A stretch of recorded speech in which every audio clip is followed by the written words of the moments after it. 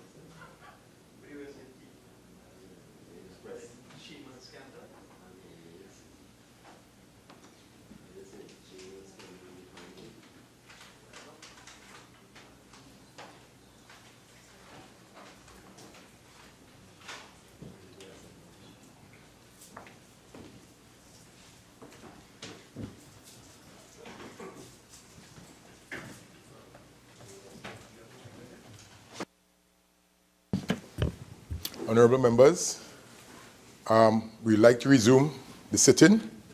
And Honourable Member for Caroni Central, you had completed 30 minutes of your discourse and you request the additional 15. Kindly proceed. Thank you. Thank you very much, Mr. Deputy Speaker. I was saying that there is really no need for this amendment to the bill.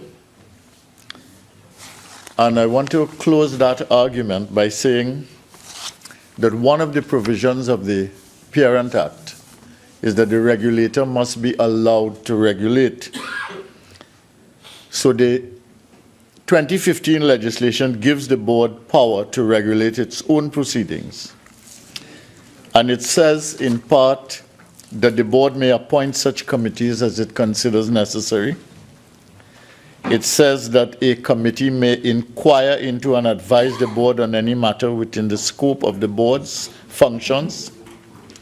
The committee can exercise such powers of the board as the board delegates to it in writing and perform such other duties as the board assigns to it. So here we begin to see that the board may appoint a review tribunal if it considers it appropriate, or it may use a conflict resolution or mediation approach.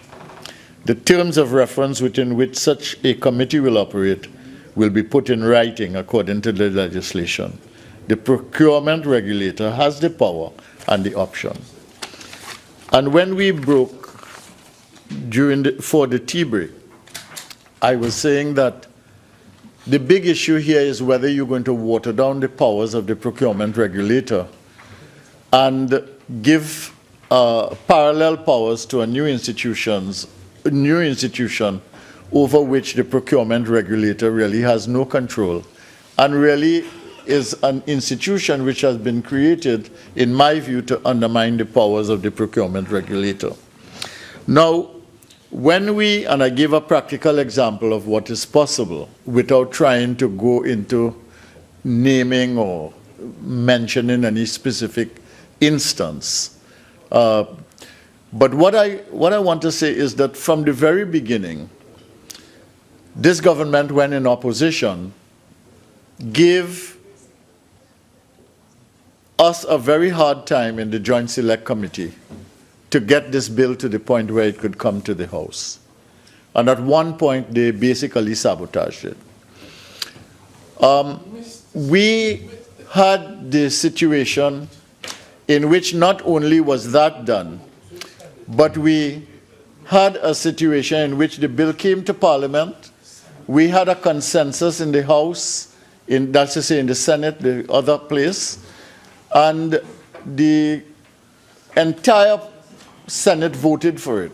And yet when we went to the House of Representatives, these new amendments were brought, and the opposition did not vote for it. And now that the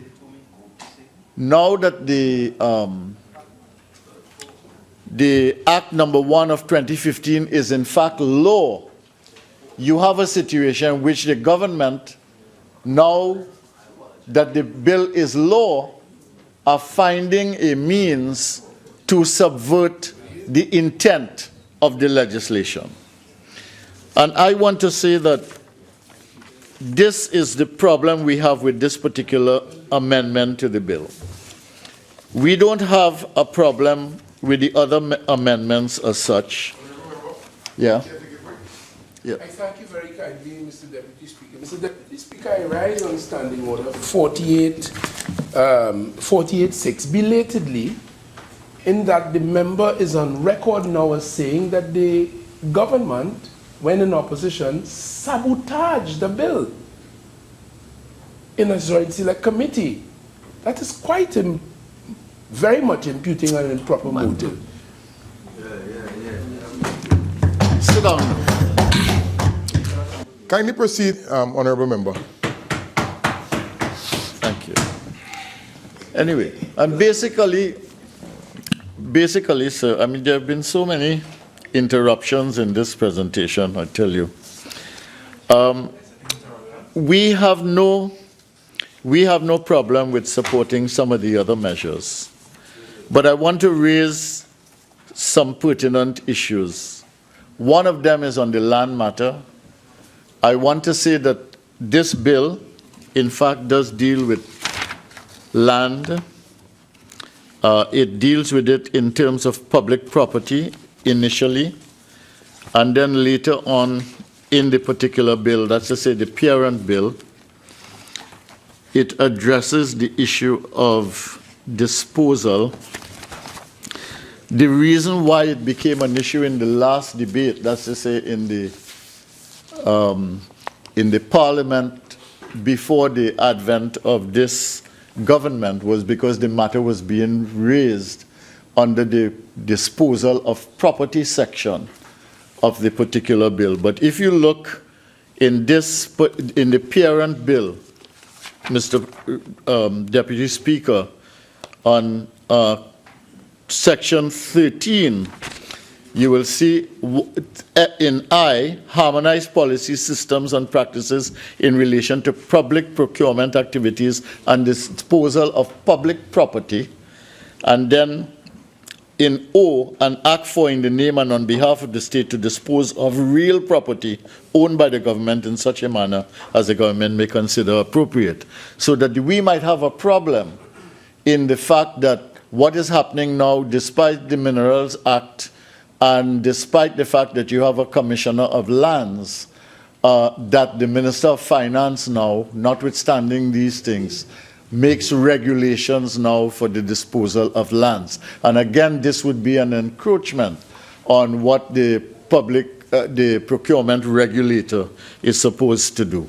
But as I close my presentation, I want to raise some important issues not having to do with this particular with the amendments. I've dealt with the amendments. We don't have any problem with the other thing I want to correct.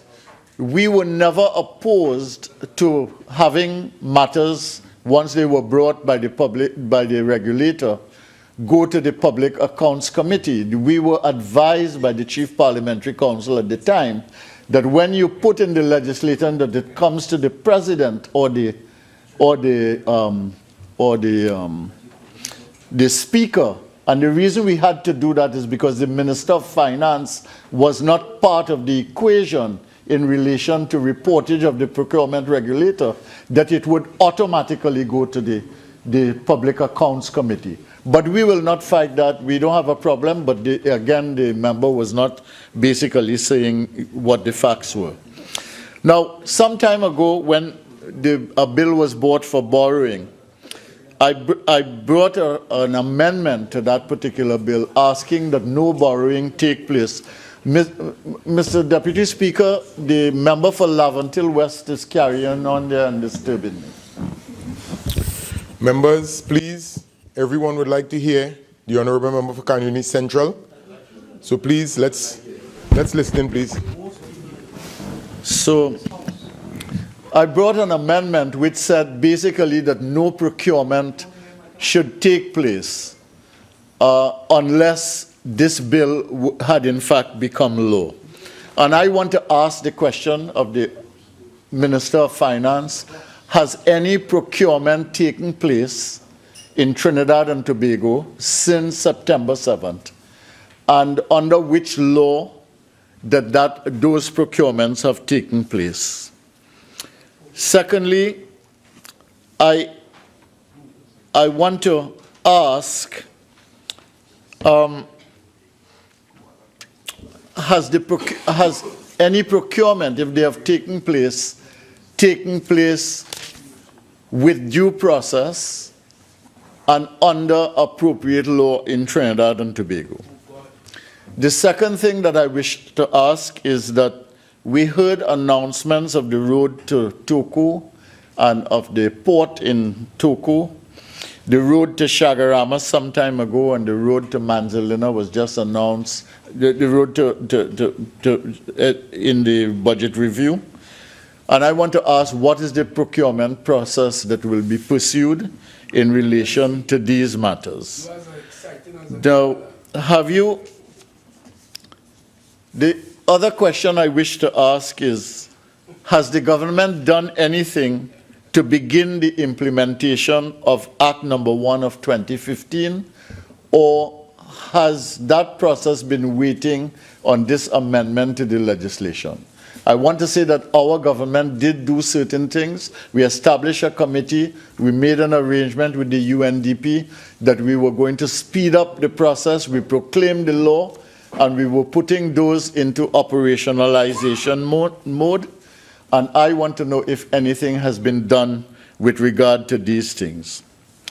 But also, Mr. Deputy Speaker, let it be known to the world that the People's Partnership brought genuine procurement reform to this country by passing good and effective law with strong sanctions and clear procedures, and that is contained in Act Number 1 of 2015.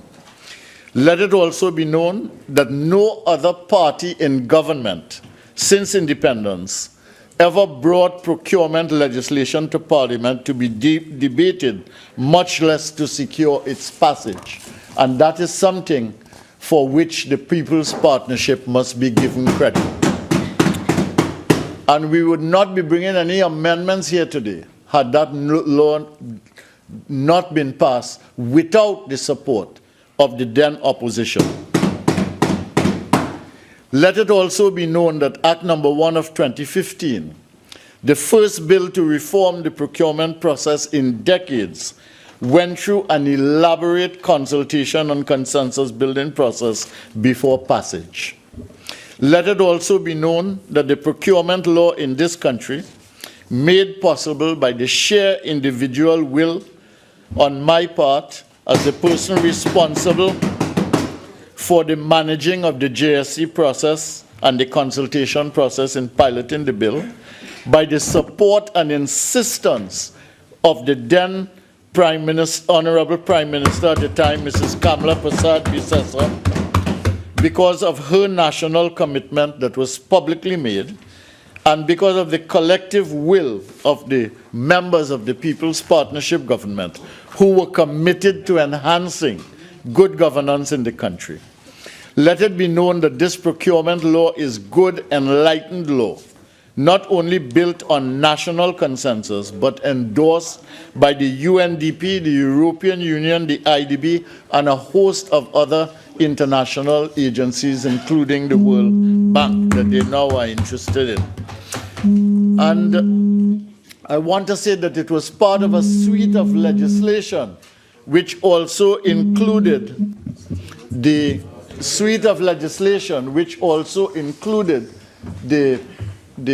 reform of the entire planning process, the planning and facilitation bill in this country.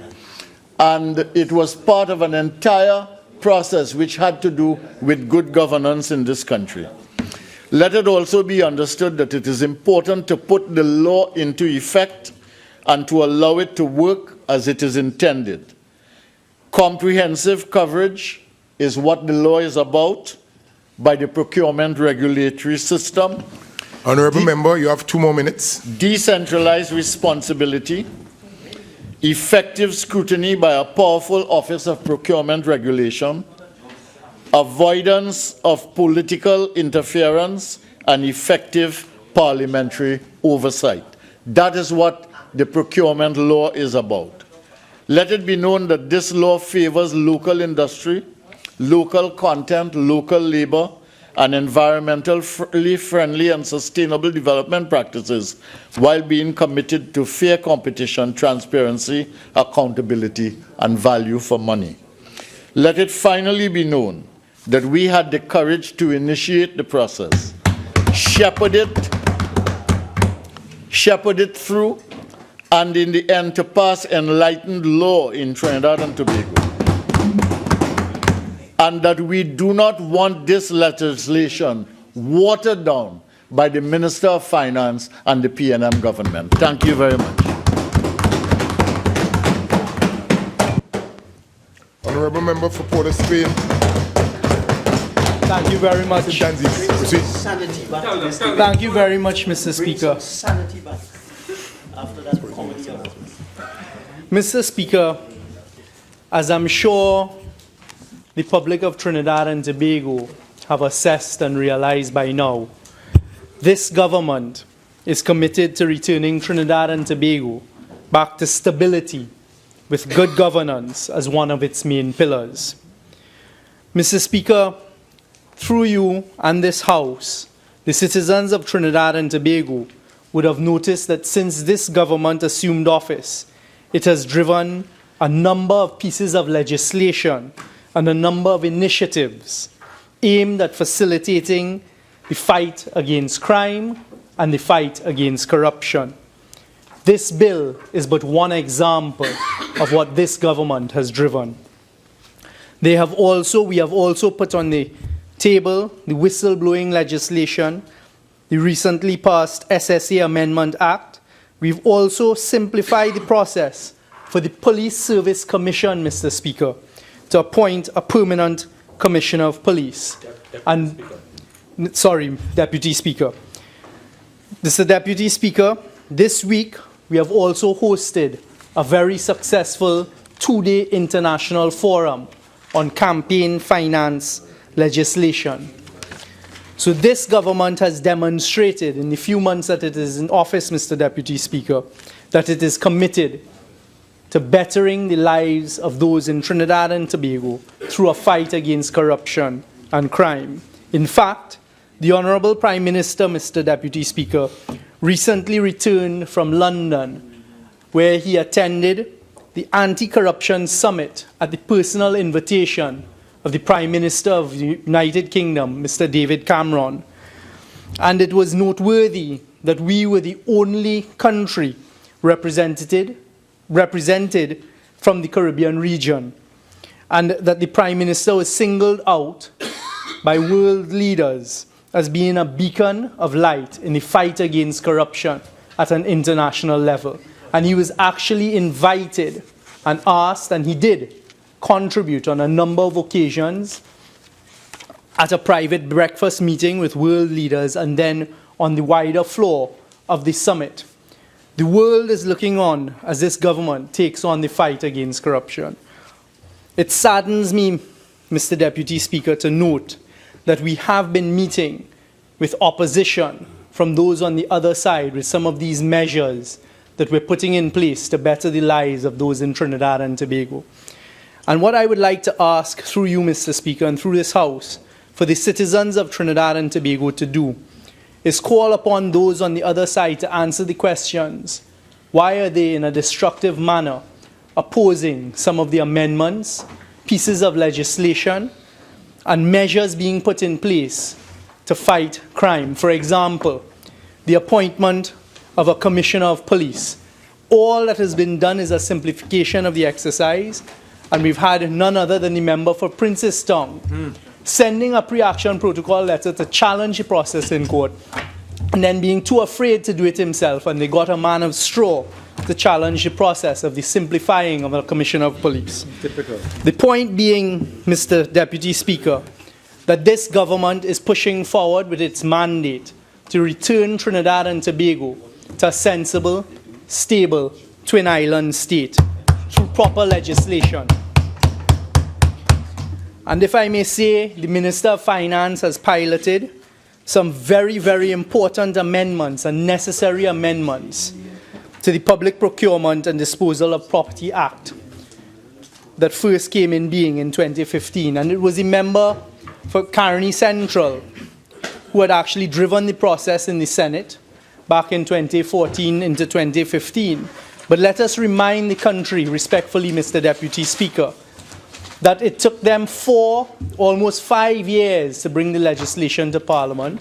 And even when this government, which was then in opposition, supported the measures, and the Attorney General and myself in the Senate sat through 2 straight days of debate with respect to the then bill that became legislation, the question that must be answered by those on the other side, and the Honourable Member for Caroni Central didn't answer it, I was hoping you would. Why didn't they, even after it took them so long to bring the legislation to Parliament, why didn't they proclaim the Act prior to the elections of 2015? He said the Act is partially proclaimed. Let me tell the country, Mr. Deputy Speaker, what the member for Caroni Central actually proclaimed. The only pieces of the Act that they proclaimed were for the appointments of positions. And of course, they did not appoint the people to the positions. That is toothless. It is useless. Because the main body of the legislation that he's spoken about, how they're going to change the face of public procurement, how they were going to revolutionize the award of contracts, they did not do. It is a matter of record. They did nothing with the bill. And if I am allowed now, Mr. Deputy Speaker, I will begin to tell the country some of the reasons why we believe they did not proclaim. Partial proclamation meant nothing. What you all proclaim were the parts that you can appoint a regulator. Who can do nothing. Right? Who can do nothing without the rest of the Act being proclaimed. So all of the good that the Act set out to do, to revolutionize and to the whole devolution of the process of procurement, did not come into being. If you look at the definition section of the parent legislation, Mr. Deputy Speaker, to me, respectfully, one of the most important points in the interpretation is bid rigging. As it stood, the laws of Trinidad and Tobago don't have on its statutory books in framework legislation a crime associated with bid rigging. This piece of legislation that had it in the definition section was not proclaimed to give the full tooth and the full bite of the Act, this issue of bid rigging.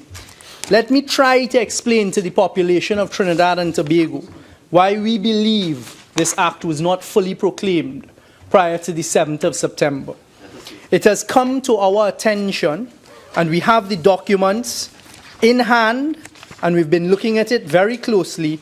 And now the authorities, the law enforcement authorities of Trinidad and Tobago are looking at these documents as well.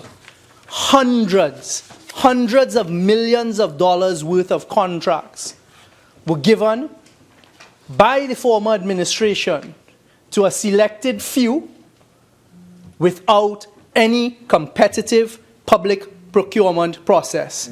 We have breaches of existing tender rules. We've heard of one example from the Honourable Minister of Finance this afternoon. It is replete with many more, Mr. Deputy Speaker.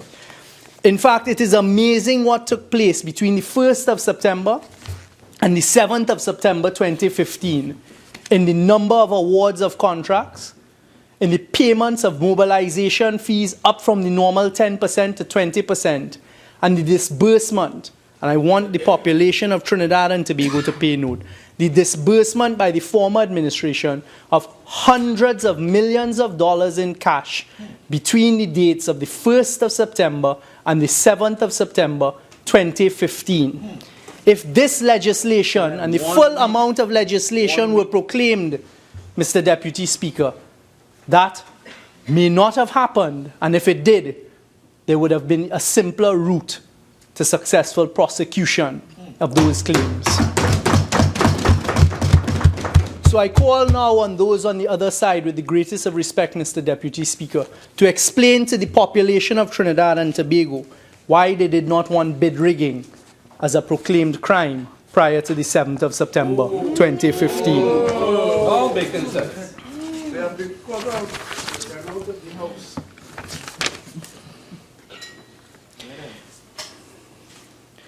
What happened post-September 15, post-September 7, 2015, Mr. Deputy Speaker, is now a matter of record. The pieces of legislation that were immediately brought to Parliament by this government under the stewardship of the Attorney General and the Minister of Finance with this particular one show the commitment of this government in the fight against corruption.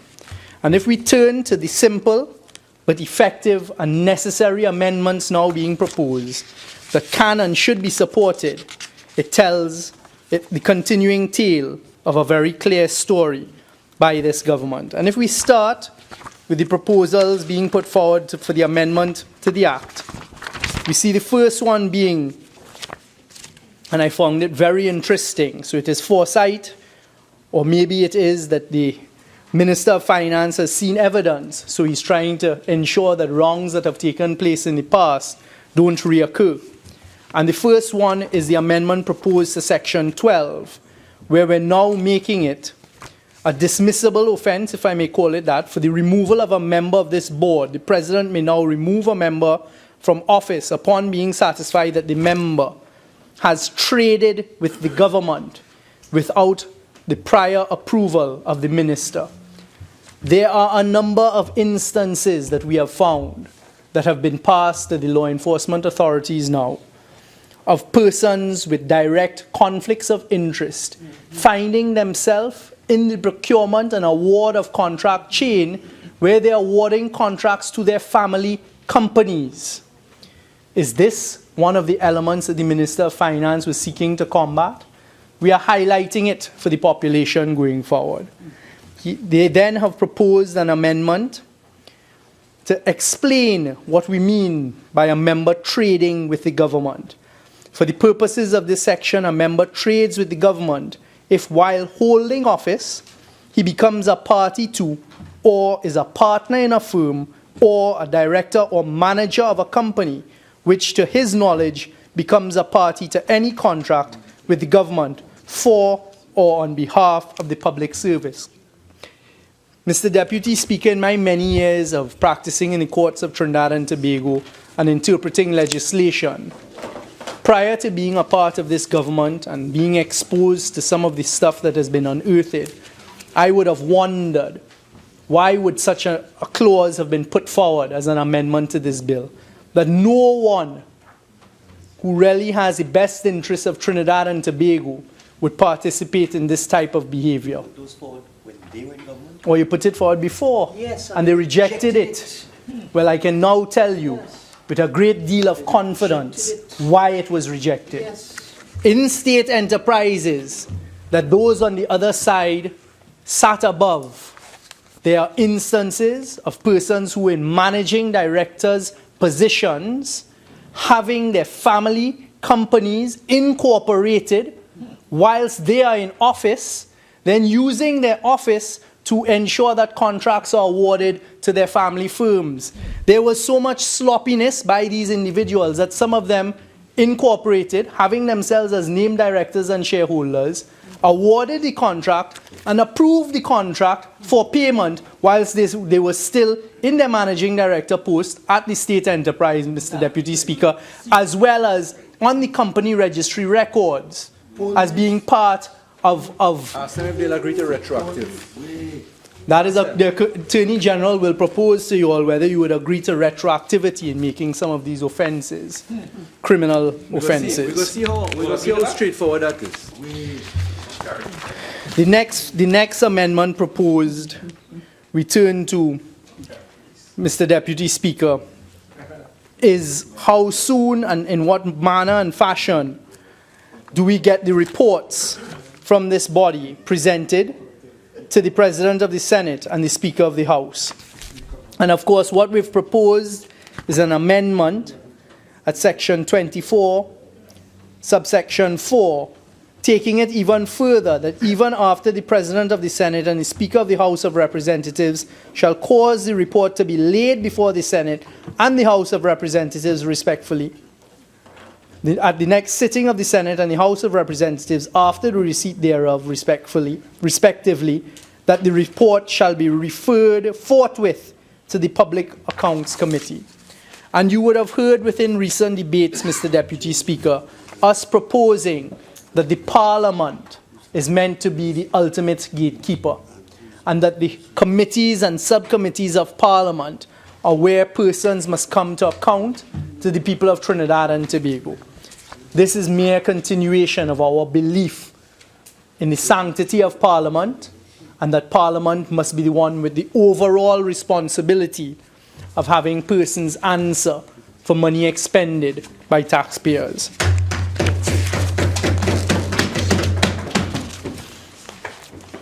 I was disappointed to hear, Mr. Deputy Speaker, a lot of time being spent and attack being spent on the decision to have a public procurement review board. And I listened carefully, and I heard the attacks on the Kenyan piece of legislation. I heard the suggestion that it is possible that it may lead to further delays, and rather than have quick resolutions, all of that those points seem to have been made without listening very carefully to what the Minister of Finance took his time to explain is the current state of law in Trinidad and Tobago. And without going over it in more detail, I respectfully agree with the Minister of Finance's dissertation that as the public law currently stands in Trinidad and Tobago, it is very difficult to challenge a public procurement process if you believe something has gone awry, has gone astray, it hasn't been a proper and above-board process via judicial review and any other attempt to bring challenge in the courts. By having this whole procurement review board process, what it does is it allows persons who feel they've been disenchanted, who feel the process has been unfair, who feel that there's been corruption in the process, to bring it frontally onto the floor of a body set up specifically to deal with those instances. And how could Trinidad and Tobago complain with that when we've had in the last 5-year period a number of legitimate businessmen complain over and over about the public procurement process that took place in the 5 years? It became the modus operandi in the last 5 years. They come out with an RFP. The legitimate businessmen put in their responses and their tenders. The process is scrapped, sometimes with no explanation whatsoever. A second process is begun. A fly-by-night company that has no experience comes up, has the most competitive tender process, very strangely in line with both the estimate of the state enterprise and also just better than the most competitive tender from the first round. And the award is given. And when we search those companies now, we see they were recently incorporated. We see the same names appearing on directors and shareholders listening. It became so vulgar, Mr. Deputy Speaker, that there are occasions where in a 4-bidder process, 2 of the companies that bid have the same shareholders and directors. Who were they fooling?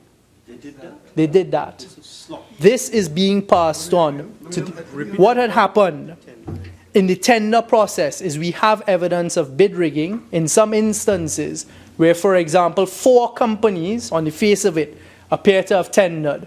When you now search who are the owners of 4 of those companies, 2 of the companies have the same owners and the same directors. And needless to say, in the round of contracts, those companies. One company gets this contract, the next company would get the next contract. And we are finding evidence of the bid rigging process taking place. So let the citizens of Trinidad and Tobago, Mr. Deputy Speaker, have their hearts, not be fearful, and do not worry, because work is being done and the law enforcement authorities of Trinidad and Tobago, as well as other jurisdictions, are focusing their attention on a lot of what I have spoken about very briefly here this afternoon.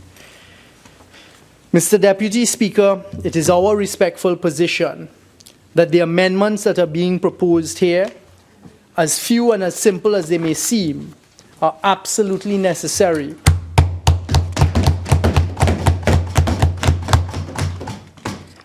and once they are passed, as we expect them to be, this government will move swiftly to ensure the full proclamation of the full amended act, to ensure that the people of Trinidad and Tobago, the right-thinking citizens of Trinidad and Tobago, Mr. Deputy Speaker, those who pay their taxes in Trinidad and Tobago, those who believe in the future of Trinidad and Tobago, are having the procurement of their tax-paying dollars in contracts going forward and the disposal of their assets handled in a uniform, sanitized, stable manner to ensure that corruption is attacked and as much as possible eradicated. I remember sitting in the opposition and being fortunate enough to contribute to this bill before it became an act, and raising the question frontally with my colleague who is now the Attorney General. We sat on that side and raised frontally. This act is called the Public Procurement and Disposal of Public Property. How could it be a bill that talks about the disposal of public property, but it remains silent with respect to the most valuable asset that the country of Trinidad, that the citizens of Trinidad and Tobago have, which is land? We raised that, and we raised it, and we argued it in our debate, we asked for it in committee stage, and we were shut down. Well, once again, Mr. Deputy Speaker, it saddens me to tell the citizens of Trinidad and Tobago that we seem to be finding evidence of the reasons why, one, it was excluded, and two, why the rest of the bill was never proclaimed. I hear talk of partial proclamation. They will answer to the population and say what exactly it is they proclaimed before the 7th of September 2015. Absolutely toothless. We have found evidence of attempts to dispose of valuable land owned by the citizens of Trinidad and Tobago at values that are disturbing and in manners that are disturbing. We, this government on this side, a PNM government, will pass this legislation and implement this legislation to ensure that that does not happen to Trinidad and Tobago again. I don't think it's necessary, Mr. Deputy Speaker, for me to go into, because it was done by the Minister of Finance, and I'm certain the Attorney General will touch on it as well, the whole process with respect to the review board. But I take the opportunity respectfully, for what it is worth, to give my endorsement as a person who participated in litigation for 17 years to this process. This review board process makes a lot of commercial sense. Yep. I think the private sector would welcome it because they ultimately are the ones who are going to be participating in the public procurement process. And they will welcome it because it is a demystifying of the process. It's a simplifying of a process where if they have any concerns and they wish to challenge a process, there's a timetable set out and a specific board set up to ensure that it happens. And in conclusion, Mr. Deputy Speaker, I would like to end by congratulating the Minister of Finance for moving swiftly, because this falls under, my friend from Oropouche East has returned. Unfortunately, he wasn't here for the majority of the contribution, because some of it might have rang in his ears. No. Don't frighten him. You do get frightened. So, Mr. Deputy Speaker, I'd like to thank you for the opportunity to contribute. We talked about bid rigging. we talked about bid rigging and the award of contracts to families and the incorporation of firms, right, by families who have the same directors and the same shareholders. Honorable member, address the chair, please. Thank you, Mr. Deputy Speaker. So, Mr. Deputy Speaker, in ending, I'd like to congratulate the Minister of Finance for these important amendments that he's brought to the House. And I give it my fullest support and endorsement. Thank you very much.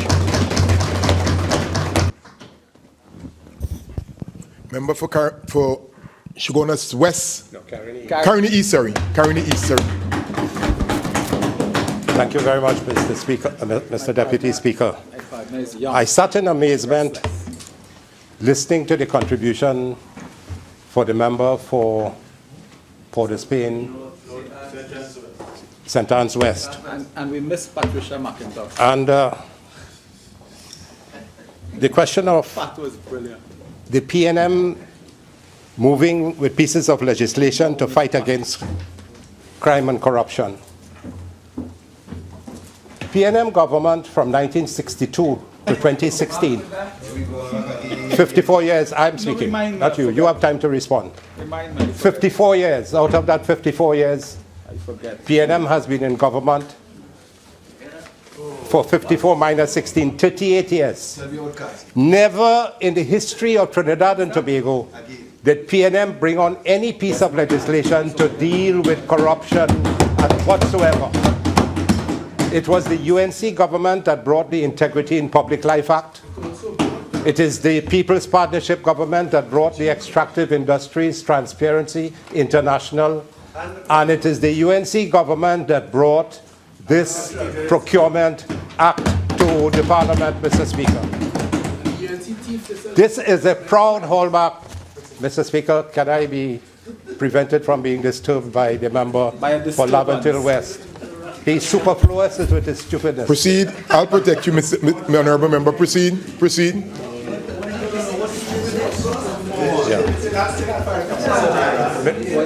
All right. He's a fan. All right. I take that back.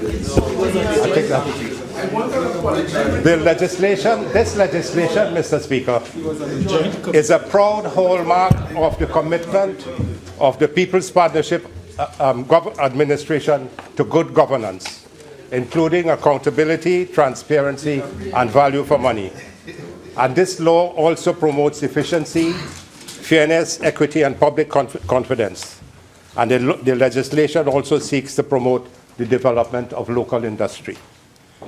Mr. Speaker, in our manifesto, page 18 of the People's Partnership Manifesto 2010, our general election manifesto, which became our government policy, we were committed, the People's Administration was committed to the passage of procurement legislation with appropriate rules and regulations. The Honorable Prime Minister indicated in her preload, what? I'm speaking about this piece of legislation. Honorable Member, I'm on my feet. Order what? 48.4, he said that the honourable member was superfluous with his stupidness. That is insulting language. I ask that he be asked to apologize and withdraw it.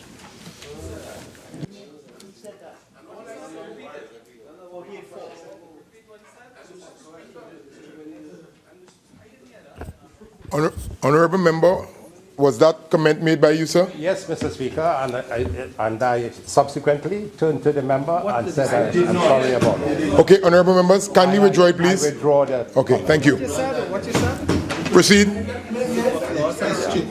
Continue. Member?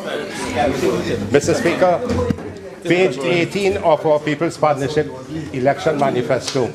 The Prime Minister promised, then the Honourable Prime Minister promised that she will bring this piece of legislation within 28 days of coming into government. And we came into government and this was laid in Parliament within the 28 days, keeping her promise to the people of Trinidad and Tobago. And this legislation, Mr. Speaker, became more urgent and critical as a result of the damning findings of the Commission of Inquiry into the public construction sector.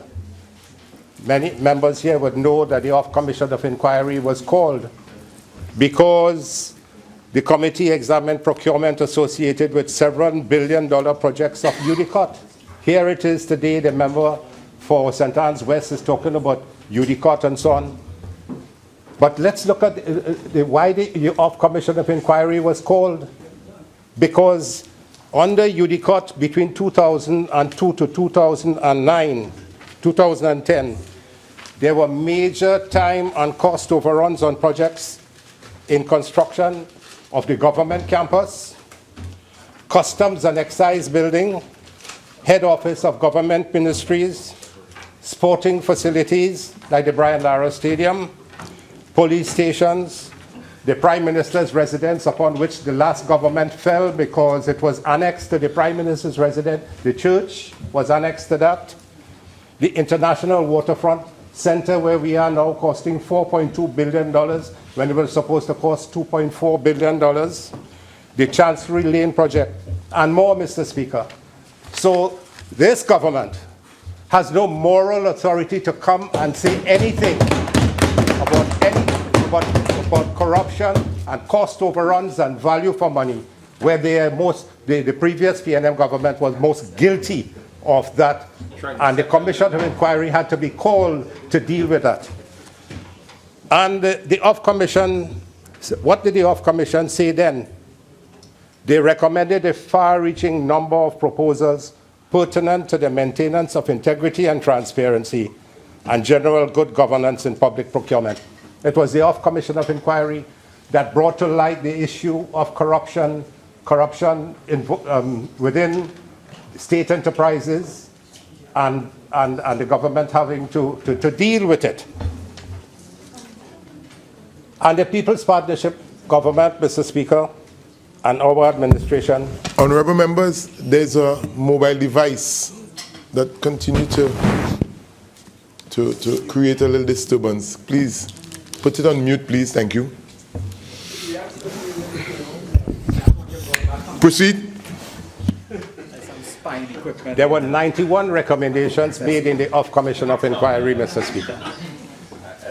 And we implemented all those 91 recommendations that were made. So who is dealing with the issue of corruption? Who dealt with the implementation of the Off Commission of Inquiry recommendations, Mr. Speaker? It was the People's Partnership Government that went about its work to deal with that. The Off Commission of Inquiry said about the operations of UDCOT of the period 2007 to 2010, UDCOT must recognize that the public's perception of secrecy and arrogance has been engendered by its actions. This was the UDCOT of 2007 to 2010, which is wholly inappropriate for a body performing a public function on behalf of the people of Trinidad and Tobago. This was the damning statement made in the Off Commission of Inquiry, and I think I must repeat it. Yeah. UDCOT must recognize that a public perception of secrecy and arrogance has been engendered by its actions, which is wholly inappropriate for a body performing a public function on behalf of the people of Trinidad and Tobago. And this is what motivated the People's Partnership Government to come to deal with the whole question of procurement and what can be said from government to government about corruption and so on. And our other Prime Minister at that time decided to put an end to that and bring in the procurement legislation, and which he laid in Parliament in less than 28 days. And the Commission recommended that UDCOT take remedial action by cultivating a policy of openness and aimed at building public confidence in the maintenance of proper standards of integrity and transparency. And here it is. The chairman and the CEO of UDCOT was the poster boy called the Hart. He was the poster child for corruption. Mr. Hart declined to testify before the commission despite a heap of allegations against him. So if that was a PNM government and they had Mr. Hart there as chairman and CEO of so many companies, and the Off Commission of Inquiry moved to say that he should testify before them, and he refused to testify. They have the gall to come today and talk about corruption. PNM has no local standard on that. They have no moral authority of it. And I can go back from the 1950s, I wouldn't do it today. You know, they're from the Lock Joint area to all to the 60s and 70s, the Eric Williams Twin Complex, and all of that, Mr. Speaker. But I've said it in the House many times already, and it doesn't. So, and this PNM, which has governed, you have governed for 38 years out of the 54 years, and you have a track record that includes the like of Johnny O'Halloran and Francis Privat.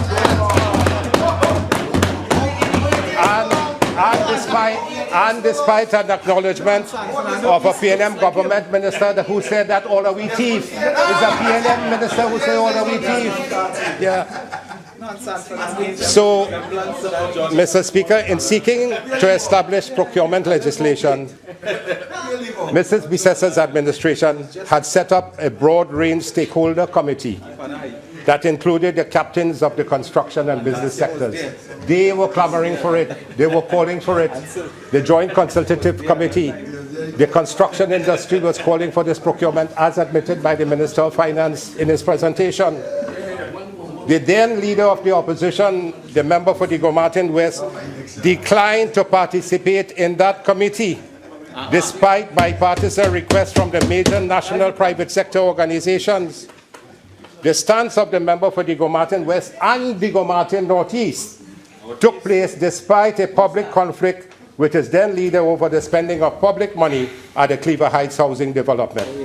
The member for the Gomartin West was the Minister of Housing during the relevant period. And today, Mr. Speaker, I was there in the House. Silence, please. In the Red House. Members.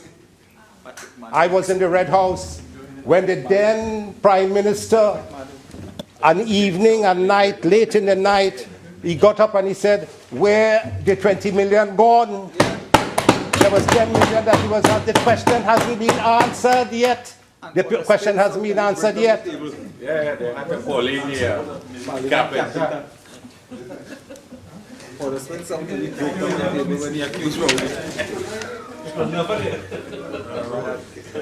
We brought this procurement legislation to Parliament, and the PNM declined to support this legislation.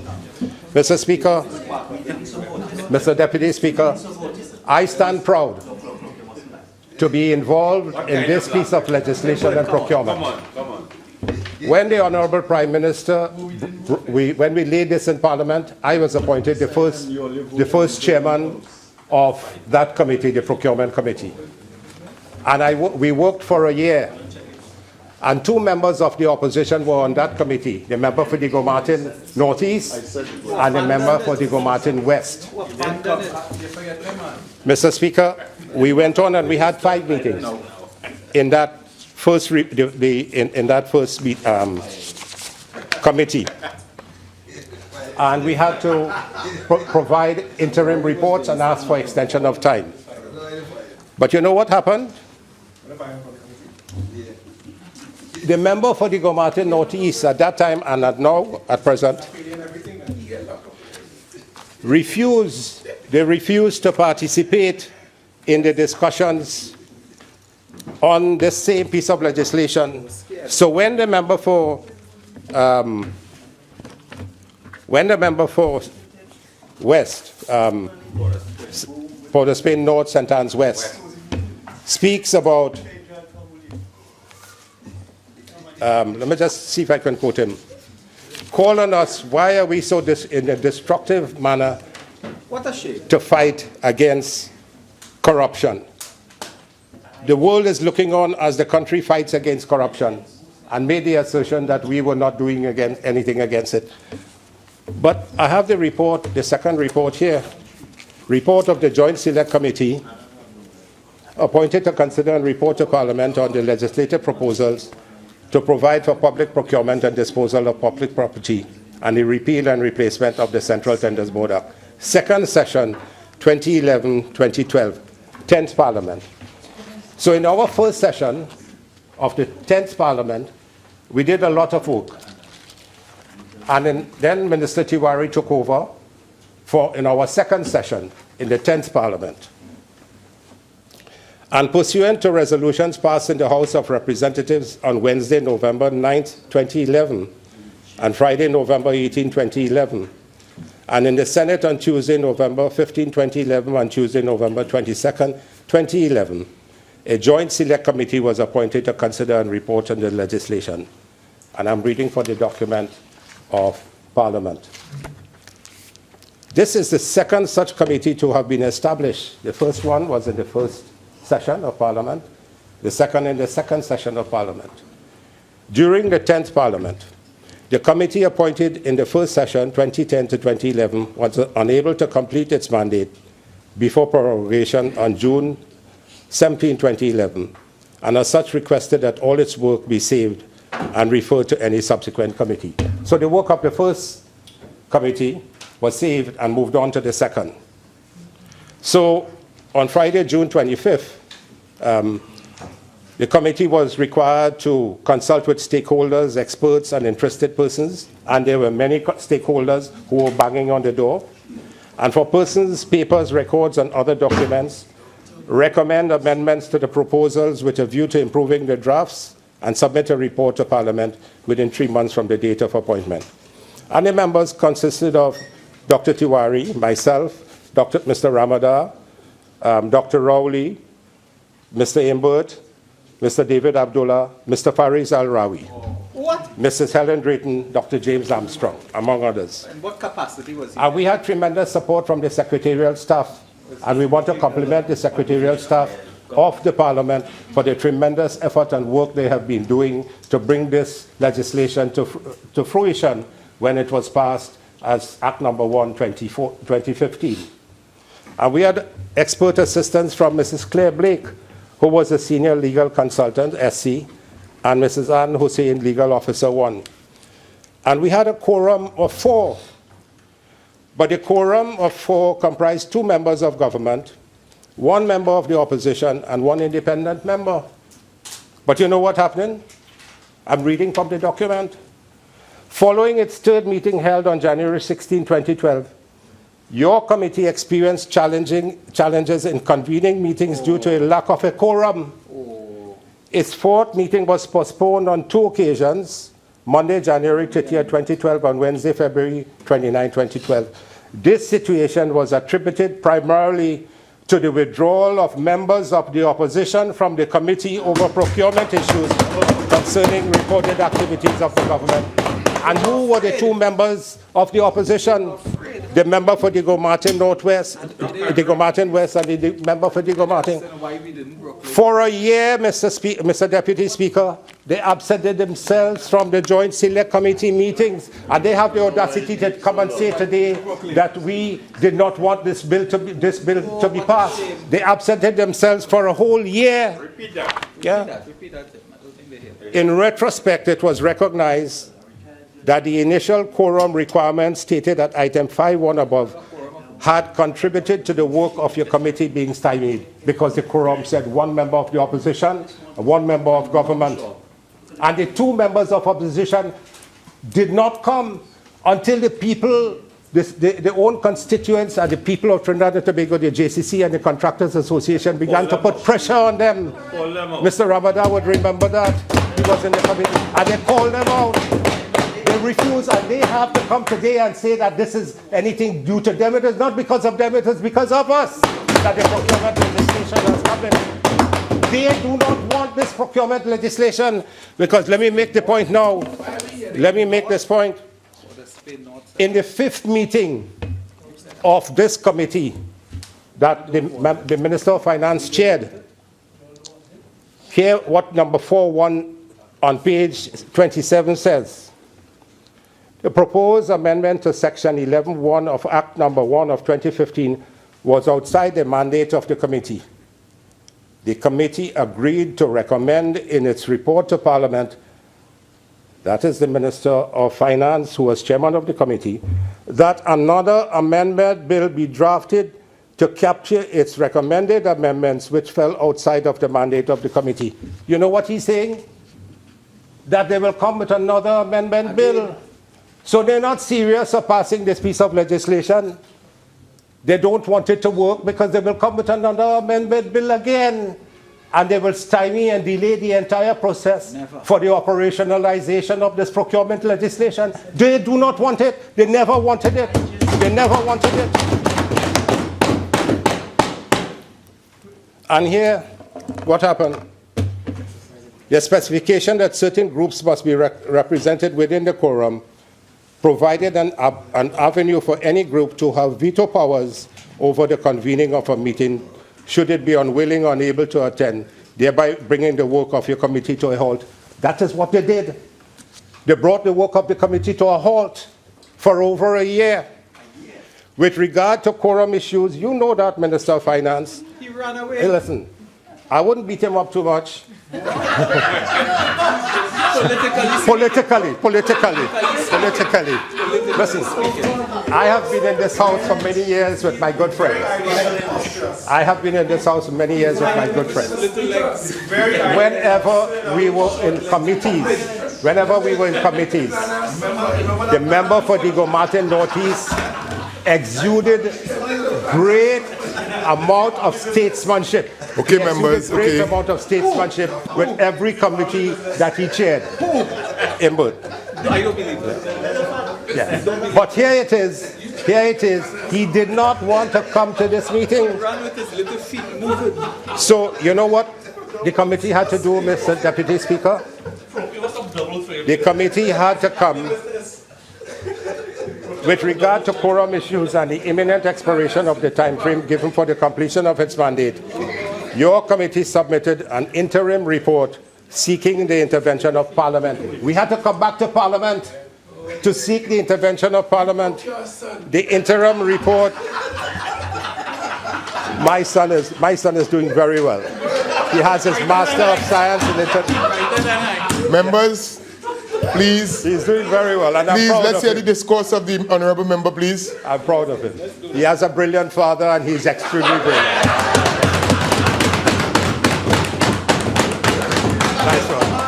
And no, listen, I have friends in Parliament. They're on the other side. And my friends are my friends. And I don't let politics get between my friendship. I have friends. And the interim report was presented in the Senate on March 6, 2012, and in the House of Representatives on March 9, 2012. In submitting an interim report, your committee sought to seek the intervention of Parliament to remedy the anomaly created by the configuration of its quorum. And so the committee had to decide. Any 4 members of the committee with at least 1 member from the House of Representatives and 1 member from the Senate, including the chairman. That's the way we had to go to get the committee going for this procurement legislation. We had to come back to Parliament, ask Parliament to help us change the quorum, and we had to do this because the 2 members of the opposition were basically behaving obstructionists to the entire process of moving the entire thing forward. And we had 5 meetings subsequent to that. They were over the speed limit when they ran. And the subject matter focus and the need for it. You know what they came and said, Mr. Deputy Speaker? They want a policy position. We don't have a policy position. Even went further. Beside not coming, they say, we don't have a policy position. Minister Tewarie came to Cabinet very quickly. And he provided a paper for the policy position on this procurement legislation. And basically, it said it was a framework piece of legislation that we needed rather than a prescriptive piece of legislation. Am I right, Prakash? It was, so we dealt with the policy paper, we brought it back to them, and it is only then they started to come back to the meetings, Mr. Speaker, Mr. Deputy Speaker. So, the Minister of Finance and the presenter of this amendment to the bill must indicate to this country whether he really intends to bring another amendment to this piece of legislation, or he doesn't. Because it is stated in the minutes of the 5th meeting of this Joint Select Committee of Parliament.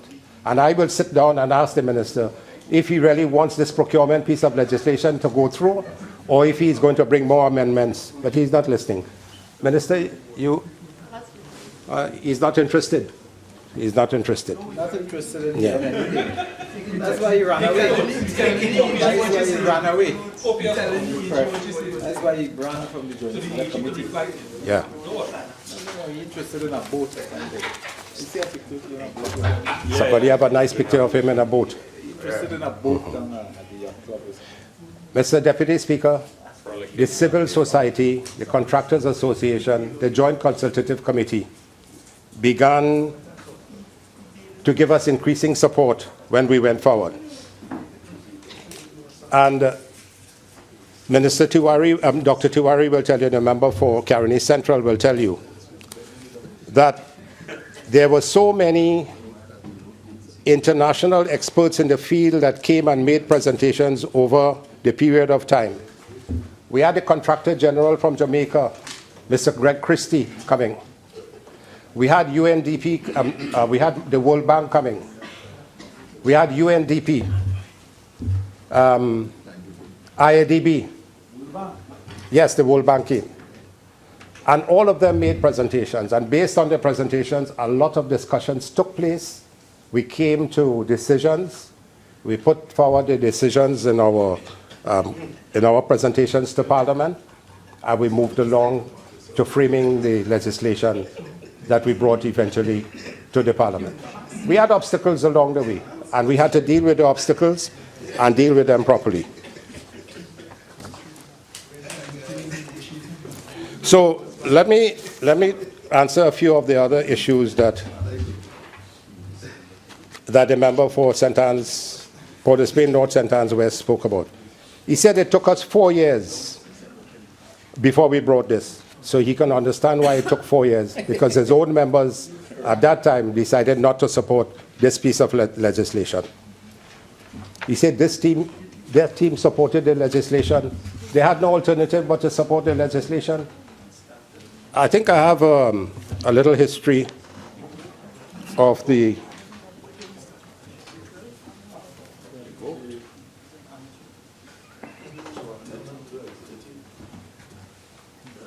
I'll get it.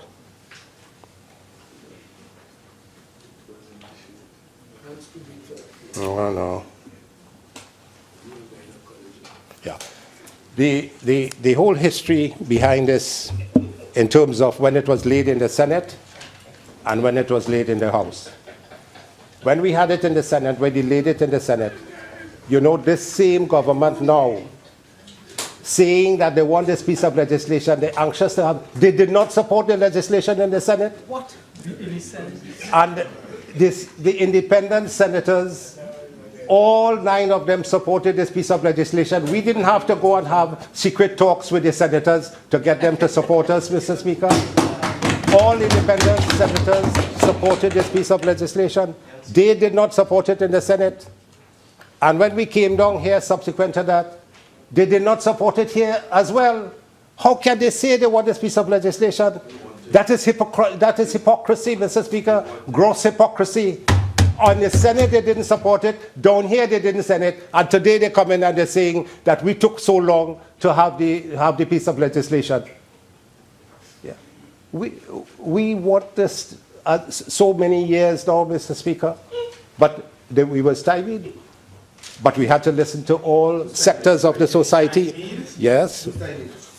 Your people stymied us. Yeah. They ask about why we took so long to proclaim the Act. The Act was proclaimed in part, Mr. Speaker. And then we appointed Mr. Timothy Hamel-Smith to help to do the work to operationalize the legislation. He was brought in. Where is he today? And the last speaker spoke about bid rigging. Mr. Speaker, this whole issue of bid rigging is in this document. We have ensured that the whole process of bid rigging is in this. So when we pass this piece of legislation, that whole issue of bid rigging will be part, when we pass it, it is there already. the bid rigging aspect is in this legislation. So don't let the population feel that we are not interested in having this. It is there in the legislation already. And also, whistleblowing, what they're talking about all the time about whistleblowing and whistleblowing. Whistleblowing is also in this legislation, Mr. Speaker, that has been passed. So the whole issue of whistleblowing and bid rigging are incorporated in this already. They are incorporated in this already.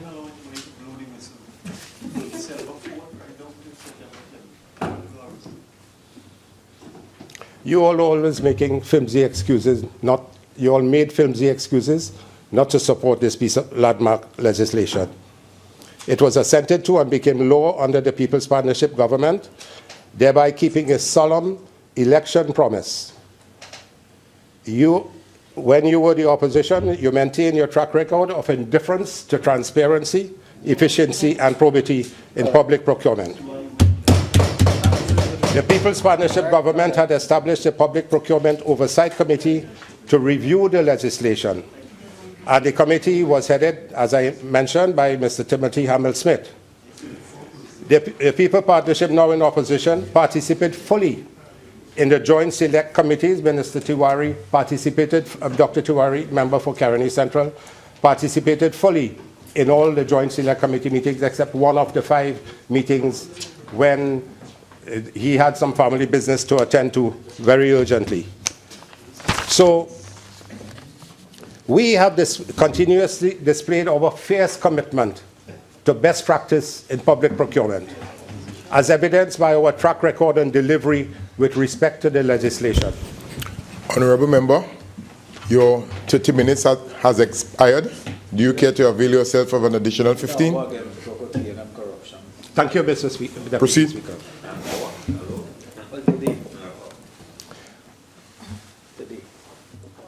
So it has taken a 60-year-old PNM 2 generations to support procurement legislation.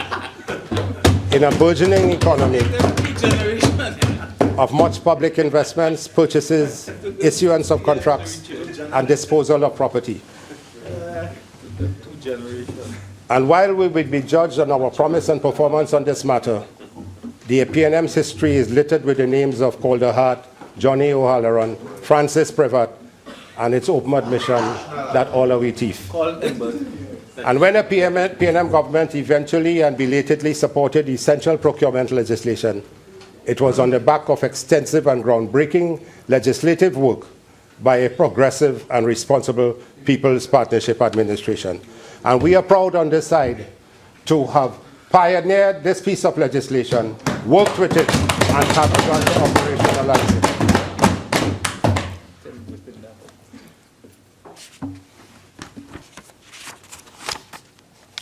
And then the last speaker spoke about what happened between the 1st and 7th of September 2015. Every day we hear about corruption and mismanagement and whatever.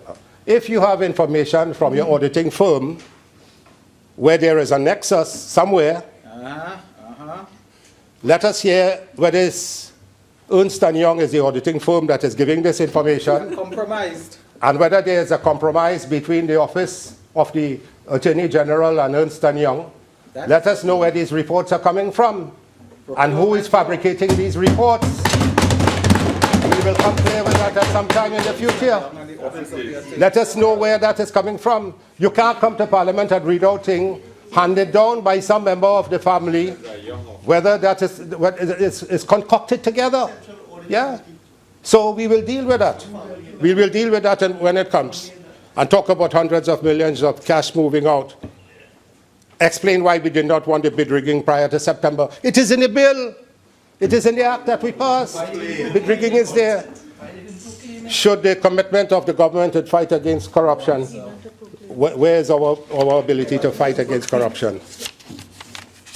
And the rest of it, Mr. Member for Caroni Central spoke about the review tribunal. And you're making a big hullabaloo about that review tribunal when the work of the procurement regulator could be the same thing that the review tribunal is doing. You're duplicating it, and I don't need to re-emphasize that again. I've said it already. Member for Caroni Central has said it already. So they held back this thing for 8 months. 8 months they held back this thing for what? To bring 5 little pieces of amendments to it without any meaning, and then coming to say that you have more amendments to come. So what is that telling the population? They're really not interested in having this piece of legislation operationalized. They're hiding behind all sorts of screens.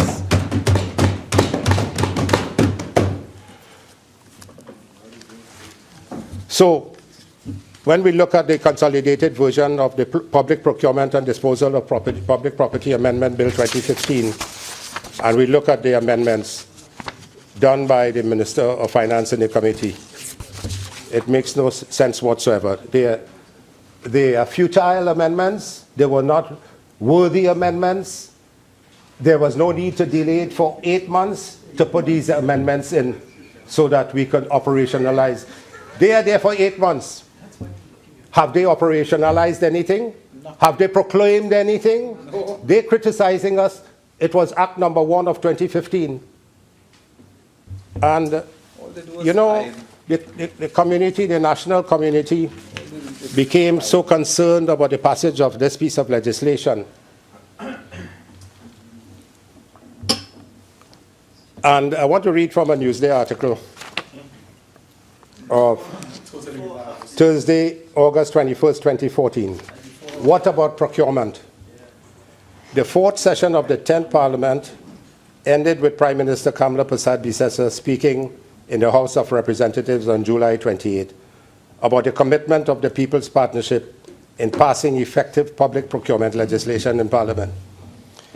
In that statement, Persad-Bissessar reiterated that passing public procurement legislation was one of the People's Partnership 2010 general election promises. However, it is now history that the Public Procurement and Disposal of Public Property Bill 2014 lapsed upon the recognition of the last parliamentary session, having only been passed in the Senate. And the commentator said this means that the bill has to be reintroduced in the House and in the Senate in the 5th session of the Parliament, which commenced earlier this month. And within a few days, when the country was worried about whether we will bring back this procurement piece of legislation because it had lapsed, the Honourable Prime Minister ensured that within a few days of coming back in, this piece of legislation was brought to the Senate and brought back to the Lower House, and it was passed by a constitutional majority. It was passed with a constitutional majority despite the non-support of the now government when they were in opposition. And so the country was worried public procurement will lapse. 3 days after the Prime Minister said that public procurement reform was critical to deal with issues such as those, and disposal of public property bill, will officially lapse when the 4th session of the 10th Parliament is prorogued at midnight on July 27. The first time we came back into Parliament, the Honourable Prime Minister ensured that this piece of legislation was brought back onto the books, and within a short period of time, debate took place and the bill was passed. I was reading some of the comments made by now our Attorney General when he was speaking in reference to this bill in the other place. And he raised a number of issues then, and I will bring him I'll bring this to his attention so he can deal with it. And this was his response when he spoke in the Senate on the 20th of May 2014, when this bill was being debated in the other place. And he said, this is a bill which requires a 3/5 majority vote. The fact is that this bill traverses upon Section 4 and Section 5 enshrined rights, including the right to property, the right to equality of treatment, the right to fairness of procedure, and the right to avoid self-incrimination. And he was speaking about the constitutionality of this bill.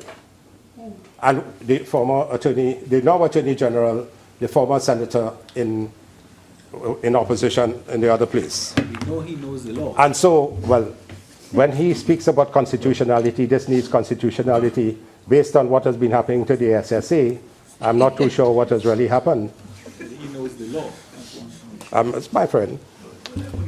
But the question is, if that bill needed a constitutional majority, the procurement bill, which we did pass with a constitutional majority, these amendments that you have brought now, should we say that they need a constitutional majority and therefore they need our support?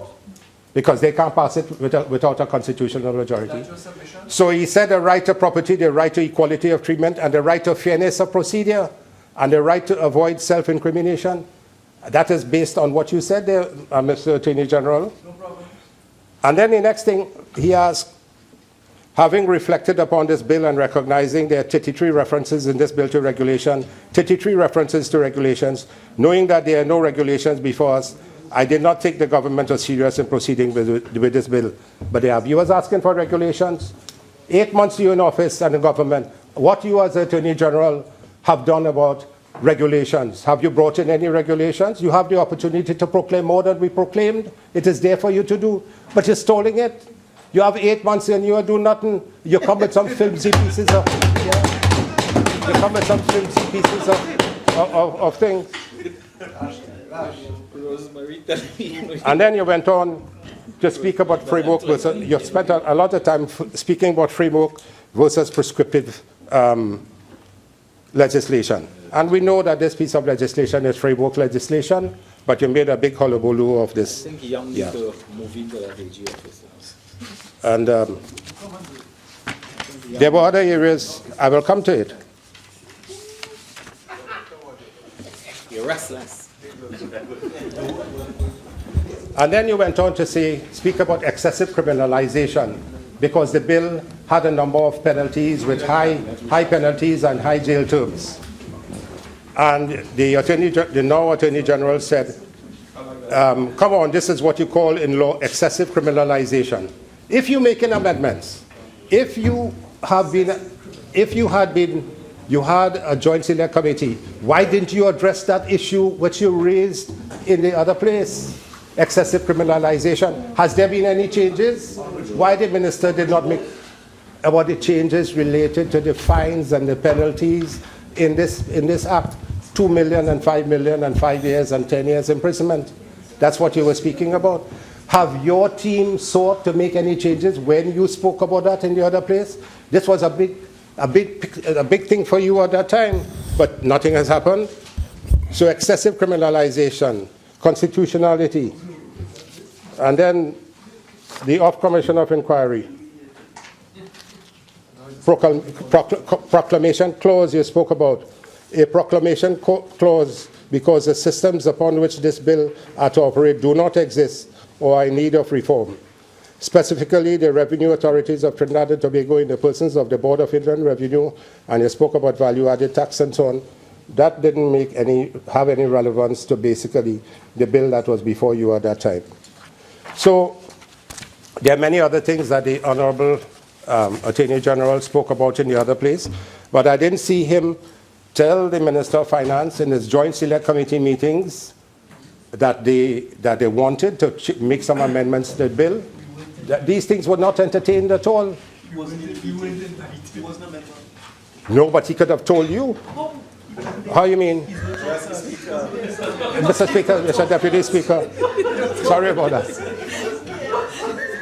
Right, so, Mr. Deputy Speaker, I would now end my contribution by indicating that the People's Partnership stands strong in terms of its determination to rid this country against corruption. By our work that we have done, by our work and by our history, we have showed that they have never brought any piece of legislation to deal with procurement and corruption, etc. But it was the UNC government and the People's Partnership government that brought all the pieces of legislation. The Integrity in Public Life Act, the Extractive Industries Transparency International, and this now the procurement legislation. Let them say what piece of legislation they have brought, and they're criticizing about bid rigging and all the things which are in this act. Mr. Speaker, Mr. Deputy Speaker. So we kept our promise. We brought the piece of legislation. We made sure it was passed. It is you now to deal with the future. And for 8 months, you have been doing absolutely nothing. Absolutely nothing. Whether it's the economy, whether it's crime, the crime is running away. The linemen in office. This country is stagnant. It is paralyzed at the moment. It is crippled. And people are losing jobs. People are crying. People are hurting. And while you all are playing across, while Rome is burning, you all are fiddling. So, Mr. Speaker, they have no moral authority to come and question anything about this. And we stand strong on our piece of procurement legislation, which was before the people and was passed. Thank you very much. Honorable Attorney General, member for San Fernando West. Thank you, Mr. Deputy Speaker. I have to say that I confess openly that the Honorable Member for Caroni East is a dear friend of mine. And, you don't pick your friends? Some may say I don't pick my friends well, but I thank him for his contribution and for opening the debate in the fashion that he has. And it gives me great pleasure, Mr. Deputy Speaker, to contribute to this motion to adopt the work of a joint select committee established specifically to amend the public procurement legislation. You see, I've stated it that way because my learned friend, the last speaker, said quite passionately, though not quite convincingly, you've been doing nothing for 8 months. There's been no work at all, and yet he's talking about 8 months of work, which the opposition took so seriously that a man that they had the opportunity to select out of 1.3 million people in Trinidad and Tobago, the leader of the opposition had the opportunity to select no less a professional person than an honorable senator who happens to be an attorney at law. 6 people appointed in an opposition in the Senate, one of them a learned attorney at law by the leader of the opposition's choice. And so important was this legislation that Senator Sturge couldn't find himself present for one single meeting. Not even for one day. So really, you committed? Is that the evidence of commitment on the part of the People's Partnership, UNC? My learned friend, my learned colleague for St. Augustine is out of the Parliament chamber at present. He's been here all afternoon, but he's not sitting here right now. I can't find anybody else wearing a badge other than UNC opposite me. And I'm still hearing about the People's Partnership. You see, let's get serious. Never had. In managing this particular position, and to try and bring some sanity to this debate, let me put forward that the amendments that stand before us for adoption right now, which will, if all things are equal, move to third reading and passage tonight, stood originally as a bill with 7 clauses. The 7 clauses which were introduced specifically relate to very few select measures of improvement. One, in relation to the regulator trading with the government of Trinidad and Tobago, and in putting a limitation on the ability of the procurement regulator to do that. 2, the referral of the reports coming out of the legislation to the Public Accounts Committee as a matter of immediacy and course. 3, the ensuring that there is an immediate lifting of a suspension when the procurement cycle is no longer in that procurement standstill period. 4, in dealing with the rights of participants, specifically, to have a second aspect, now what we call the review position, the board of review. And fifthly, now in a new and very important section, the disposal of state lands. Those are the 5 general areas that this bill seeks to amend and which the Joint Select Committee considered and which the report of the Joint Select Committee now recommends in this motion which we're considering. Specifically now, I put for this Honorable House's consideration the fact that this legislation we just heard, the Honorable Member who just spoke suggested, Mr. Deputy Speaker, that this somehow required a 3/5 majority. He said that? He said that a little while ago. The question was asked if this has, and it was asked quite sternly, what do you, the Honorable Attorney General, have to say now? You were complaining about a 3/5 majority when the original Act number 1 of 2015 back then was being debated, and then he makes this leap into this bill, and he says, does it require a 3/5 majority now? Because we are a serious opposition, and we do our work. 3/5 majority. Let's square that point off right now. The first bill, which became an Act of Parliament, number 1 of 2015, did require a 3/5 majority because it intruded in Section 4 rights of the Constitution. Specifically, it intruded in Section 43 of the bill, I believe it is, which became the Act, upon the process where you could have someone enter and demand the production of information, take copies. That would have affected due process. That would have affected the self-incrimination rights as well. Nothing in the amendments now proposed before us, and I took my time to read out what they are, reflect upon any intrusion of any right, and in fact are so safely and securely secured in the new current laws of Trinidad and Tobago, because the only thing that could potentially affect a right, but only by way of improvement in this bill, is the review board. Why? Because it gives furtherance of due process. It doesn't infringe any right. It in fact gives a broader due process right, which our Constitution has traditionally recognized as a good thing, which our courts of this land and elsewhere recognize as a good thing. Baroness Hale was pellucidly clear in the case of Stuart. Lord Nichols was pellucidly clear in the Pandey and Gordon case. Mr. Justice Jamadar in the Court of Appeal was pellucidly clear in the Northern Construction matter.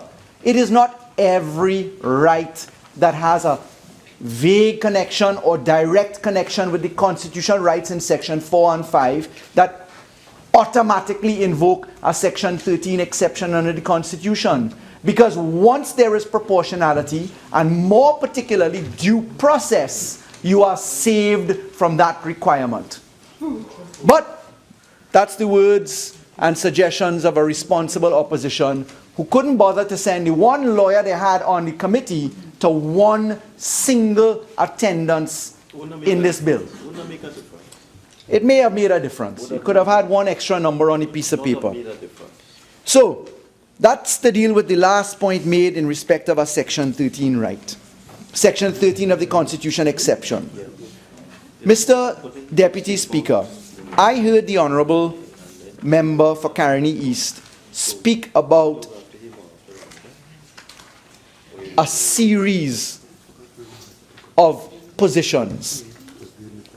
He said specifically, firstly, the leader of the opposition, then Prime Minister of Trinidad and Tobago, gave an undertaking to produce public procurement laws and to do so within 28 days. He says they laid it in 28 days. He said, in fact, that they had complied with their promise, that they had in fact produced laws and put them into effect by way of assent within their parliamentary term. That is the 10th Republican Parliament. He said that the opposition then, which is now the government, sabotaged the work of the committee, as I recognize the Honourable Speaker in the chair now. He said that in 2012 we had refused to come to the committee's work, and that therefore we were stymied somehow as a country in this process. But he failed to put onto the record the well-known fact that the last government had 29 seats versus 12 at the beginning of the parliament before they lost 1 seat and it became 28-13. And that with 29 seats, you have an absolute constitutional majority and can pass anything you want. They failed also, the Honourable Speaker last, to mention anything at all about why the then opposition, now government, stayed away from the Joint Select Committee's work. And specifically in 2012, and it's on the Hansard for the last Republican Parliament, but permit me to refresh the memories of the population and honourable members here today through you, Madam Speaker. And Caroni's. And Caroni's. We specifically insisted that we as a responsible opposition, participating with 2 joint select committees to produce public procurement laws, we would not allow the then government to abuse the citizens of Trinidad and Tobago by conducting procurement in a fashion which was nothing short of disgraceful and unlawful and corrupt, and specifically also because the last government refused to come to the Joint Select Committee and put a position of policy forward. And when we refused to participate in those circumstances, we went on strike. We told the country why. The country then became seized of the procurement of things including the rapid rail that they were going to produce, the light rail over the bus route, the police uniforms, the airplane that they were going to procure. Those were some of the things then. Later on came Invaders Bay. OAS Constructura was already on the plate by then. $8.5 billion it was back then. The procurement of the lands which they were taking for compulsory acquisition, all of that Trinidad and Tobago was stifling under. And they say the opposition had no reason. But you know what I found amazing? In the last speaker's refusal to acknowledge, because they said here today that they had policy, and they brought policy forward, and they again were lauding the member for Siparia for some policy which they had. But I found in the ministry something quite spectacular. The first time that a description of policy, you heard the honourable member a little while ago say, the last speaker, that it was January 16, 2012 that we attended the last Joint Select Committee for Public Procurement. And in fact, we had stopped at that point under the protest that I just described. 1, bad procurement that they were doing, and 2, the failure despite repeated insistence from the member for Diego Martin East, from the member for Diego Martin West, and from me to the then Attorney General. We insisted that they come up with a statement of policy, because you can't draft laws without policy. So what happened? In the ministry, I found a note to Cabinet. This note to Cabinet is dated April 17th, 2012. Here the honourable member just now. We stopped coming in January 16th, 2012. Lo and behold, note to Cabinet, April 17th, 2012. Policy positions for informing the legislative reform of public procurement and disposal of public property. Hide that. So we just heard a little while ago they had policy. It was being drafted on the back of policy. April. In February, when we said, look, we can't take it anymore. We have had 2 committees on public procurement. We're going nowhere fast. We have to have public procurement in place. We will work with you on public procurement, but tell us your policy. Now they come, sitting in opposition, and they come and have the gall to say that they had policy all along, when it's only after we stopped going to the Joint Select Committees that a note to Cabinet comes to actually create a policy. You know, it's the same sort of approach that allows the honourable member last to say something like, we implemented All 91 of the Off Commission of Inquiry report recommendations. I nearly fell off my chair. I had to ask twice, is that so? I'll give you one example, which just came from memory because I don't even have it in front of me, but I know it's correct. The Off Commission of Inquiry specifically had very strong observations that it made in relation to the lands in Valsayn, which were given to the NUGFW. And it recommended very serious action to be taken. I am able to say now that it was raised in the last parliament when we were saying what has happened to the off recommendations. We were able to point out to the country then that a member of the Senate, a gentleman I like tremendously, then sitting as the president of the NUGFW, was in an embarrassing position because the government, which should have been actioning consequences against the NUGFW, could not do so because the president of the NUGFW, and I mean the office, I don't mean the person, happened to be occupying a seat as the vice president of the Senate. And I want to be careful, I make nothing pejorative about the person himself, Mr. Lambert, for whom I have a lot of like. But that's just one example, honorable member, of why we can't accept anything the UNC says. Because it just seems as if it's okay to just make it up as you go. Just repeat it over and over and over again, and people will just accept what they have to say. For the record, I heard a lot of innuendos come across the floor just now about whose family member employed at Ernst & Young and what they have to hide. I want to put on the record that yes, as a matter of fact, Ernst & Young is one of several auditors working for the government.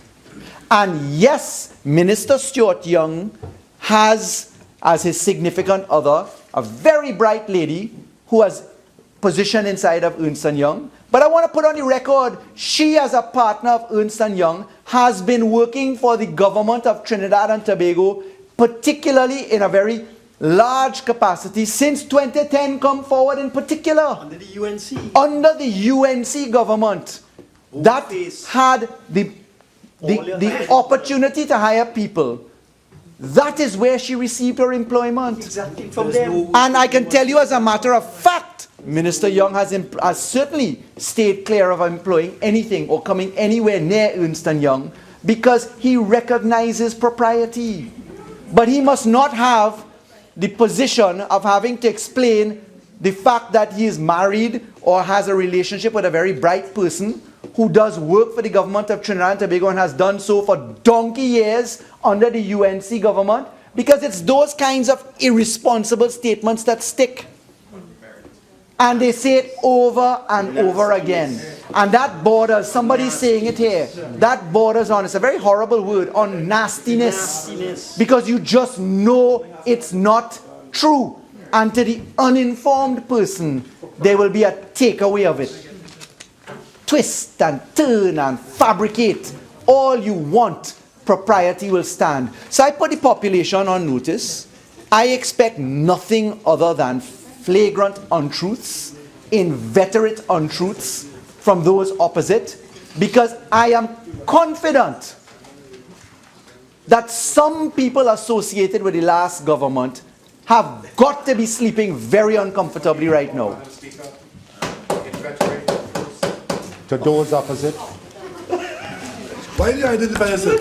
What's that? Who calling him? Members.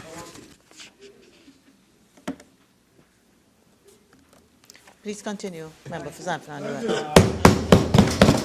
So, we heard the honourable member who spoke last talk about, boy, it was the usual checklist. Privat, O'Halloran, lock joint. What else? Gopeesingh. Yeah, you mentioned Rowley, and I come in a little while to that one, right? Desmond Carty, back to 1962 PNM. I want to know what happened to benefactor of the last government, the billion-dollar man, billion-dollar company, SIS.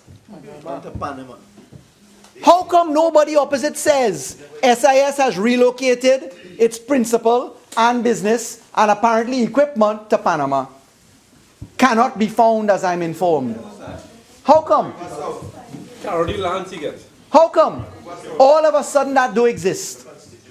You see, what I here the position there. Newspaper article after newspaper article talking about this. Well, I don't know why all of a sudden their memories are only capable of remembering back to 1962, because the country is still looking at the period 2010 to 2015, and I'll tell you why. And I'll tell you why houses in Philippines and other things are of interest. I'll tell you why. Because the population is not so much looking to the bacchanal that spits out from political parties, you know. They want to see if law can change culture or culture can change law. And what they want to see is they want to see some responsibility for actions. And what they want to see is a government, any government, actually apply the law. And that's why we've been so careful not to be bombastic in our revelations. That's why we have studiously avoided name calling with specificity. The first time I mentioned who had received legal fees in this parliament, it was not on the several occasions when I informed of $1.4 billion. I never once revealed the names of the top 10 players until I had cause to sit in the Senate and listen to a then temporary senator put forward something on the record which was so untrue and which I took offense to. And it was then that I informed the parliament that someone had earned $26 million. But I was wrong, because as I've checked at today's date, it's actually $36 million. Oh, yes, so I told you. Wow. $36 million. And I still haven't stopped counting. Correct. Because the figures are outstanding on that figure. We are still receiving monies right now, which are due bills, which are due and payable. And what I can say right now is that 32,858,901.67 and climbing. One man. Gerald Ramdeen. And that being the case, that was the first time I mentioned that. And I want to say this because I was talking about the issue of consequences. Because people say, well, so what? Today you, tomorrow me.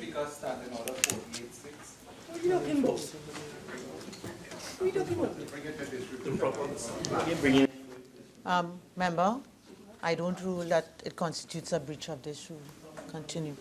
You're just nervous. I don't know why Oropouche East is so nervous, you know. I'm saying and putting onto the record a statement of fact as I'm informed from the figures produced to the Ministry of the Attorney General. That's all. Correct. And what I was saying right now relative to positions is that the country is looking for some form of result. And whilst Trinidad and Tobago has witnessed, for instance, in relation to legal fees, 1.43204059.0.73, i.e. $1.4 billion in legal fees so far. They want to know, well, so what? What are you doing about it? And what I can say relative to procurement and procurement of services and legal fees is that value for money audits are going right now, and that the bills of each and every attorney across the board are being examined against the work done, and that action will be taken where is appropriate. And what I will say is that I now understand why some people are so very jumpy, because the information that we have found so far is not very flattering, Madam Speaker. And I would be a little nervous about it too, if I was in those shoes.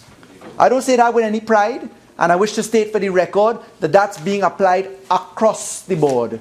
Because the manner in which legal fees are being procured in, legal services are being procured in the Ministry of the Attorney General is by way of application of an hourly rate as prescribed by the Chief Justice in the regulation set out for contentious matters, together with a discount of up to 30% on that across the board. And whereas legal fees have been spent as if there is no end, no tomorrow, that's no longer the position. That's why when we're coming to the Parliament in the budget, we will be able to account for the value for money considerations that we're engaged in. So I just wanted to put that onto the record. You see, we heard the Honourable Member for Chaguanas East. I keep saying Caroni East. Forgive me, Honourable Member. I heard the Honourable Member for Caroni East speak a little while ago about the fact that bid rigging was inside the legislation. But what he would not say was why the law was not proclaimed to operationalize bid rigging. Why? You see, the fact is, on the 29th of July 2015, then Acting President Razia Ahmed fixed the 31st day of July 2015 as the date to proclaim sections 1, 2, 3, 4, 5, 1, 8, 9, 10, 11, 12, 13, 1, A, B, C, D, K, P, and R, 13, 2, 14, 3, 15 to 23, 25, 62, and 63. And none of those sections have anything by way of proclamation to give potency or effect towards curbing what appears to have been wanton breach of procurement legislation in Trinidad and Tobago. What we say now is that as a government, the responsibility being ours is that Trinidad and Tobago will have produced for it by this government measures of accountability. And I'd like to ask the next speaker who rises to state the position of the opposition. Because I heard the Honourable Member for Caroni Central and the last speaker both speak quite boldly about putting the law into effect. You know, there is an ability to apply retroactive perspective to laws. You could do that.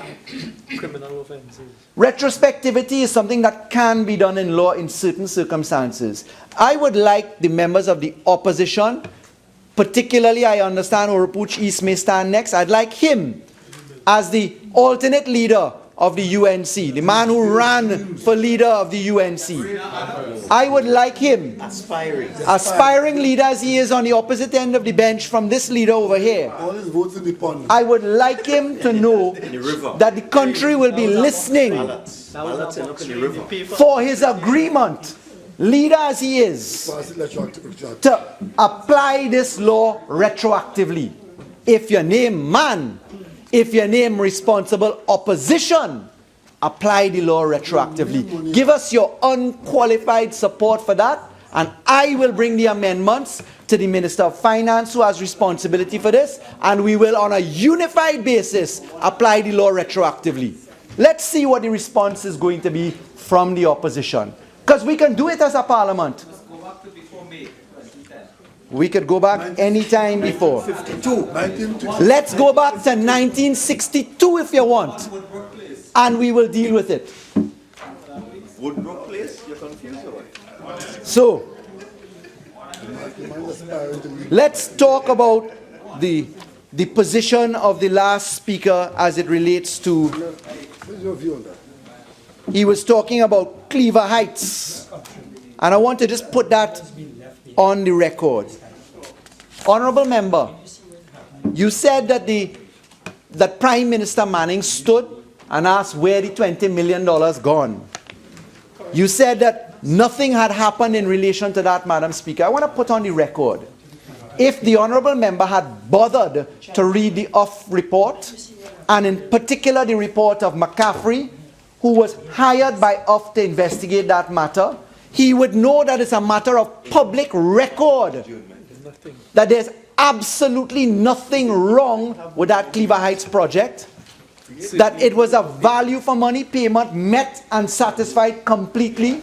There was never any $20 million missing, and that it was a clerical error. And that's the truth, honorable member. It was 10 million and then it became 20 million and today, and both of them are wrong. And that's certified by none other than John Uff, the Commissioner of Inquiry, on the record. Madam Speaker, we heard the honorable members. Well, of course it's a typo and he knows it. We heard the honorable members talk about integrity and openness and transparency. And we heard them talk about how this government is fiddling. We heard some wild allegations go around.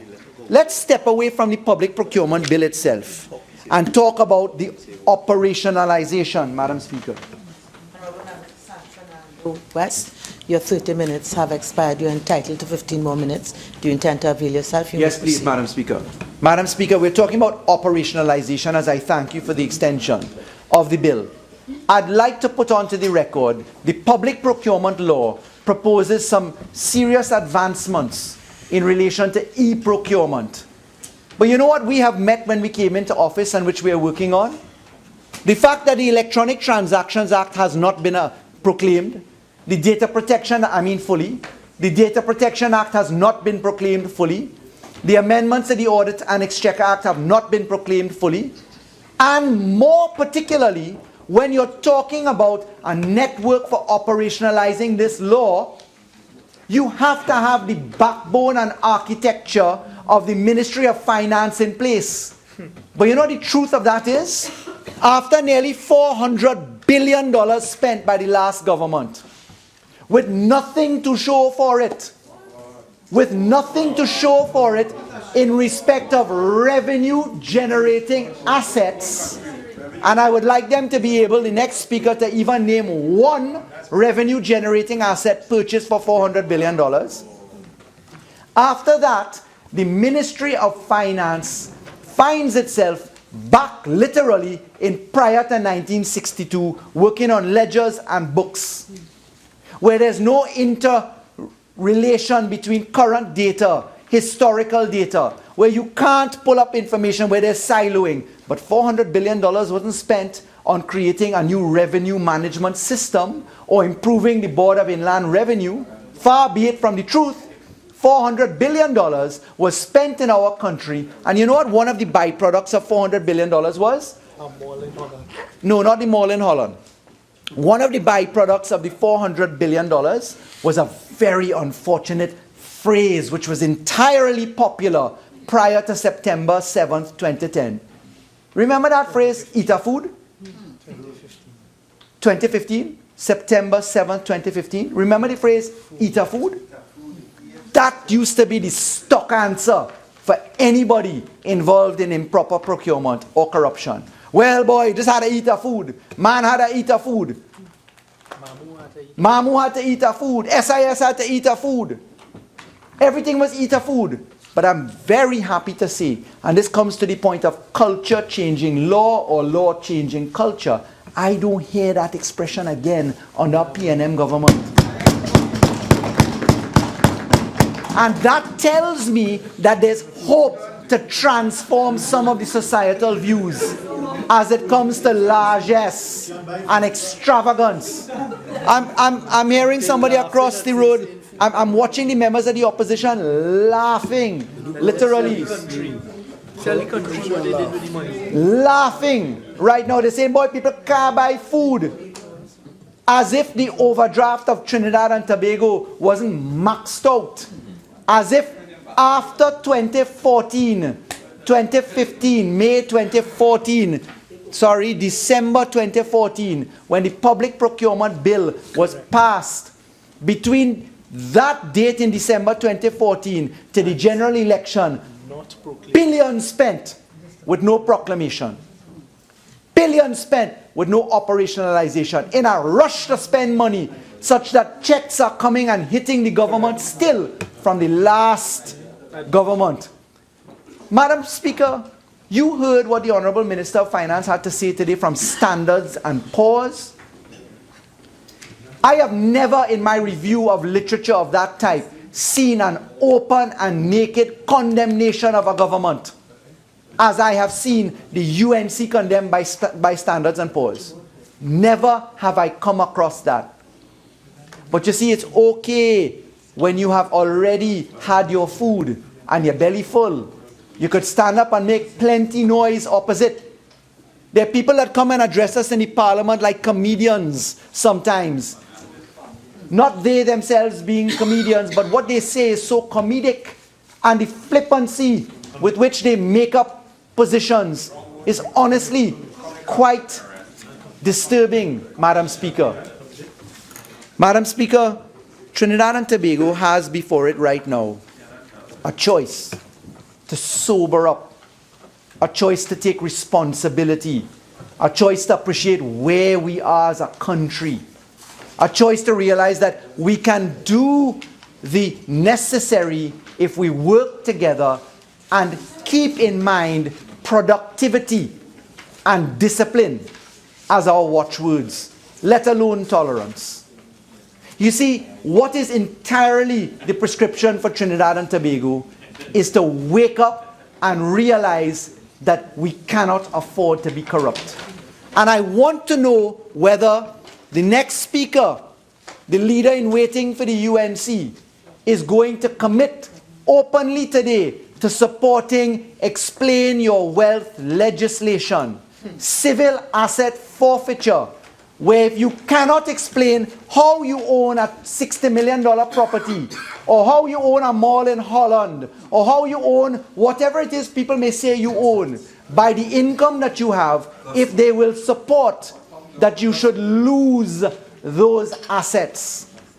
Because public procurement in curing our society is not divorced from campaign finance reform, revenue authority reform, and specifically anti-corruption legislation. And I heard the honorable member, last speaker, say the PNM doesn't pass. One Alexandra Naparima, you say? You know, I'm so glad you said it.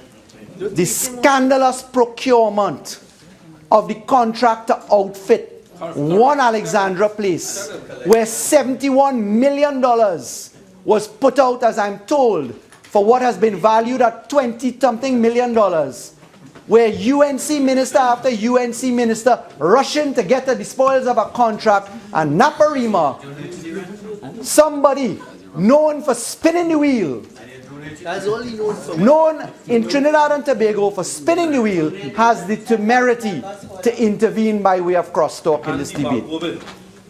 I wonder if Andy Balgobin is known to Naparima. I wonder who paid for the wheel, as I'm hearing now. Who paid for the wheel?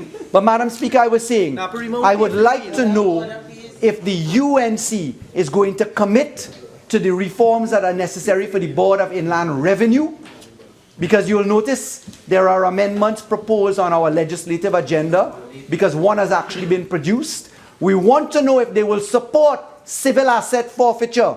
And that's a serious question. We want to know if they will support the retroactivity of the application of these procurement laws. And we could go as far back as they want. We could go back to 1962 if they want.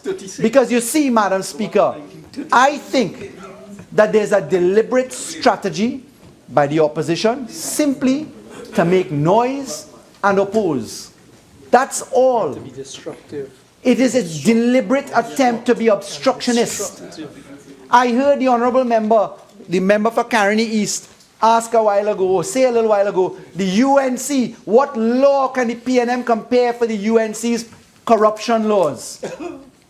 I want to know who make a jail under those laws. And what was done by the last government in relation to those corruption laws.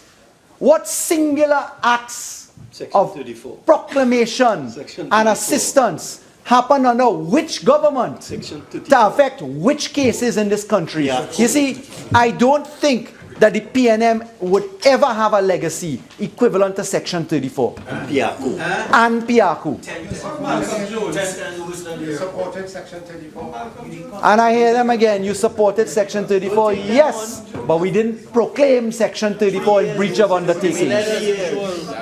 So, Madam Speaker, where there is surreptitious activity, where there is darkness, where there is scandal, there is no doubt to be loud protest, much like you're hearing right now.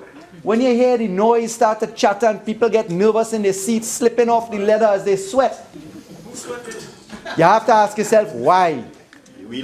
When you hear people distract you with blurbs, just make it up as you go along. It could be makeup such as the type that we heard Caroni East give us a little while ago. It could be makeup such as we may hear from the next speaker. We don't know.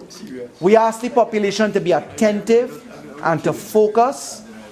What we certainly will do is to bring forward the products that we are working on, because the country will judge us in the 52 months that we have left on our track record, not so much on the battles that we face by the distractions from an opposition which I think has a little bit too much protest along the lines of Shakespeare, where you may think that the protest is for some other reason.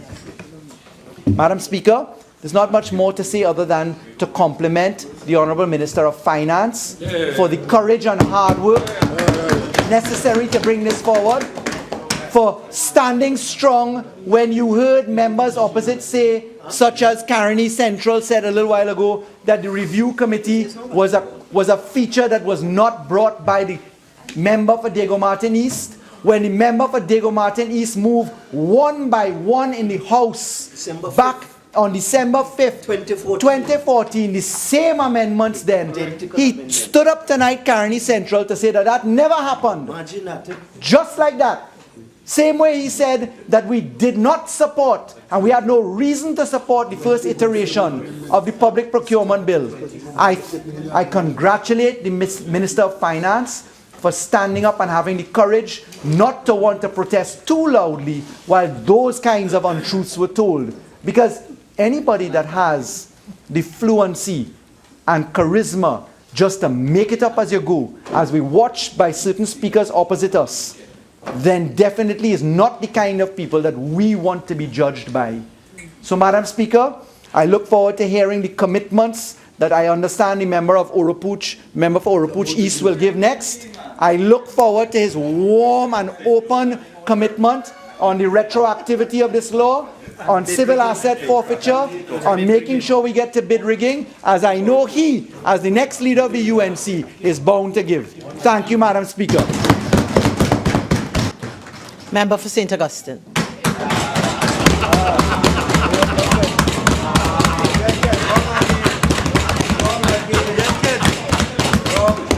Wrong prediction. Thank you. Thank you very much, gentlemen, ladies.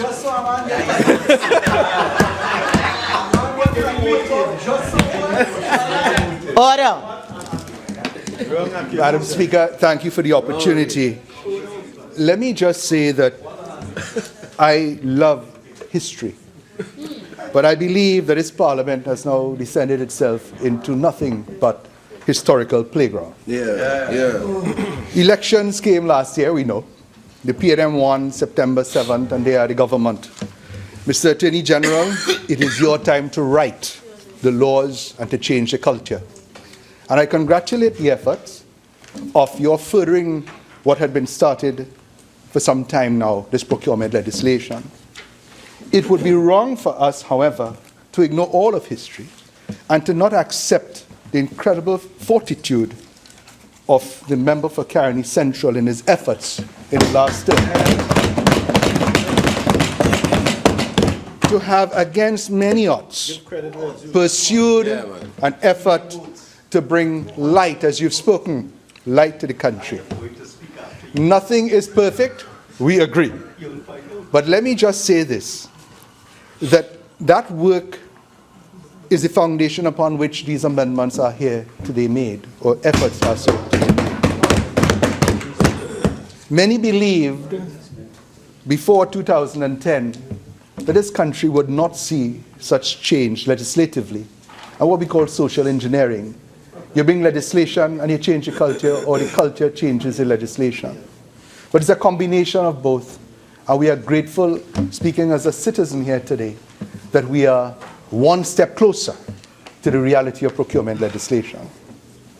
Let me also say, to be fair to a friend from San Fernando West, who I consider a dear friend, that when... I'm a criminal lawyer. He's a criminal lawyer. Yeah. Putting all jokes aside, I do believe that the Attorney General at the core has the best interests of this nation at heart. However, we are all prone to error and so on. I give you one prime example of the error he has stated here today.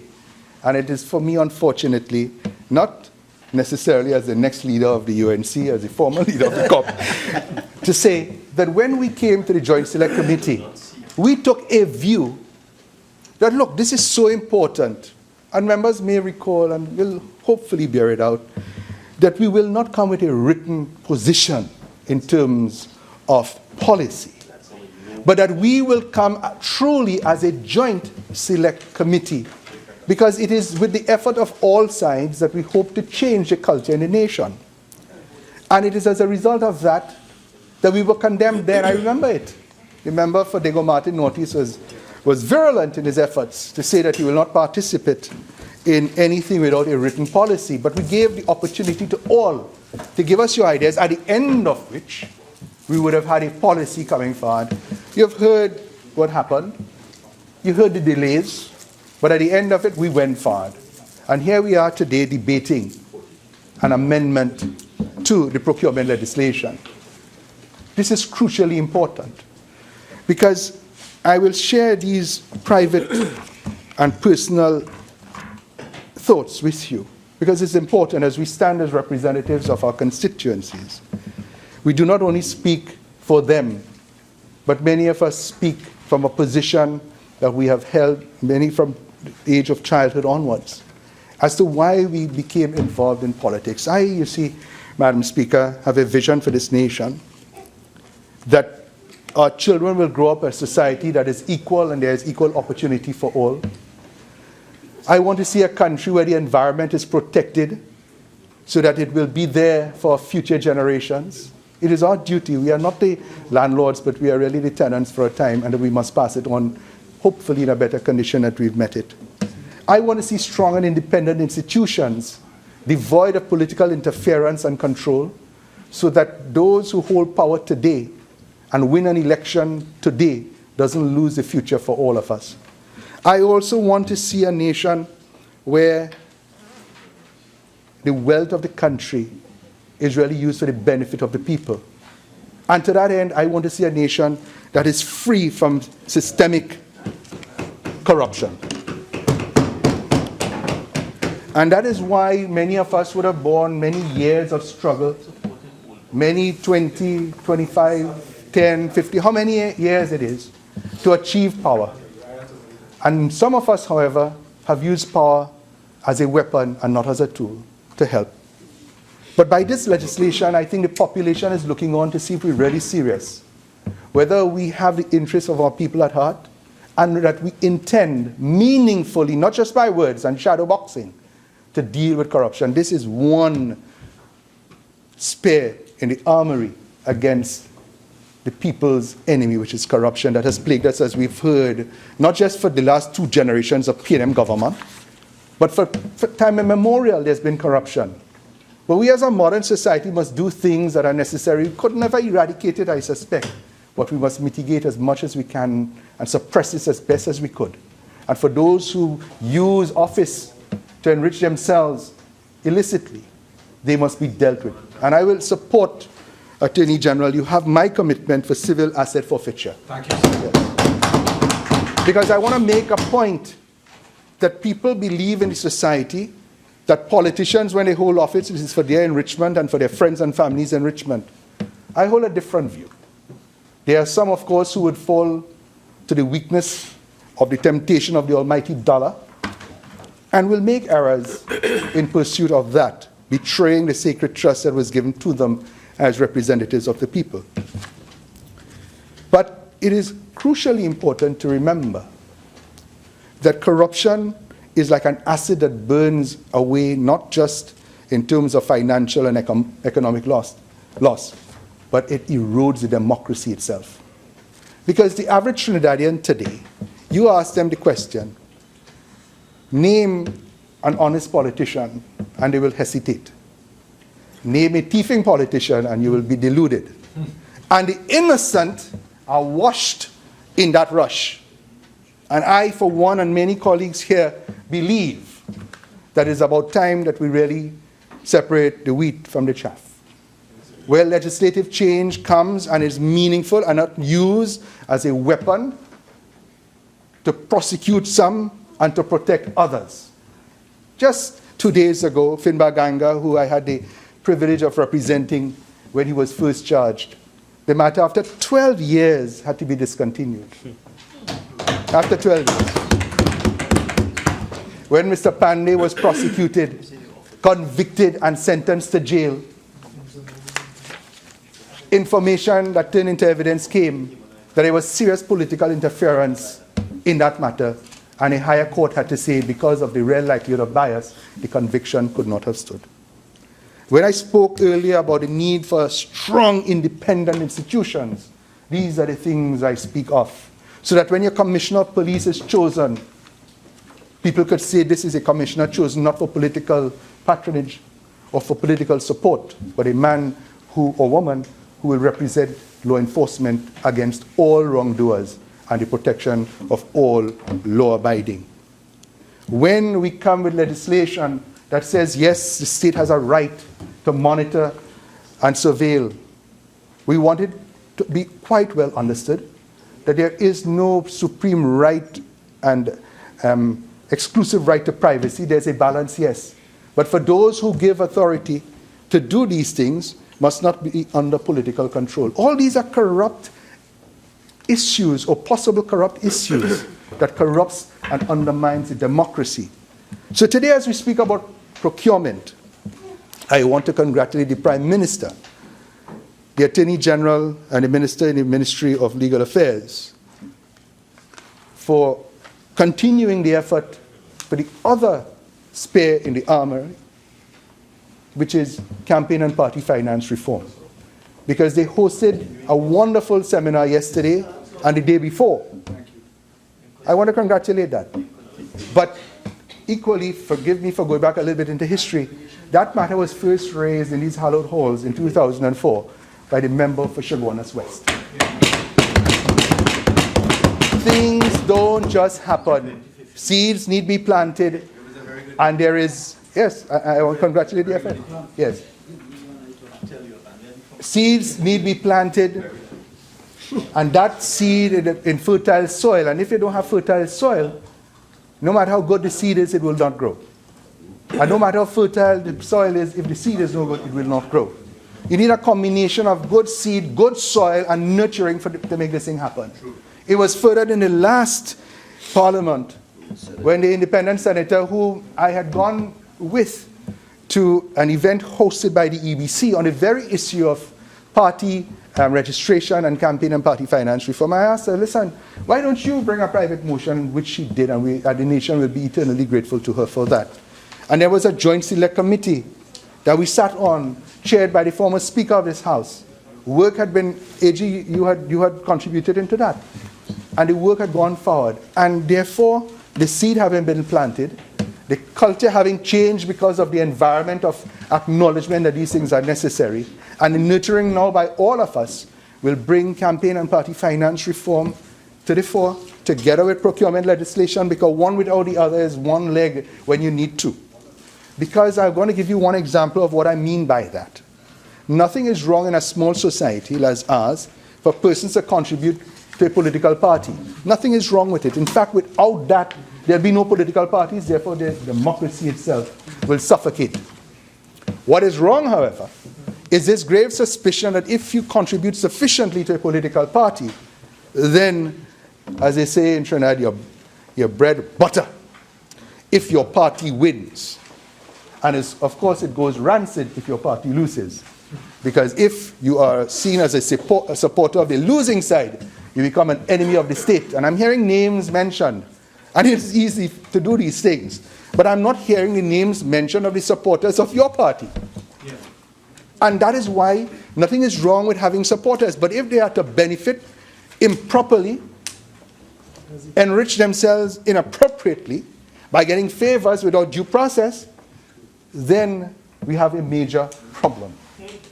And that is why procurement legislation, so the very SIS or the MAMU you talk about, if he supports the UNC or opposition on this side, I'm just giving an example, and yet a project comes about and he wishes to tender in a transparent, fair, and open manner, and he is awarded a contract, then no matter who he supported, whether it is, maybe I should call a name on the other side.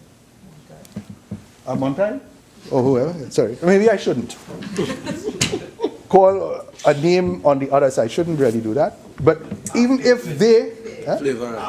Flavorite. You shouldn't do it after you do it. There are many more I could call. But the point I'm making is that it should not be precluded from participating in the business, gentlemen, in participating in the business of the state.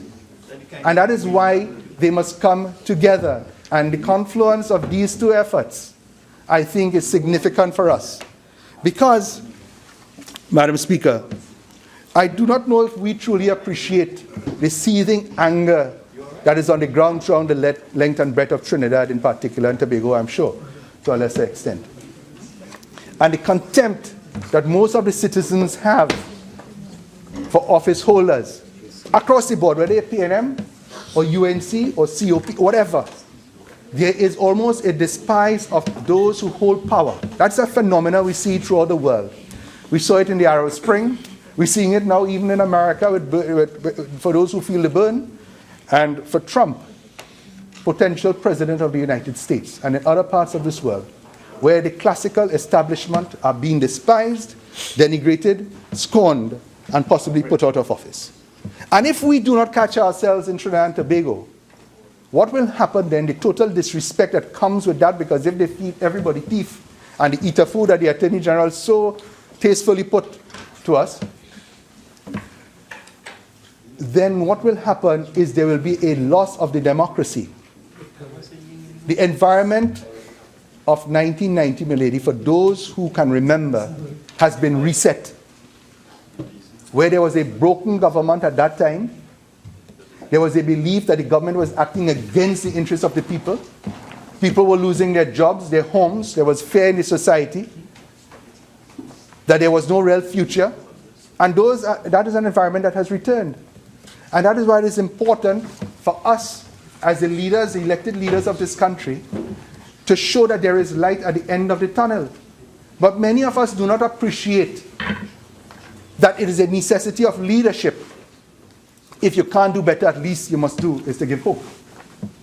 And in this effort, started by the member of Caroni Central and continuing today, is a light at the end of the tunnel. This is crucial for democracy. Madam Speaker, I do not, and I had not intended to speak very long on this matter. But when the Attorney General spoke about civil asset forfeiture, I wondered if he had a peep at what, I don't really make much notes, but this is something I wanted to speak to. Because in every one of the government offices, historically, there is a belief in particular with licensing, with customs, with police, and I dare say in ministries that give out multi-million and $100 million contracts, that professionals and officials and those who hold authority in these institutions are corrupt. There is a widespread belief that it is endemic, deep, long-standing, and historical. Because we see, from anecdotal evidence, there are persons who, for instance, an officer in one of the divisions, driving cars that they could not have afforded by their salary, homes that they could not have built by any savings, and a lifestyle way above their pay grade.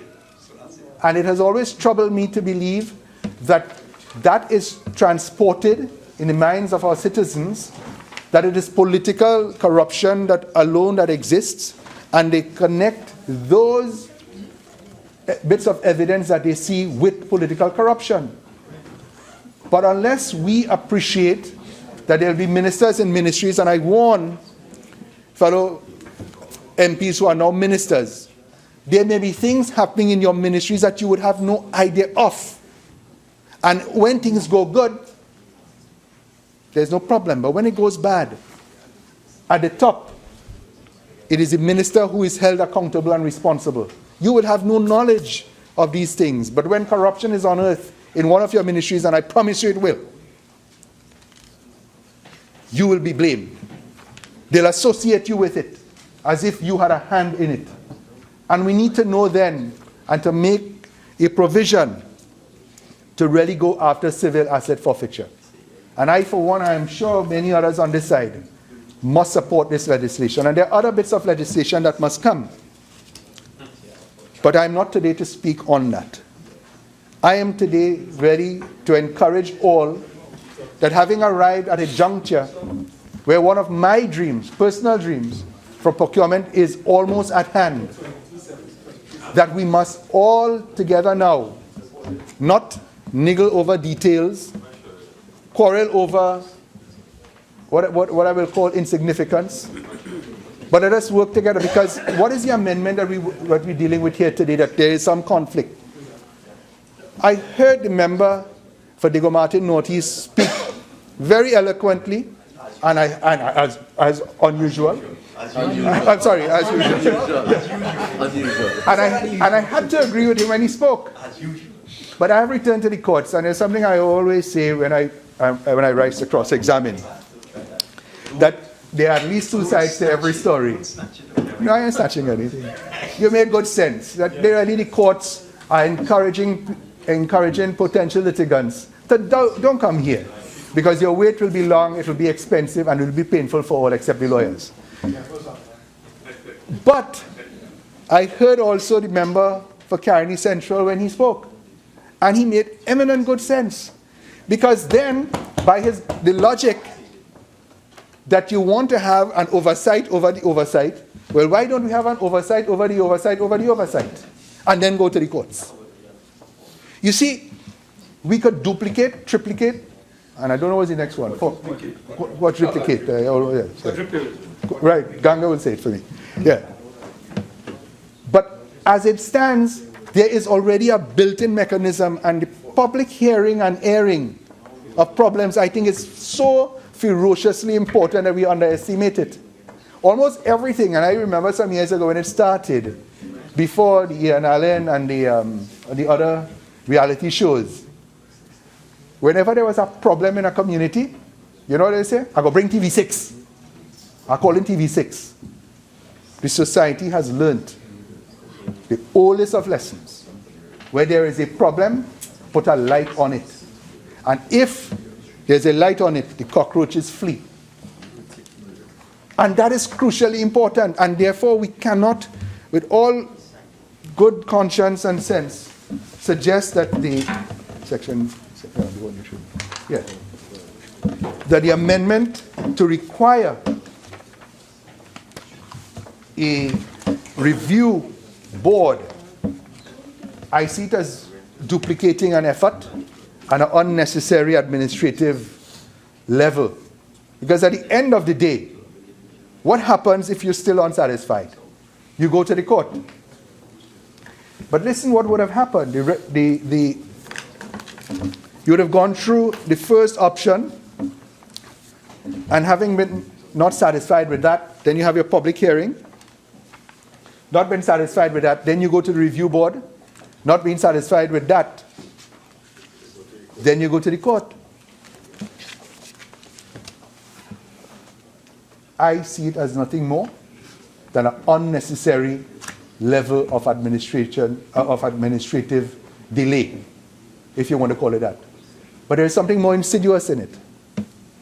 You see, if we are to regale the regulator with such powers, he is a transformative, when I say he, I mean the office, is a transformative effort, and we give such authority to such an office, why then do we put a daddy overlooking that shoulder within the very organization? You will have, in the courts, we call it committee between the courts, that you must have a level of agreement. So that what will happen is that the regulator will be undermined in the confidence in the country if he makes a decision. And then the review board reverses his decision on the same facts, on the same basis. You know what it leads to? And do not underestimate what I'm about to tell you. Along that process, knowing this small country as I do, and many will know it better, that along that process where the regulator make a finding, and then the review board reverses, somebody along that chain get a pay. Somebody along that chain was touched and influenced. And they will, and I will tell you what happens in the courts too. You would have, for instance, a magistrate moving into a district. And that magistrate will be what we call a hardliner. No bail, or if they said bail with heavy conditions. And if they convict somebody, heavy jail. You know what the talk is then? They're looking for bribe. That is how it works in the country. Not that that magistrate is taking a strong position and doing his or her job properly, so that the regulator may take a decision, and then it goes, you have the public hearing, in public, and everything is ventilated. You're not happy with it, are going to the review board. Not the courts that are independent, disconnected, unconnected with any business aspect. But the review board, they're dealing with? And the court dealing with the The law. court dealing with the law, arm's length away. But hold on, we'll come to that in a moment. This thing about the lawyers getting fees, I am sick now to hear the kind of fees that some lawyers have gotten, and I appreciate the Attorney General doing a review of it. Because I know how hard it is to work for poor people in particular to earn. And then when you hear some of the outrageous numbers that are being called, so I really would like to know more details on that. But let us not be sidetracked by the member for Diego Martin Northeast. Because when we go to the review board, I asked the question, and maybe the member for Caroni Central could help us, or you, Minister of Finance. Is the entity or business entitled to be represented by legal representatives? So this issue of cost, that you pay lawyers to go to court. Let me tell you something. If you're going to do these things, you will get professionals to help you, especially if the contract that you're dealing with is a large and worthy one. You're not going to go there with your little copybook. You're going to go with professional consultants who will be able to argue your case, and we will develop a specialty. But the point I will not let go of is this. The regulator makes a decision. You're unhappy, you complain, you go before the public with him, you ventilate in public, he stands with his decision, he may very well reverse. But if he stands with it, and then the review board, having regard to all that has gone, because you would imagine in those first two options, the facts and evidence, arguments will be well ventilated. But then the review board, and I'm not seeing anything here, whether the review board sits in private, in camera, as we say, or in public. So it's really the classic old boys in a smoky back room. Look, I am being very serious.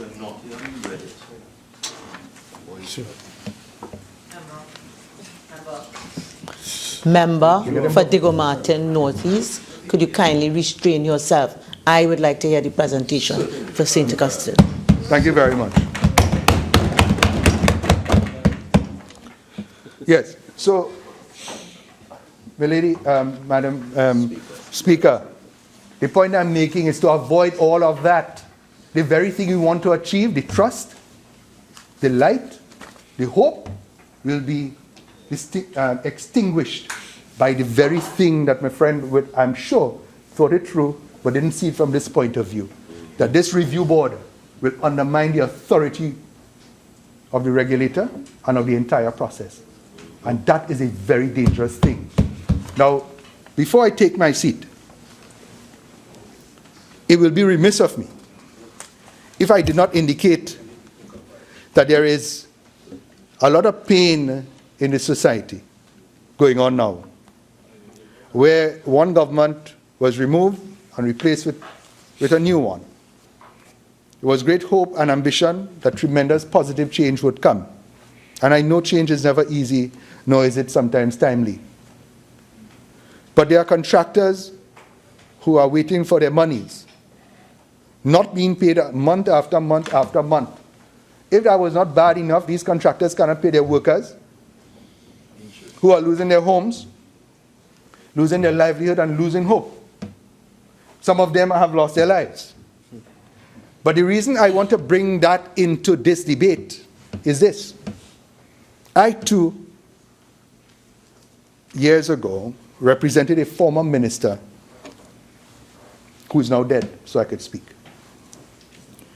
He was charged before the courts for corruption.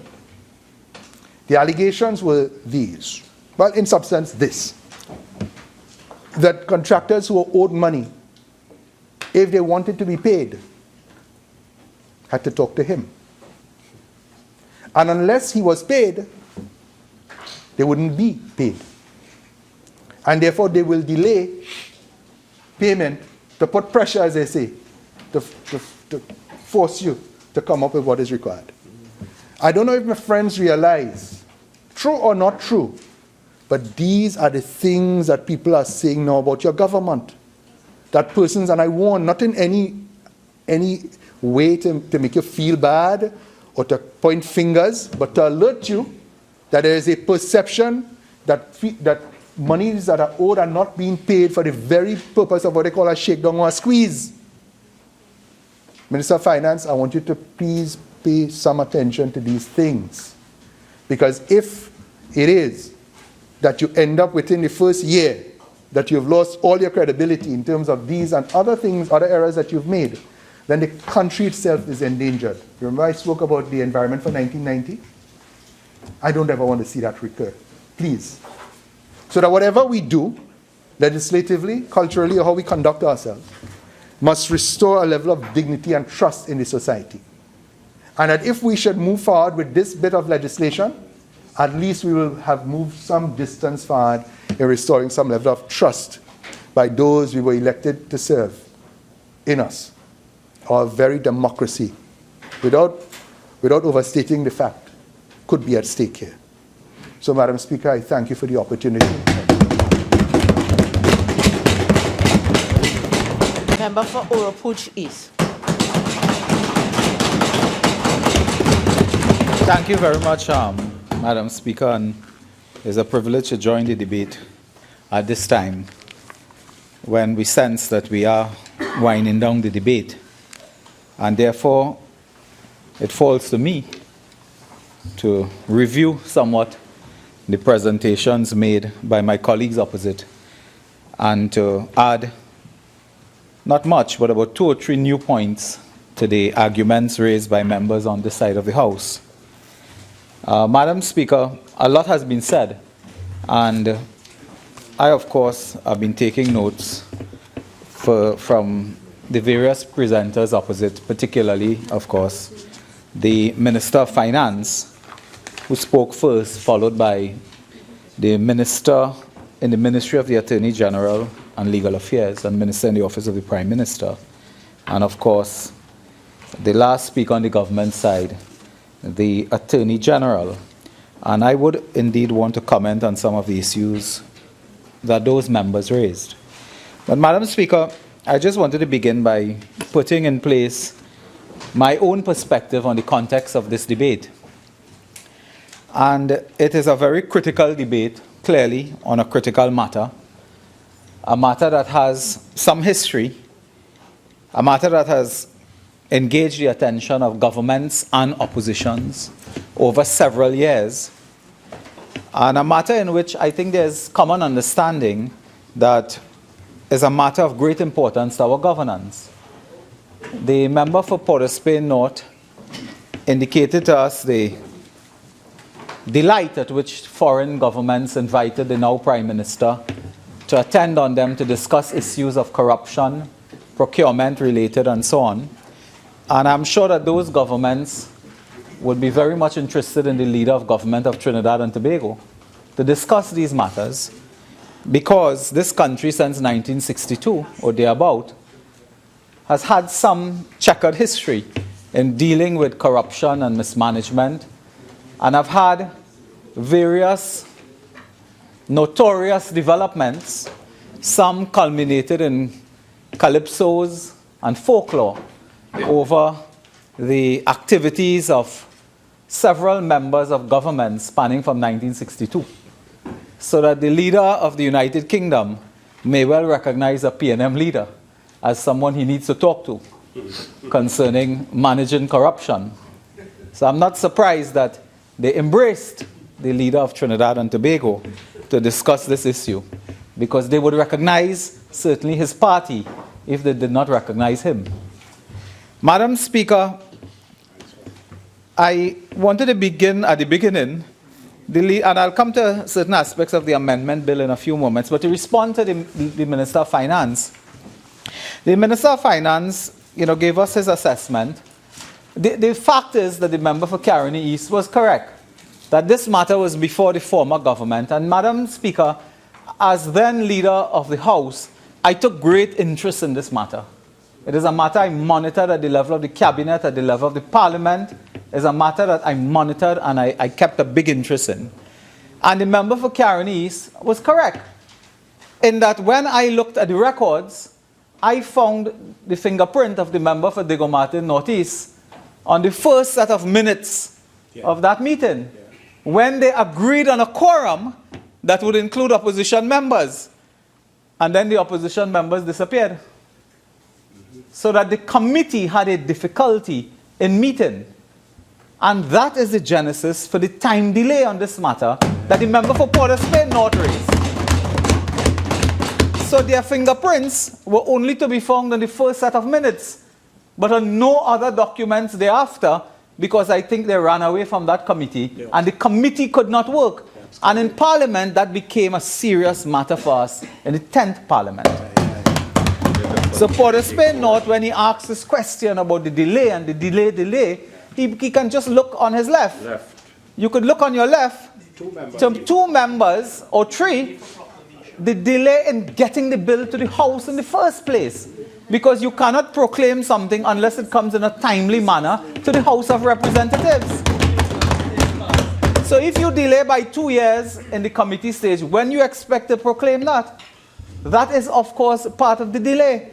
And the Minister of Finance knows the history of that. I don't want to repeat that. Member for Caroni East went into length about that. The Minister of Finance also raised this issue, which I want to quote from the Parent Act as well. And, Madam Speaker, it's very clear, of course, that in doing this business here, in this matter, one has to be reading, with one hand the amendment and with the other hand the Parent Act.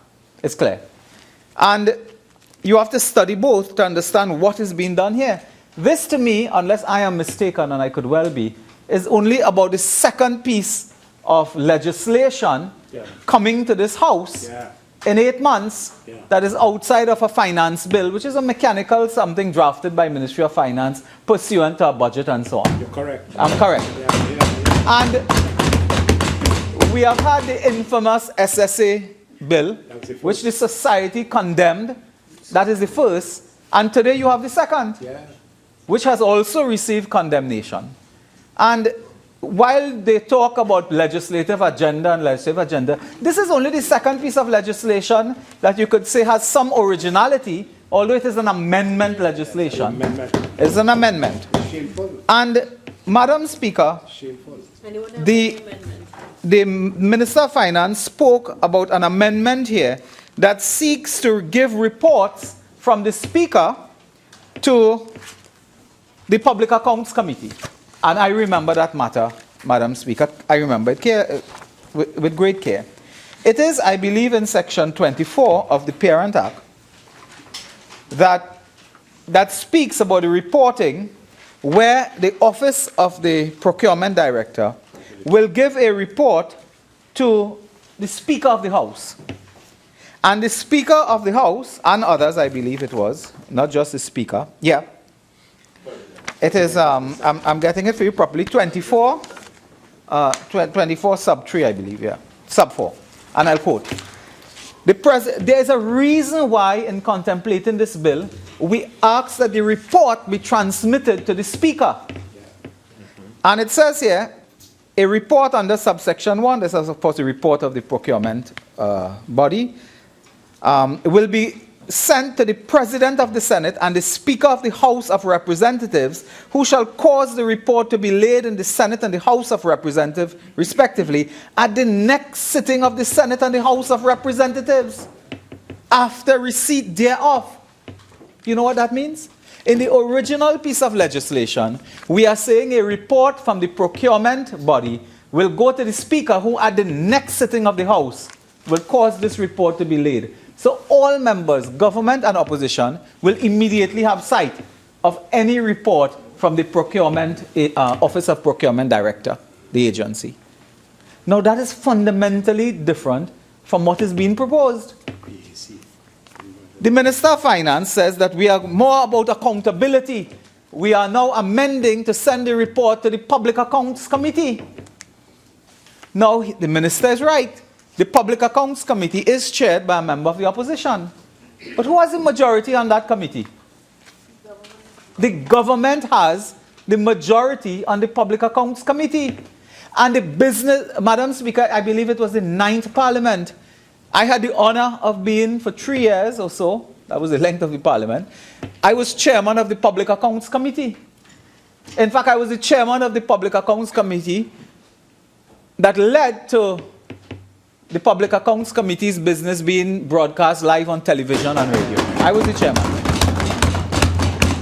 And my friend from Digomartin Northeast wanted to send me to the Privileges Committee for doing that, if not to a more dastardly place. And I was chairman, but the business of the Public Accounts Committee is determined by the members, not by the chairman. To say that the chairman is in the opposition means nothing. It is the members who determine the business, and it is dominated. The majority is the government of the day. So you are sending a report from the procurement agency to the government of the day. Who can receive the report? They can program the report to be discussed in the next 6 months. They can decide, look, this report has some damaging information here. Leave it right here. We will deal with that later in the year. They can delay. The Public Accounts Committee sets its own business. They may or may not debate or discuss a matter from the procurement agency. But when the matter goes to the Speaker, or the President as the case may be, they are compelled under the law to send it to the Parliament immediately when all members will get sight of it. See the fundamental difference? So that is a very retrogressive step. And what you can do is when the report comes to the House, anyone here can move a motion that the report be sent to the Public Accounts Committee for reporting. So why do you prevent the report from coming to the House of Representatives or the Senate? Why do you want to prevent that by sending the report to the Public Accounts Committee, where it is dead on arrival? They may or may not consider the report. You don't know what the majority may decide to do. So that by itself, Madam Speaker, is a serious matter that the Minister of Finance knows. He has been around the Parliament almost in every capacity known to parliaments, and have failed in most. Madam Speaker, the matter of the review board, I will come to that in a few moments. And the matter of the regulations. The member for Caroni Central spoke to the issues of disposal of property. I don't want to repeat what he has said. Yes. For us to take the procedural motion. Sure. Leader of the House. Yes, I don't think I'll ever be leader of the opposition.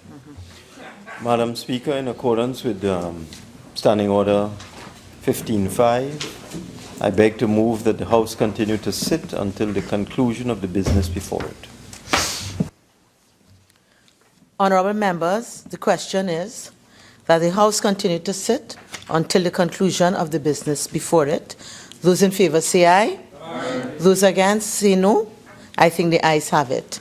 Member for Oropouche East. Thank you very much, ma'am. Madam Speaker, I will return in a few moments to the review board and to issues of regulations and so on. The member for Port of Spain North. Madam Speaker, it is common knowledge that there was a press conference at 4:30 by members of the opposition. Several of us were delayed.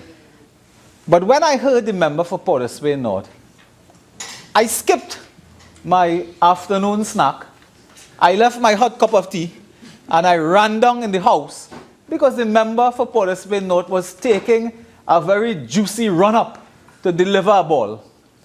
The member for Port of Spain North enticed us into his presentation by indicating that he is now going to come and reveal to the House some names or some dastardly act committed by persons, and rose with a document in his hand to say we have the information about bid rigging, about families, about this and that. Madam Speaker, I heard him. So I left what I was doing and I came down in the house. I then went without tea. Only for the member to run up to the wicket and then deliver, Caroni would say, a lollipop. Because there was no issue, there was no case, there was no example, there was nothing that the member told us. And this is a pattern of the government. The usually loquacious Attorney General followed. And like other members of the government, they have reached after 8 months, threatening, intimidating, warning. You know, there's an old Western in the old days we saw, Madam Speaker. What this guy named Fernando? Fernando Sancho. And in that Western, he said, I want to tell you something. Senor. He said, Senor, when you come to shoot, you must shoot. Don't talk. I want to tell them, when they come, shoot politically, man. When they come, when you come with something, when you have information, fire off. Don't talk. They bring in the house a kind of movelang. They threaten every time you hear them. 8 months later, jail, lock up. We look in. They are permanently reviewing, auditing. Yeah. Today we heard of Ernst and Young. We know who is Ernst. We want to know who is Young. Yeah. We want to know who is Young. We know who is Ernst. We want to know which Young we're talking about. Madam Speaker, the member opposite entice us into listening to him that he would give some examples of bid rigging, where it has happened, the name of the company, the connection with, I think, a managing director. We heard nothing.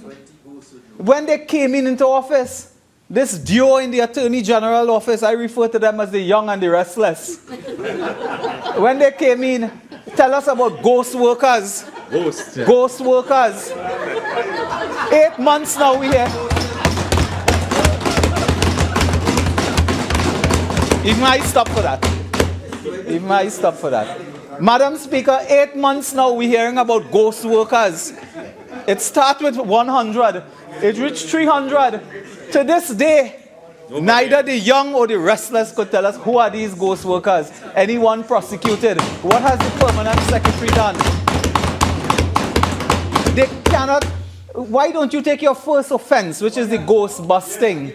No, you spoke for 45 minutes and you're talking about the mall in Holland. I'm coming to that now. I'm coming to the mall now. Madam Speaker, why do they do this? They have not delivered a single new house they built. They haven't built a bottle drain. They haven't constructed a road.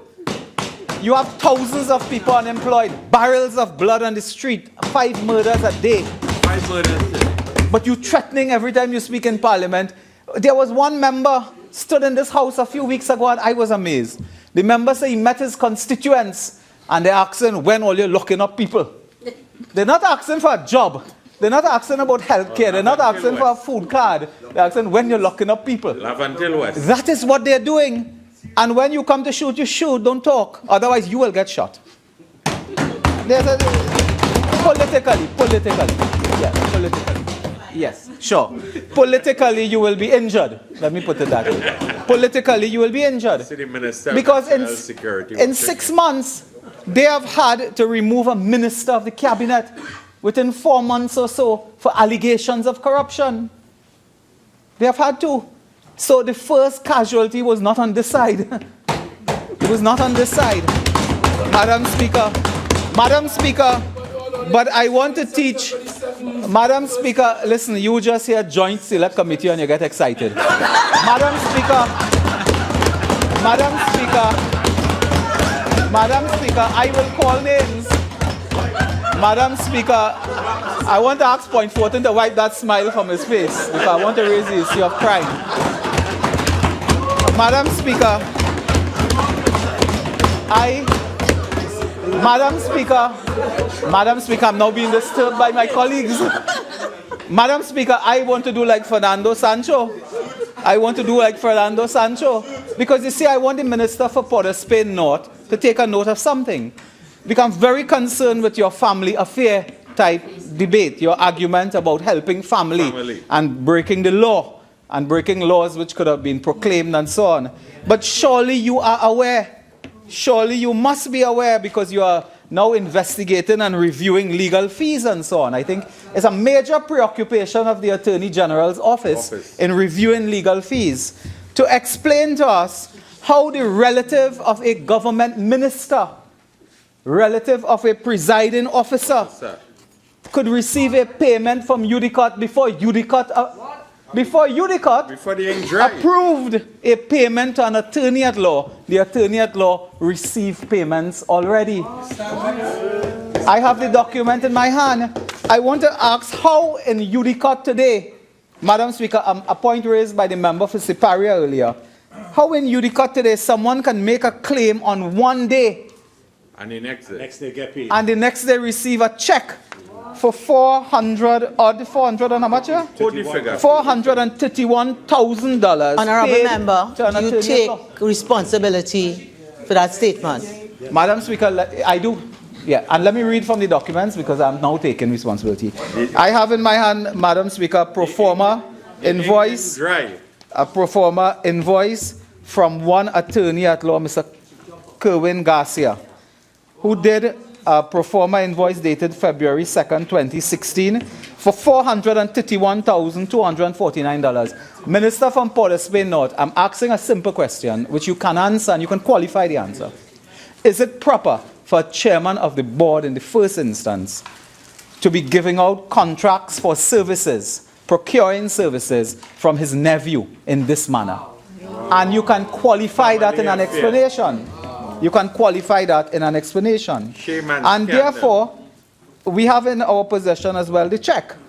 And the check, Madam Speaker, is here dated the 2nd of the 12th, unless I'm mistaken. So it means that the same day of the pro forma invoice is the same day of the check. Less than 24 hours. Of February 2016. And Madam Speaker, I have the documents in my hand. So there are two issues here. The issue really is how could this happen? In the same day, there's a process you go through in state enterprises for payments. The Attorney General regale us with his knowledge of what value for money. And you have to check all the bills to ensure the work was done before you pay. So when you get a claim, you check the bills to make sure his value has been given, and then you pay. How can one day you could send in a pro forma invoice, same day get a check, and in a situation where the chairman of Udicot is also related to the attorney at law in question? That is something I raise with you. As I say, I come to you and I call it. I just don't take a run-up for nothing. And Madam Speaker, the 2nd of February 2016, approved. And it relates to an earlier argument the Attorney General was at pains to deal with. The Attorney General, responding to an earlier argument, raised, well, he's unusually quiet and silent, but I can't take that at face value. Madam, let me make the second point I'll give way to you, because you have to respond to several matters here. Madam Speaker, the Attorney General made the point. He said that it was a clerical error, the $10 million or so. Would the Attorney General also, Cleaver Heights project, would the Attorney General also confirm that the operative at the HDC then that testified that it was a clerical error, the $10 million, is also the person who has been appointed at Udicot without advertisement as the Chief Executive Officer of Udicot? Wow, what? Thank you, Honourable Member, for giving way. Firstly, I'd like if you would kindly agree to provide the information which you have in writing. Secondly, I took the opportunity to make inquiries. I've been told that indeed a payment was made to Kerwin Garcia on the 8th of March 2016, and not as you've said. However, I'd be grateful for the copies. I'm told that the previous attorneys in practice on this matter were Mr. Avery Sinanan and Mr. Gerald Ramdeen, that together their fees crossed over $1 million plus for pre-trial work in that matter. And I'm told that the fee paid to Mr. Garcia for trial was in fact even less than half of that matter going forward. So clearly there was a value for money savings. I am not sure whether in fact the procurement was done in fact by the chairman. I will make inquiries because one would assume that someone can recuse oneself from that. And I'm also able to state as a matter of certainty that the person that provided the evidence as to the clerical error was the person appointed by Professor John Uff in the person of Mr. McCaffrey, who came in and did an audit of the HDC and the file, and he certified that it was a clerical error. Would you like any further answer? Yes, sure. Please. Could you also make a commitment that you will also provide us on this side with the documentation to support what you have just indicated? Yes. I do give the commitment that whatever I come across, I will certainly look to share with you. And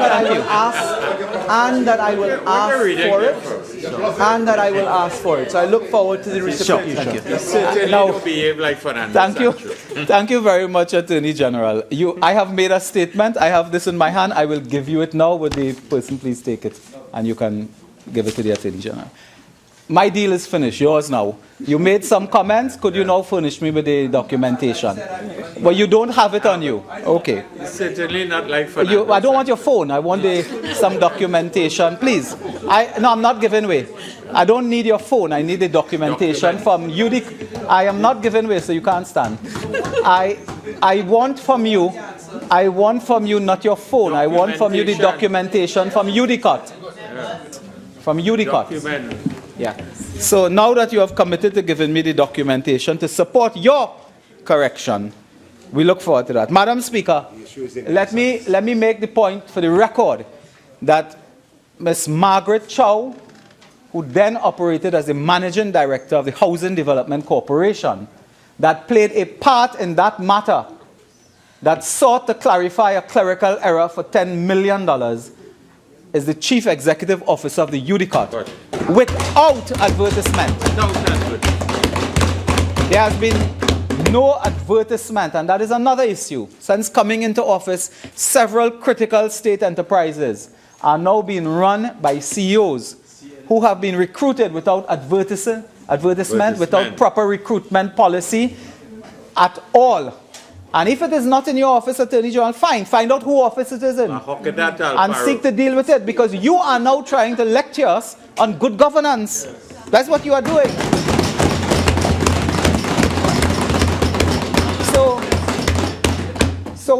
So my message to Port of Spain North is that when you have something tangible to tell the House about big rigging, take a number, get in line and tell us. But don't come every week, with some mobile and you hear something. The Attorney General's office is supposed to be run with greater professionalism, greater sense of, I want to say dignity, but also based on information and knowledge. You expect some ministers in certain areas to operate more on hearsay and things, but you don't expect attorneys general, you don't expect ministers in the Ministry of the Attorney General to operate on hearsay, to operate on Movelang, to operate in Bacchanal. So I'm happy, you hear them about threatening, then you hear them about mall in Holland and so on. I will be happy to know who is that, because I will be very happy. Because I want to tell my friends opposite, I'm one of the very few politicians, several of us on this side, there are some who are new, who have filed my Integrity Commission returns on time. And I have had for the last 10 years certificates of compliance. And I will not point out now who on your side cannot get a certificate of compliance. I have received a certificate of compliance. Yeah. So if I have any asset that please tell me so I could include it. Thank you very much. Madam Speaker, the member for Port of Spain North, I want to encourage him to desist from this type of, veiled attack on contractors and so on, that contractors were involved in bid rigging and this one company had this person and that company. Do you know contractors in this country now are suing the government for money? They are suing the government. They are taking them to court for failure to meet and treat. Not only payments.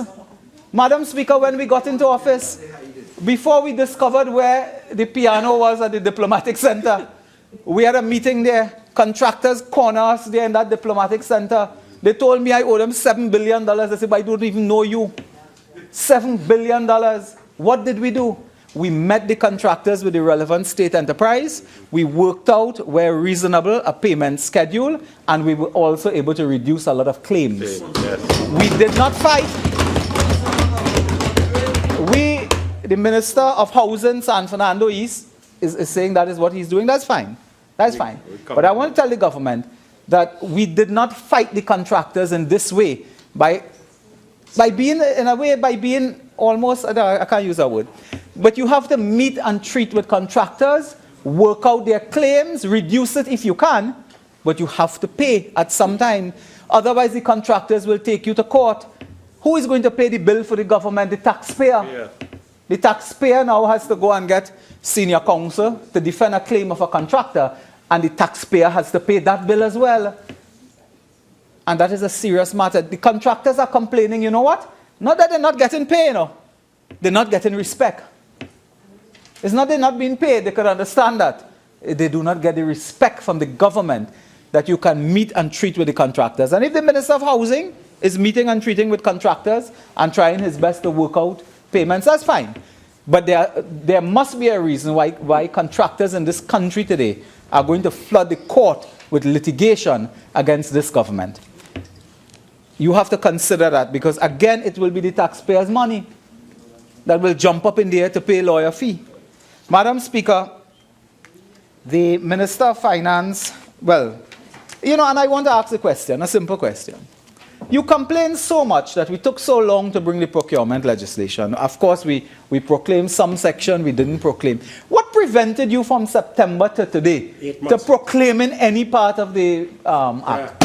Why did you not proclaim it in 8 months?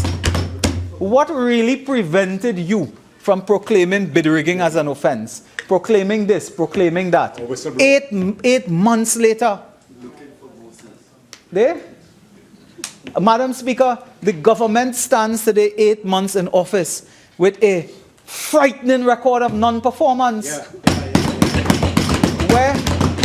Where the newspaper editorials are now calling the Prime Minister planless PM. Could you imagine 8 months into office and a newspaper editorial is calling you planless PM? Where it is widely regarded. Yes, ma'am. Is your original 30 minutes have expired. You're entitled to 15 more minutes. Do you intend to avail yourself of it? You may proceed. Thank you very much. So, the government can tell us, why it is 8 months later, if the former administration failed to proclaim those important offenses as offenses in law. Why did you not do it? Why? 8 months have gone. And you must now stand an account. And the time is coming. Madam Speaker, the other point made, I believe, by the Attorney General, yes, of course, asking gently and in some cases not our position on certain matters, civil asset forfeiture and so on. And I want to tell the Attorney General, be careful of those things. We just heard from the members earlier, where a former minister of government was before the court for 12 long years, facing a criminal prosecution.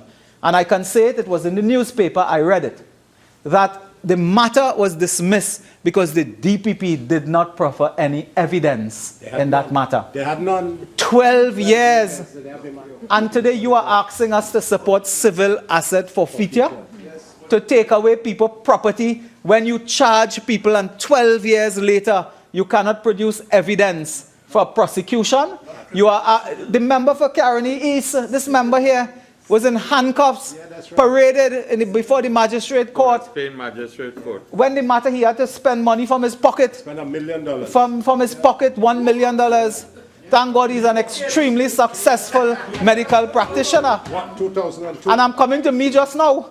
Madam Speaker, you want to tell me to support you with civil asset forfeiture when the member for Caroni East, the magistrate said in that matter that the charges were not known to the law. And they appealed. Then, Madam Speaker, but you have the same tendency. Madam Speaker, let me use the word properly now because I don't mispronounce. I had to fork out, Madam Speaker, over $200,000 of my own money, Madam Speaker, when the member for Diego Martin West stood here on this side of the house, and in all that he was doing, he said had a CC to Roodal at tst.net.tt. I lost $200,000. I feel I will sue the member for Diego Martin West for my money. Madam Speaker, I had to get legal counsel when they called my name in that email gate, Bacchanal and Fiasco. And I wasn't even, I didn't send an email, I didn't receive one, I was CCing, they say I was CC too. And I had to pay money from my pocket, and you want me to support you with civil asset? What? My friend, there are two things you will not see in life, and that is one. I want to move on. So, Madam Speaker, we are here today. And, Madam Speaker, let them go and seize themselves. The review board they brought here. I don't have time, Madam Speaker, to quote extensively from the bill. But I want to say, what is the big purpose of this? You take 8 months to come back here. Because you see what is happening, Madam Speaker, is the government is now, they have slowed down everything. The economy is slow, the traffic slow, the government slow. Madam Speaker, they have slowed down everything to reset and reboot the economy and the society and the likes of the PNM. That's what they have done. They deliberately slow down everything. Except murdering. The only thing fast is murder and corruption. That's the only thing fast now, going up. They slow down the economy. And Madam Speaker, you know they could have been proclaiming this act since September and October last year. They brought an amendment to us. The amendment deals essentially with this review board. Why do you put a review board in place to further bureaucratize the system? We have learned the lessons of history. A case took 12 years in the English system. You look at all the court processes and so on, the complaints about delay. In the Act, Madam Speaker, in the initial procurement legislation that we have in place, there's already an inbuilt process for appeals. I believe it is section 49, that persons can appeal, and it is in the public. You can appeal, and there are a lot of qualifications here when you apply the process that it takes, the time frame. So imagine, let's say hypothetically, well, they like to call SIS. Which one should I call? You know? Sunway. Let's say Sunway has a claim, and they're quarreling that they did not get a contract. They go to this, now, Caroni Central was absolutely correct. The Office of Procurement Regulator is not giving out contracts, you know. They're not giving out contracts. So Sunway goes to the procurement regulator and says, listen, I want to appeal. I want to appeal. They go through a long, drawn-out process where in the law, the regulator is appointed and the board. Have anybody read the qualifications of the regulator and the board? Madam Speaker, I don't want to repeat. Is accountant, is lawyer, is engineer, is project manager, is civil society, is everybody inside here. And this Sunway contractor has to go to the board and go through a long, lengthy process that we are not amending today. So that process is in place. Is it so, Caroni Central? The process remains in place, the built-in appeal of the Office of Regulator. When Sunway is finished with that now, they don't like the decision. What they do? They go to the review board now for a next process, and money is spent. Yes. So happy to hear you keep referring to the member for Caroni Central. I want to advise you with respect to the standing order 55B. Madam Speaker, without repeating that, I want to ask the government, why are they over-bureaucratizing the process? Is there a political motive involved? Because my complaints with the review panel is that it is very limited in the first extent. 3 persons, a retired judge, I believe an accountant, and an engineer, compile a review board, and they do not have the benefit of other expertise that they had in making the decision in the first place. Then the amendment bill does not spell out the powers of the review board, whether the review board can give advice to the regulator. There is no thing spelling out as they do in other jurisdictions. Madam Speaker, I've had the benefit of looking at the review board and its operations as well in Kenya. Madam Speaker, we have the data from Kenya, and there are powers of the review board in Kenya. And here are the powers. Annul anything the procuring entity has done. Give directions to the procuring entity. Substitute the decision of the review board for any decision of the procuring entity. Order the payment of cost. These are the powers of the Kenyan model, which they claim they took, but did not put in the amendment. So they are silent on some of these matters. The other matter is that the aggrieved contractor or person has to continue paying legal fees all the way. And if that fails, you then go to the High Court where you pay more legal fees. So what we had done in the government is to crush the system where you have the regulator, you have an inbuilt appeal function, and then you have the court waiting. And as the Minister of Finance said, the court is given new procedures now to go for mediation, go for some type of arbitration in these matters. This I submit, Madam Speaker. Madam Speaker, I submit that what we are doing today will lead to the collapse of decision-making in the construction sector, will lead to the collapse of issuing contracts in a timely manner. It would lead to economic slowdown, and it may well lead to the politicization of this process of review. So, imagine, Madam Speaker, for the board, you have to get an accountant, an engineer, 4 members of civil society, a judge, a lawyer, and then a review committee come. You have to get the same people. And only 3. And only 3 that will hear what 9 determined with great disciplinary backgrounds and so on. They will hear that. And when you fail there, well, then you can go to the High Court and take up the matter. Who will receive a contract? And I imagine when that is being done, any decision is stayed. So what work will start? Will you build stadia for sport? Will you build hospitals? Would you build, schools? Would you build anything in this country if you try to implement this type of legislation? And why do you do it when you already have an appeal process in place in the parent legislation? So, Madam Speaker, the government can tell us what about the parent law that they have a problem with, because the appeal process is there. It is there. With the procurement regulator. With the procurement regulator.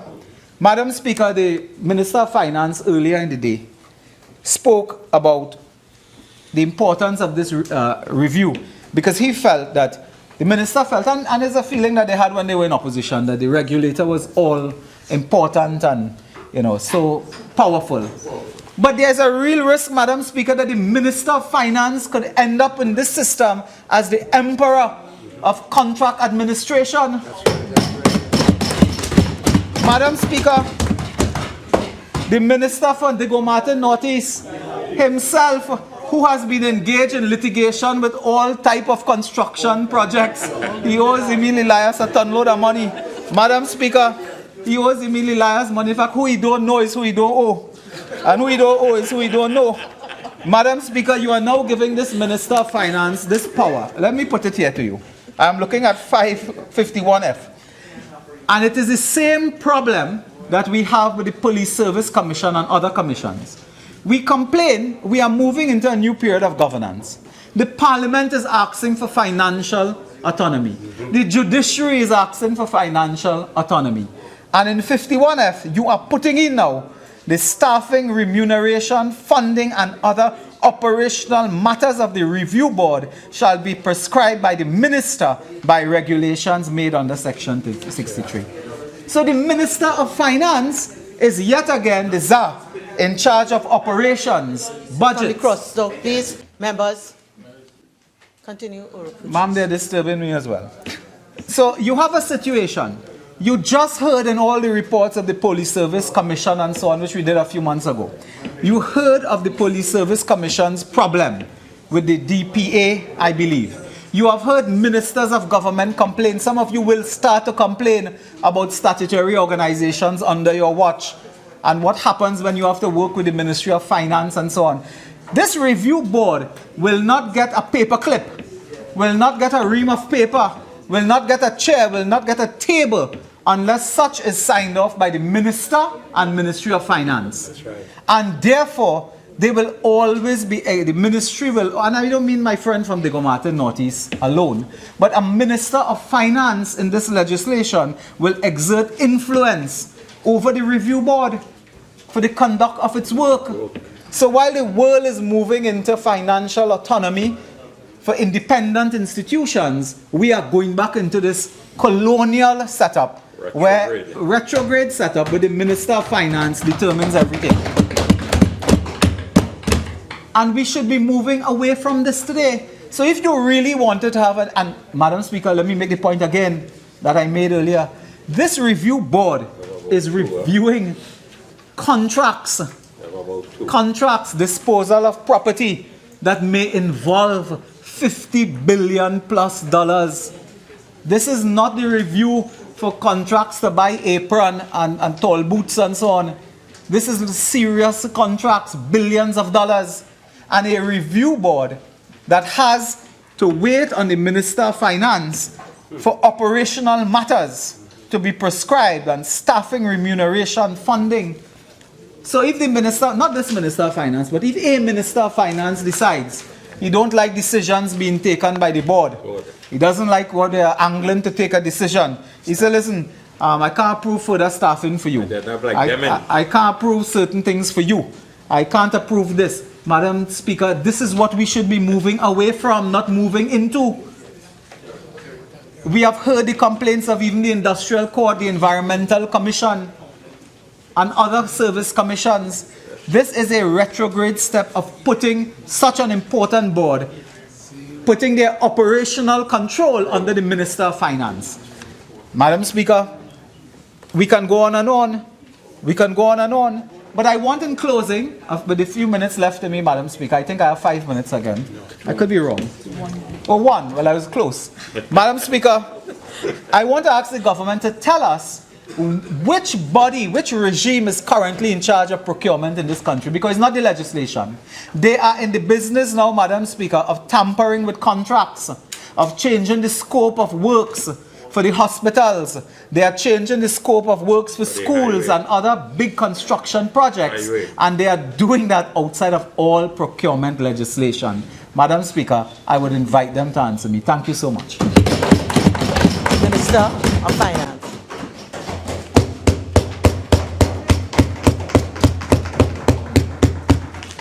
Thank you, Madam Speaker.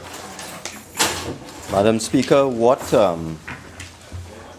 the debate has proven to me with respect to contributions from honorable members opposite is that public procurement is not for amateurs.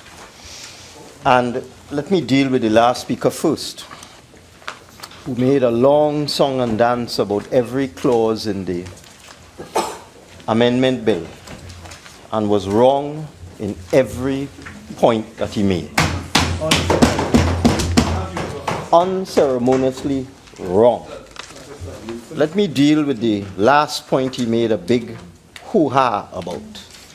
That the amendment bill says that the minister may make regulations subject to negative resolution of Parliament with respect to staffing, remuneration, funding, and other operational matters of the review board. And when I say procurement is not for amateurs, I mean it. If the honourable member for Oropouche East seems to have disappeared, or hiding in the back there, had bothered to read Act Number 1 of 2015, he would have realized that in their usual incompetence, in their haste to do things without bothering to think, in the unbridled attempt to pretend that they're doing something, he would have known that his administration provided no arrangement whatsoever in the Parent Act for staffing and remuneration of the Office of Procurement Regulator. It doesn't exist. It falls to us to correct this incompetence on the part of the last administration. Big song and dance, just like, is it Macbeth? A tale full of sound and fury, signifying nothing. No, I can't say those words. I can't say who told the tale, but I can say what the tale was. Full of sound and fury, signifying nothing. So a certain noise and carrying on about how the member of Diego Martin Ortiz is going to be an emperor because he will determine the staffing and the remuneration of the office, and he will decide whether they could get money or not, when the Parent Act had a big gaping hole in it with respect to staffing and remuneration of the office. And we have fixed that. So now there can be appropriations. Now you can have arrangements with respect to staffing and equipping of the office. That's what I said. Procurement is not for amateurs. And let's go now to the next section that he made a big hoo-ha about. He screamed that the review board, unlike the Kenyan review board, has no prescribed authority, has no prescribed functions. There's nothing in the amendment bill that will allow the board to do anything, unlike the Kenyan review board. Madam Speaker, I draw your attention to clause 51K, which says, upon completing a review, the review board may confirm, vary, or overturn the decision of the office and order the payment of costs as between the parties to the review. But the Honourable Member for Oropouche is screaming at the top of his voice. There's nothing in there that says what it could do, unlike the Kenyan board that would order costs and overturn decision. It's here in black and white in the English language that these are the functions. This procurement is not for amateurs. It's not for amateurs. You have to read, you have to understand, you have to learn. It's a specialized field, just like industrial relations. And labor law is a specialized field. Procurement is a specialized field. It's not for amateurs. So everything that the Honourable Member for Oropouche East said is not in here, is in here. That means he read it. That means he never read it. He did a presentation on the fly, as they say. A presentation on the fly. And, well, I can get into this mall thing. I'm only on this mall. I don't even know where this mall is. I don't know where it is. And I don't know who owns the mall and who buy the mall and who pay for the mall. Not me and that. Now, yeah, so they say. Now, the honourable members opposite also ranted and raved like the honourable member for Caroni East, Caroni Central, Oropouche East. Every one of them. Every one of them. I'm coming to you just now. Madam Speaker. Every one of them rant and rave about how the opposition prevented the government from going ahead with this procurement legislation for years. The Caroni got up and screamed, they stopped us for years. And Oropouche East continue with that foolishness. Let me go into the record. I have the Daily Express, March the 9th, 2012. Headline, Tewarie, opposition set to rejoin next Joint Select Committee meeting. And here is the story. 5 weeks after withdrawing its support, the opposition yesterday agreed to rejoin the Parliament's Joint Select Committee on Procurement. 5 weeks. But I had to listen, Madam Speaker. According to who? Tewarie. Tewarie say 5 weeks. Honorable Bo Tewarie. I'm quoting, I'm reading. I'm not being disrespectful. I'm reading an article. Quote it again. He wasn't carrying anything at that point in time. He was nothing. Madam Speaker, the article says 5 weeks after withdrawing its support, the opposition yesterday agreed to rejoin the Parliament Joint Select Committee. So we left in February 2012, and we returned in March 2012. But the Honourable Member for Caroni screamed, we delayed the bill for 2 years. And the Honourable Member for Caroni Central said they stop us for a year. Madam Speaker, I have counted the number of weeks between the time that the procurement documents were laid in this Parliament in July 2010 to the time the PP government mercifully left government, exited government, and I got 262 weeks. And the opposition delayed this bill for 5 out of those 262 weeks. The government delayed the implementation of this legislation for 257 out of 262 weeks.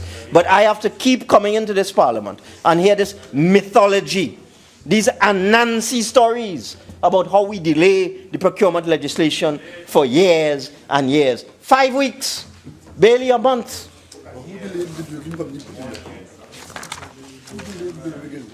I tell you, and bid rigging, they wouldn't implement the section on bid rigging. They wouldn't implement the section on new procurement rules.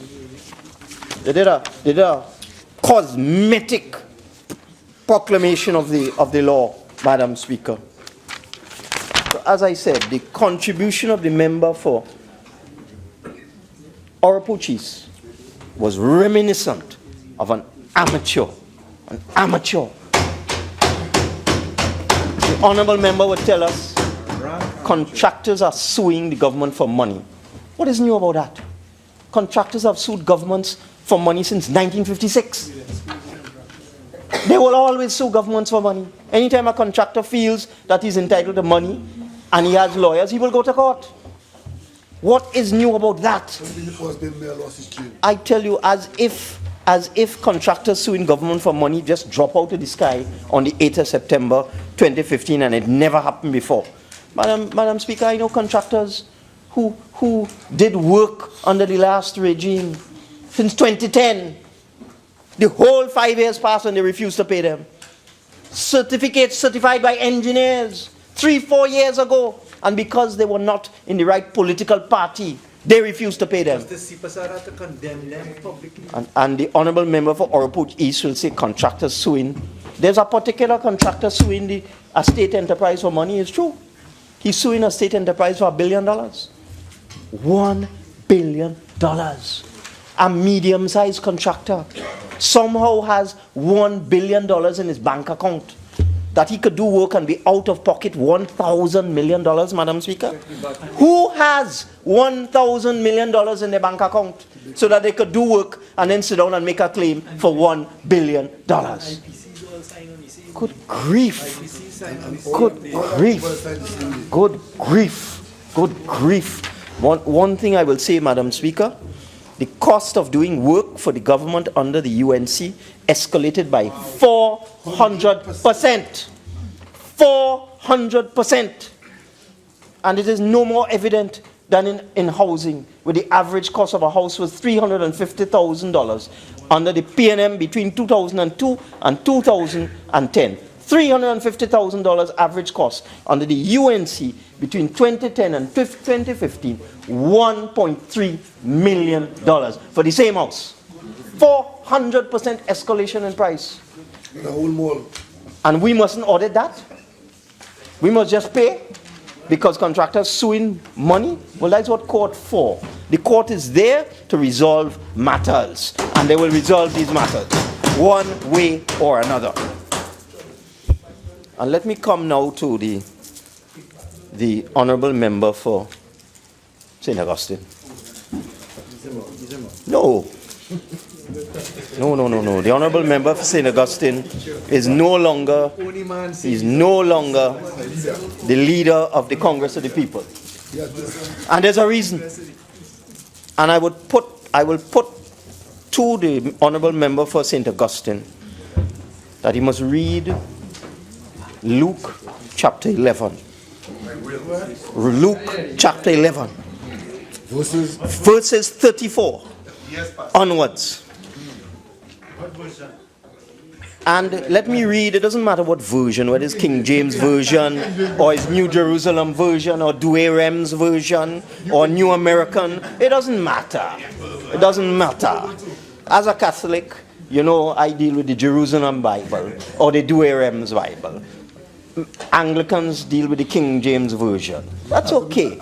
They all say the same thing.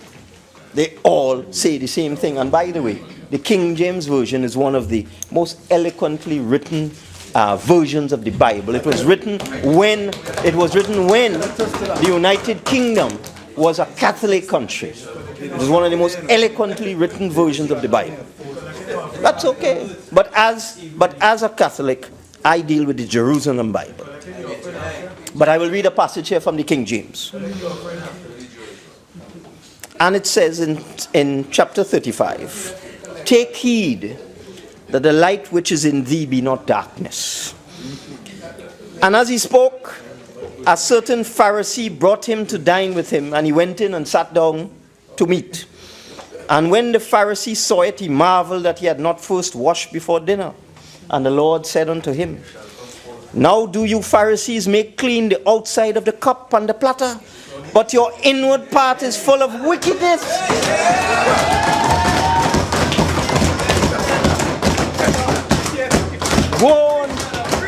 Woe unto you Pharisees, for you tithe mint and rue and all manner of herbs and pass over judgment. That's all right. Woe unto you Pharisees, for you love the uppermost seats in the synagogues. Woe unto you scribes and Pharisees, hypocrites, for you are as graves which appear not, and men that walk over them are not aware of them. Then answered one of the lawyers and said unto him, Master, thus saying thou reproachest us also. And he said, woe unto you lawyers as well, for you laden men with burdens grievous to be borne, but you yourselves will not touch the burdens with one of your fingers. Woe unto you, for you build the sepulchres of the prophets, and your fathers have killed them. The whole point is, Madam Speaker. The whole point is, Madam Speaker. The whole point is. The whole point is, Madam Speaker, that the whole point is, Madam Speaker, that I am tired of these pious platitudes. I am tired of the hypocrisy. I am tired of the hypocrisy. The Honorable Member for St. Augustine, like one of these scribes and Pharisees and lawyers in the Bible, sat down in a government for 5 years and watched that government rape the treasury. But sanctimoniously with pious platitudes will regale us today and talk about honor and integrity.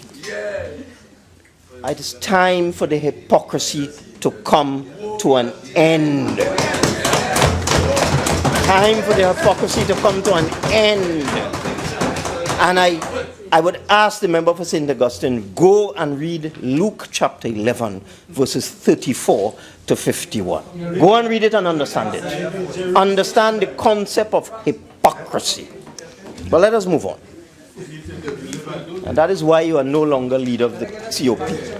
You don't understand the concept. Well, let's go back now, Madam Speaker. Let's go back now to the matter before us. Another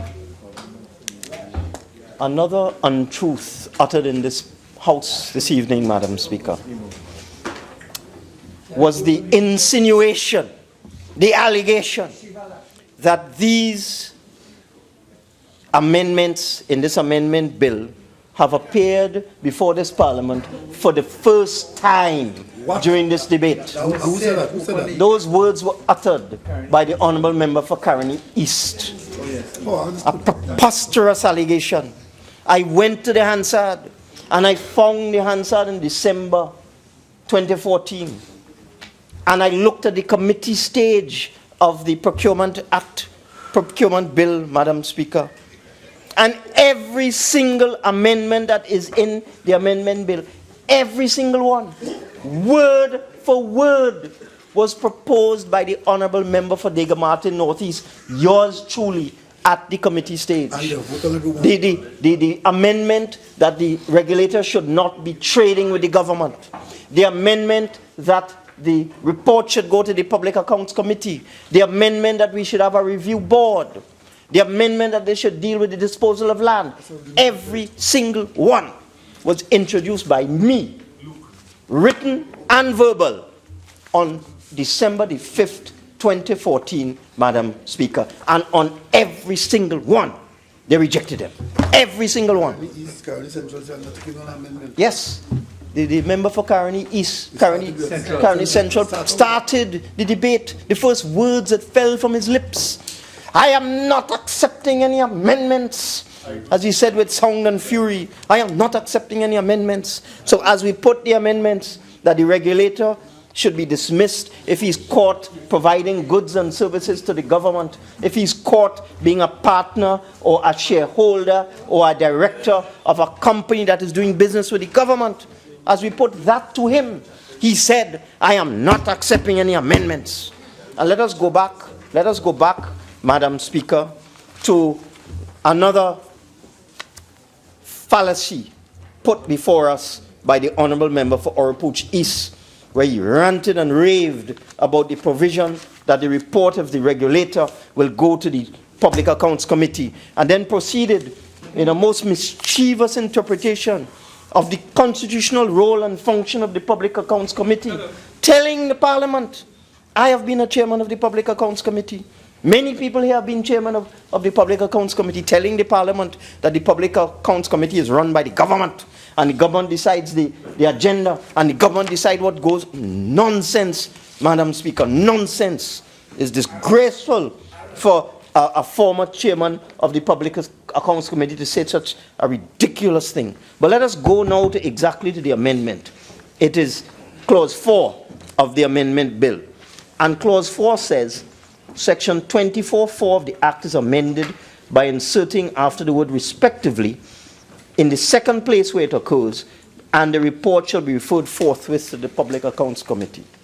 Madam Speaker, the member for Oropouche, again full of sound and fury, told us that we're going to hide, we're going to conceal, we're going to take it away from the members of the Parliament. They won't be able to see the report, they won't be able to debate it, because with this amendment, it will no longer come to the Parliament, it will go straight to the Public Accounts Committee, which is run by the government. All untrue, Madam Speaker. What does 24 say? In 1 it says, the regulator shall submit his reports annually to the Speaker and the President of the Senate and the Minister. What does it say in 24(4)? The actual clause that we are amending, Madam Speaker. It says, the President of the Senate and the Speaker of the House of Representatives shall cause the report to be laid before the Senate and the House of Representatives, respectively, at the next sitting of the Senate and the House of Representatives after receipt thereof, respectively. And what does the amendment say? Insert after the word respectively in the second place where it occurs. And the second place where it occurs is the end of the clause. It says, and the report shall be referred forthwith. So you know what this means, Madam Speaker? That the President of the Senate and the Speaker of the House of Representatives shall cause the report to be laid before the Senate and the House at the respectively, and at the next sitting of the House and the House of Representatives after the receipt thereof, respectively. And then it is referred to the Public Accounts Committee, Madam Speaker. So that every single member in this place and every single member in the other place will get the report of the regulator first. Unlike any other report that I laid a whole series of public accounts on papers and so on. I laid them on the table, and then I referred them to the Public Accounts Committee. That is mischief at its highest. Mischief at its highest. So we are not taking anything away. We are adding. So it is not only laid here for everybody to see, for the entire public to see, for the media to see, for the population to see. It is here, transparent. After it is here and it is widely disseminated, then it goes to the Public Accounts Committee for the Public Accounts Committee chaired by the opposition to examine what has gone on, what has gone right and what has gone wrong with public procurement in Trinidad and Tobago. And they do so in public. They do so in public. So the improvement that we are making to this is that we are ensuring that after everybody here gets a copy and the public gets a copy, it goes to a parliamentary committee which then examines the regulator and his decisions in public on live television. But yet, I have to listen to the member for Oropouche East say that this amendment will make sure it doesn't come here. It is hidden, it's sent to some place where the government will decide whether it could be dealt with or not. There is no room in procurement for amateurs or untruth or deception. What the honourable member told us is the opposite of what is taking place, Madam Speaker. What they tell us over there is the opposite. The opposite. Imagine the member was saying Augustine tells us we shouldn't have a review board because somebody will bribe them. That's what he said. He said we shouldn't have a review board because they will be bribed. But he didn't. But the honourable member for St. Augustine is fully aware of the tax appeal board, understands its function. The Board of Inland Revenue will make an assessment on the tax liability of a taxpayer. The taxpayer is then entitled to appeal to the board. The board will do an a review, and the board will make its final decision, and then that goes to the tax appeal board, who does a further review, and then the decision of the tax appeal board ends up in the court. What is the difference between that and the review board of this procurement office? What's the difference?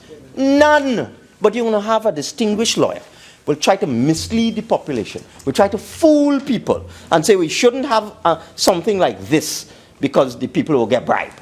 It should go straight to the court. So all tax matters should go straight to the court too, because they go bribe the tax appeal board, the environmental commission. Don't send nothing there, because they go bribe them, send it straight to the court. The equal opportunities commission, don't send nothing there, because they go bribe them, send it to the court. I am shocked that a senior member of the legal profession could make these kind of ridiculous allegations that you should not have an appeal tribunal to look at a matter because they go bribe them. And as I said, procurement is no place for amateurs. You have the member for Caroni Central saying, oh, the procurement office will review the complaint and that is as good as a review board. Nonsense. That is himself to himself. And as the honourable member for Chaguanas West said to me across the table, sotto voce, power corrupts and absolute power corrupts absolutely. You can't have a situation where the only recourse that somebody has before it goes before a court is that they go back to the same person who made the decision in the first place and ask them to take a second look at it. That is not transparency. That is not progress. Would the honourable member give way? No. That is not transparency, Madam Speaker. That is how you operate. Madam Speaker. Madam Speaker. Well, if it is one thing we should all exercise in here, is tolerance. As a senior member, you know that it is in the discretion of the member on his legs to give way. So please take it in an honourable way if he does not entertain your request. Continue, member. Yes, Madam Speaker, he had his chance to speak. More than once. And you know, Madam Speaker, I'm getting tired of the behavior of the member for Caroni Central. He's always making allegations and casting aspersions and saying things that are just not true. For example, in the committee, when we came to the point of the review board, the honourable member for Caroni Central indicated that he had a personal matter that he needed to attend to and asked us to defer deliberations of the matter, in fact, defer the meeting of the committee. But we had work to do. It's a serious business. So you know what we did, Madam Speaker, and it's in the report. We deferred deliberation and consideration of that matter until he came back. That is the courtesy we extended to him. But he would give the impression here that we went ahead and made decisions in his absence. Nothing could be further from the truth. And I'm getting tired of him and his misrepresentation in this parliament, Madam Speaker. Tired of it. And always full of righteous indignation and screaming and getting on. I am tired of this misbehavior on his part, Madam Speaker. We deferred deliberation on the review board specifically to accommodate the return of the honourable member for Caroni Central to the country. We did not take any decision until we gave him a full opportunity to be heard and to make his arguments and to make his submissions and so on. That is how I conduct committees, Madam Speaker. Not like him, that I will not tolerate amendments, not a dog bark inside of here. I am not like that, Madam Speaker. We are different on this side. We allow democracy, we allow discussion, and we allow consultation. So, Madam Speaker, the fact of the matter is, you not only have to talk the talk, you have to walk the talk as well. For 5 years and 3 months, the members opposite talked about procurement reform. And they talked about procurement reform. And they talked about procurement reform. And they said the opposition was blocking them. They had 29 votes. They only needed 26. They didn't need a single opposition vote, either in this place or in the other place. They could have passed this legislation in 2 minutes. In 2 minutes. But for 5 years and 3 months, and they come back again, 6 years now, to say, oh, it's the opposition that prevent them from passing the legislation. And you know, people buying into that, Madam Speaker, because they have a habit, they just repeat untruths over and over and over and over until some people believe them. Well, we will have none of it, Madam Speaker. They did not proclaim the operative parts of the procurement law. They had no interest in transparency. They had no interest in proper procurement. If you go into the files in the ministries and the state enterprises are littered with irregularities and fraud and corruption and insider trading and interference and bid rigging.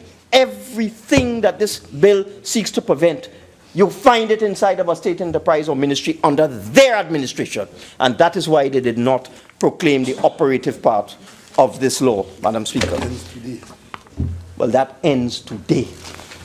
We have put in protection for the country so that the office of the regulator can no longer be a partner or a shareholder or have an interest in a company that does business with the government. That's done with these amendments.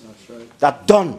We have made sure that the opposition will have the opportunity to examine the office of the regulator in public on live television in the Public Accounts Committee. We have introduced that innovation.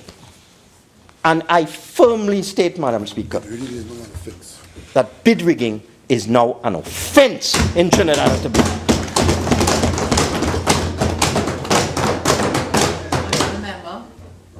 Your original 30 minutes have expired. You're entitled to 15 more minutes. Do you intend to avail yourself of it? Please continue. It's all right. You know, let's get on with this. Let's get on with this. We've had enough of procrastination. Enough talk. Time for action now. Time to deal with the criminals. Time to deal with the big riddles. Time to deal with the inside traders. Time to deal with the manipulators. Time to bring them to justice, Madam Speaker. So with those few words, Madam Speaker, I beg to move.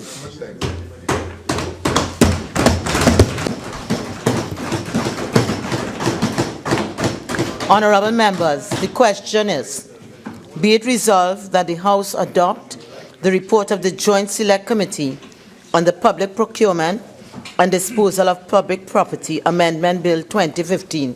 All in favour say aye. Aye. Any against? The ayes have it. The report is therefore adopted. Bill second reading.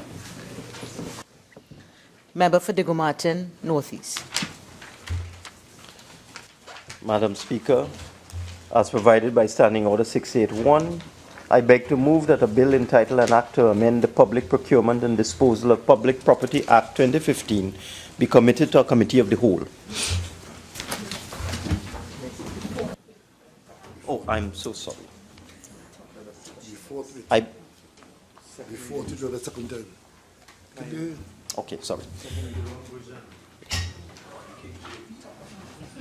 Sorry, Madam Speaker, I beg to move that a bill entitled An Act to Amend the Public Procurement and Disposal of Public Property Act 2015 be forthwith read a second time. Thank you. Honorable members, the question is that a bill entitled An Act to Amend the Public Procurement and Disposal of Public Property Act 2015 be now read a second time. All in favor say aye. Aye. Any against? The ayes have it. A bill entitled An Act to Amend the Public Procurement and Disposal of Public Property Act 2015. Member for Diego Martin, Northeast. Thank you, Madam Speaker. I think I can now read this part correctly. Madam Speaker, as provided by Standing Order 681, I beg to move that a bill entitled An Act to Amend the Public Procurement and Disposal of Public Property Act 2015 be committed to a committee of the whole. Thank you. Honorable members, the question is that a bill entitled An Act to Amend the Public Procurement and Disposal of Public Property Act 2015 be committed to the committee of the whole. All in favor say aye. Aye. Any against? The ayes have it. This House will now go into committee of the whole to consider the bill clause by clause.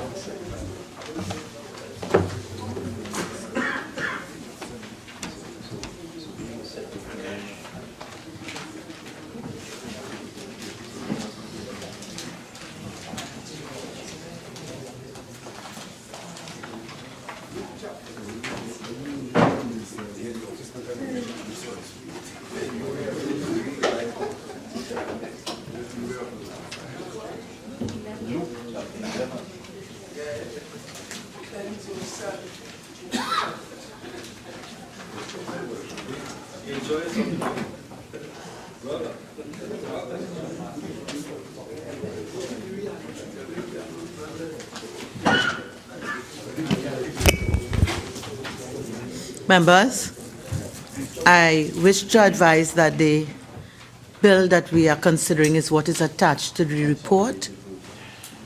It should be, I think it is Appendix 5. Okay? So is that what goes on? All right. Clause 1. The question is that Clause 1 stand part of the bill. The question is that Clause 1 now stand part of the bill. Those in favor say aye. Aye. Those against say no. I think the ayes have it. Clause 1 now stands part of the bill. Clause 2. The question is that Clause 2 stand part of the bill. The question is that Clause 2 now stand part of the bill. Those in favor say aye. Aye. Those against say no. I think the ayes have it. Clause 2 now stands part of the bill. Clause 3. The question is that Clause 3 stand part of the bill. The question is that Clause 3 now stand part of the bill. Those in favor say aye. Aye. Those against say no. I think the ayes have it. Clause 3 now stands part of the bill. Clause 4. The question is that Clause 4 stand part of the bill. The question is that Clause 4 now stand part of the bill. Those in favor say aye. Aye. Those against say no. I think the ayes have it. Clause 4 now stands part of the bill. Clause 5. Clause 5. The question is that Clause 5 stand part of the bill. The question is that Clause 5 now stand part of the bill. Those in favor say aye. Aye. Those against say no. I think the ayes have it. Clause 5 now stands part of the bill. Clause 6.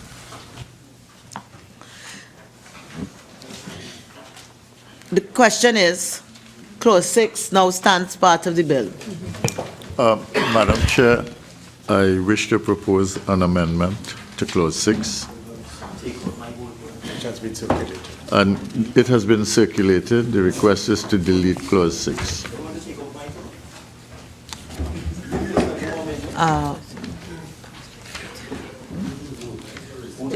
Are you making any contribution? To this. Go to the vote, please, Madam Speaker. The question is that clause 6 be deleted. Clause? Yes, member for Caroni Central. Please, member for Caroni Central. Yes. The Section 49 of this bill outlines a procedure under the procurement regulator for the handling of all challenges to decisions made. The Honorable Minister in his presentation showed very clearly that he did not understand the provision because he said that it would be a case of himself to himself, when the role of the procurement regulator is to regulate the procurement by all other entities in the system. Therefore, this entire clause is misguided, and the elaboration of the case by raising the issue of the Tax Appeal Board and other similar boards does not take into account that this would be a second review process and not an appeal to a decision of functionaries. And therefore, Madam Speaker, I think the entire clause is misguided. I argued the case in the presentation to the House, and I think the Minister demonstrated in his winding up that he has his motivation for doing this clause is flawed. And on that basis, on the basis of rationality and reason and good governance and the insistence on clear bureaucracies that work rather than those that overlap and confuse, I would like to make the case for the amendment as proposed. Members, the question is that clause 6 be deleted. Those in favor say aye. Aye. Those against say no. No. I think the noes have it. The question is that clause 6 now stand part of the bill. Those in favor say aye. Aye. Those against say no. No. I think the ayes have it. Clause 7. The question is that clause 7 stand part of the bill. Madam Speaker, I would also like to propose an amendment to that clause, and it would be in that clause 57A1 to delete the word minister and insert the word office. Could you remember, please, you have an opportunity to elucidate. The argument that we made in relation to this matter is that what is happening here is the minister is now taking responsibility in a piece of procurement legislation that was meant to insulate the executive from the procurement process. And what is happening here in the issue of state lands is that the minister is taking the responsibility for determining the terms and conditions under which the regulations can be made. And since this is included in the Procurement Regulatory Act, Act number 1 of 2015, I see no reason, if the issue is to bring land under the procurement law, that it could not be done by the procurement regulator and his office. It will come to Parliament, and I would ask that the negative resolution be made affirmative. Is there any comment further comment on the Yes, suggested amendment? Madam made Speaker, by the member? we do not agree. The question is that clause 7 as amended to delete the word minister and insert the word office in section 57A1. All in favor, say aye. Aye. Those against, say no. No. I think the noes have it.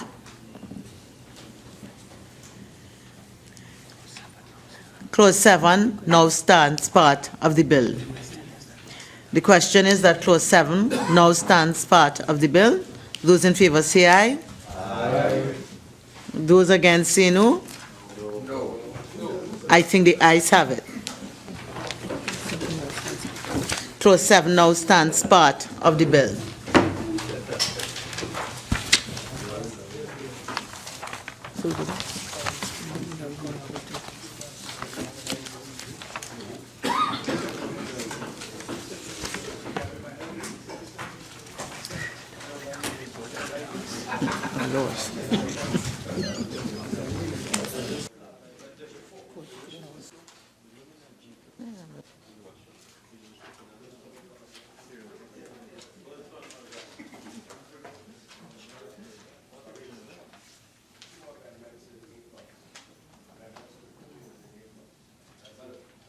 The question is that the bill be now reported to the House.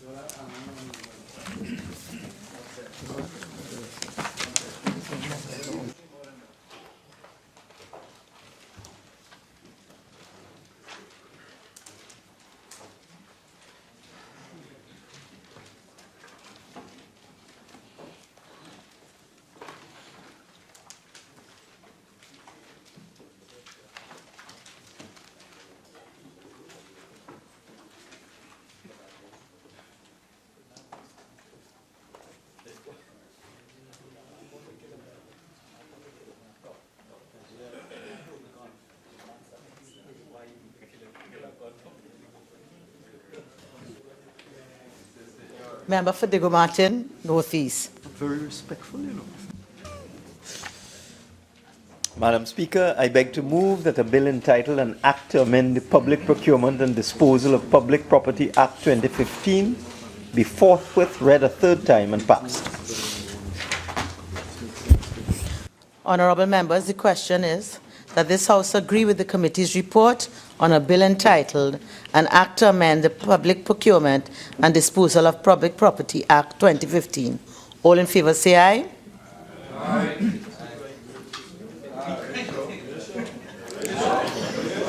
Any against?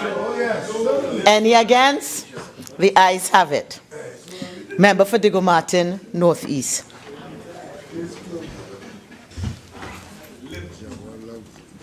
Madam Speaker, I beg to move that a bill entitled An Act to Amend the Public Procurement and Disposal of Public Property Act 2015 be forthwith read a third time and passed. Honorable members, the question is that a bill entitled An Act to Amend the Public Procurement and Disposal of Public Property Act 2015 be forthwith read a third time and passed. All in favor say aye. Aye. Any against? The ayes have it. A bill entitled An Act to Amend the Public Procurement and Disposal of Public Property Act 2015.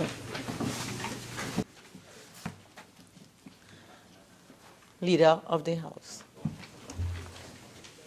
Thank you, Madam Speaker.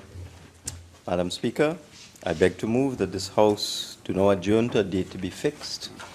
And with respect to private members' day, we will have discussions with the opposition to determine an appropriate day in June, as was discussed on the last occasion between the substantive leader of government business and myself in my capacity as I then was of performing the functions of Prime Minister, and the discussions I had with the Honourable Leader of the Opposition, wherein it was unanimously agreed that we would do the motion, the private motion, in the month of June.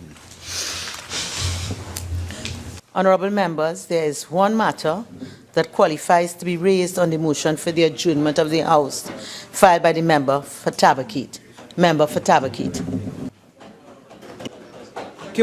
Thank you, Madam Speaker.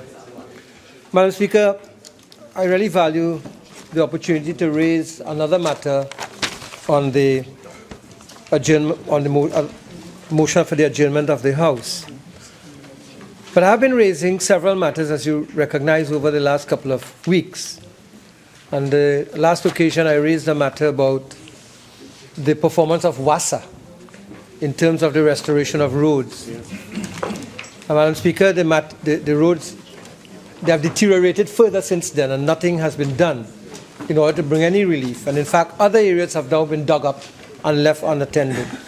Today, Madam Speaker, I am therefore left to wonder whether I'm wasting time in this Honourable House, or whether I need to write to a Joint Select Committee or to yourself, through you, to have the agencies brought before these Joint Select Committees, where they can be questioned with respect to these matters as a matter of urgency.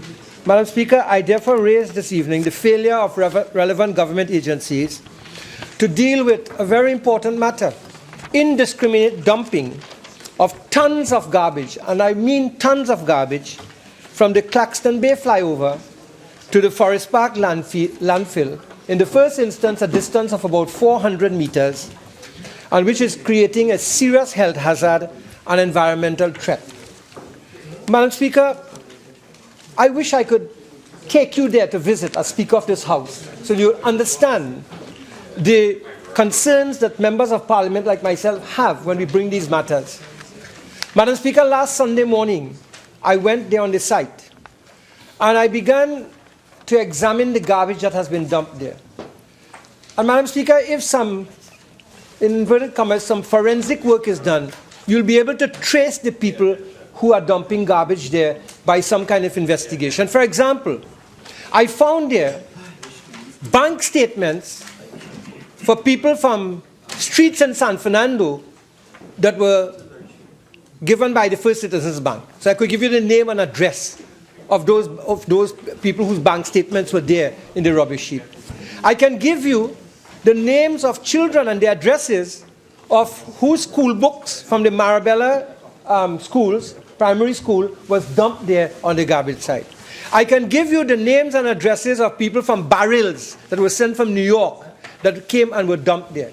I can give you, Madam Speaker, the boxes and the numbers of air-conditioned units, and therefore which could be traced to the persons who sold those units through the customs. If we are really serious, the point I'm making, about finding out who are some of the persons doing this dumping, and then proceed as far as you can under the law to deal with it. Because, Madam Speaker, the situation is really bad.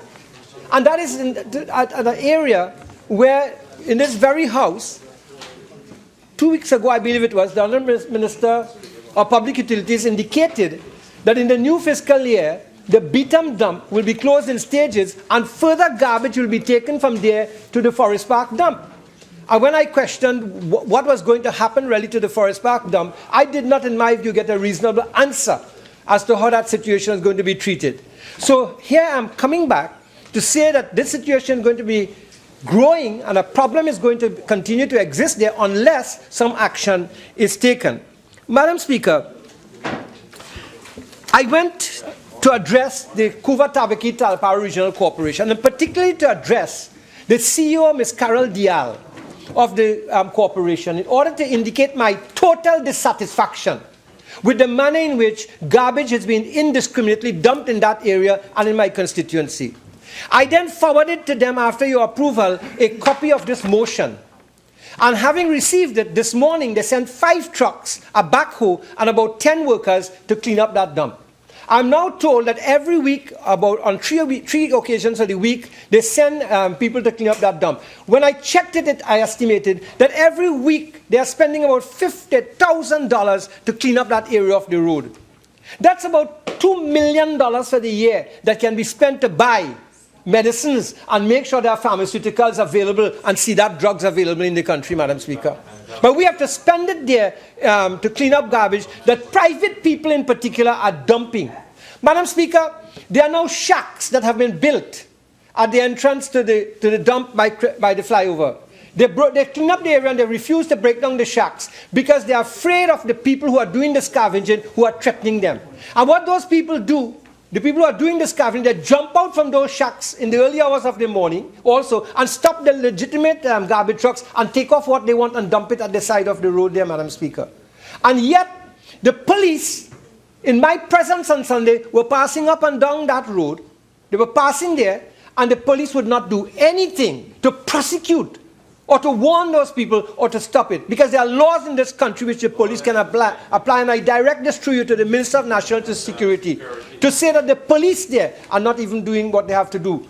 The regional corporation has municipal officers who can come there and also prosecute people, but they are not doing their job. The only CEO ever in the history of the Kuva Tabaki Talparo Corporation to clean up that area and to have done something about that indiscriminate dumping was a CEO by the name of Miss Pamela Doon. And I pay regard and respect to her today in this house for the fact that she was able to clean up that place and to take control. Today, the current CEO and the administration of the Kuva Tabaki Talparo Regional Corporation are failing miserably in terms of their responsibility. But not only are they failing miserably. Madam Speaker, there are other agencies that I've written to about this. The ODPM. The ODPM has not even responded to my letter. Swimcall, who says that they're only in charge of the dump and not what is happening from Claxton Bay flyover for 400 meters going along the dump. I have written also to the Ministry of Health through the CMOH office. Madam Speaker, it is very difficult to get the county medical officers of health to respond. Recently, I needed the county medical officer of health from Superior to respond to a matter, a personal matter. And only when I contacted the office of the permanent secretary could I get the county medical officer of health, who didn't even want to take my call. So imagine what you go through with the Kuva county medical officer of health, simply to get them to take a call, Madam Speaker. I can give you the numbers, how many times you call there, and they promise to call you back, and they don't call back. This is a very serious situation. And I'm standing here not to win votes. I'm standing here to protect the health and the well-being and the welfare of citizens, Madam Speaker. And if I have to criticize any agency of government or any particular individual, I am going to do so without fear and favor, because that's what I swore to do when I came as a member of this House, Madam Speaker. So, Madam Speaker, all of these agencies, Swimcall, ODPM, Ministry of Health, CMH Office, they all have to bear some responsibility in terms of dealing with this situation. Not only there, in Taruba they are doing the same thing. The whole matter of the indiscriminate dumping of garbage is serious. And this has been exacerbated because the litter wardens have been sent home, so there are no litter wardens to even go around the areas to do any monitoring or to lay charges or to do anything about this. When I raised that matter, when we were debating the local government matter last week, the minister just ignored it and didn't even reply to the issue that I raised about the litter wardens, because there are no litter wardens right now in the country. So people are just doing what they want. There's a high level of irresponsibility on the part even of private citizens as to how they are dumping and they are disposing of their garbage in the country. And they just go there, sometimes in the early hours of the morning. I drive past there sometimes as dusk dark, as they say, and you see the cars going there. Quickly people open their trunks, they just drop everything out at the Claxton Bay flyover, and they are going their way. Madam Speaker, it sounds like I'm being an irritant, but I intend to continue to be an irritant until people begin to do their jobs, until there's a shift in behavior and the mindset of our people to keep the country clean. That is what this is about, Madam Speaker. So today I raise this matter, and I hope that I just wouldn't get a story from the Honourable Minister, well, Swimcall, and this one will do something. Yeah. Unlike the matter with Wassa, where nothing is being done.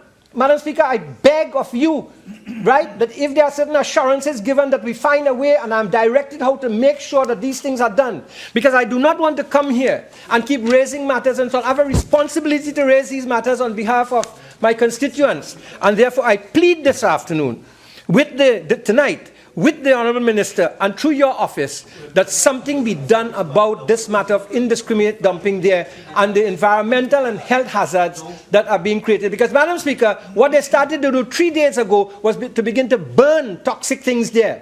Whether it's to take out the copper or what have you. Now you have few smoke there, just like you have around the Beetham, and you're going to have a terrible situation occurring there very soon. Madam Speaker, I thank you. Minister of Public Utilities.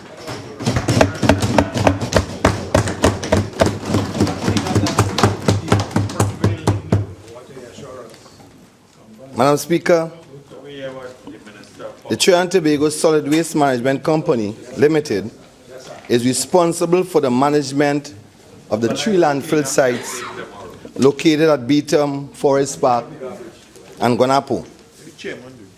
As it pertains to the Forest Park landfill, which is the second largest landfill, SWIMCOL only has jurisdiction, Madam Speaker, over the actual landfill site and roads within the site.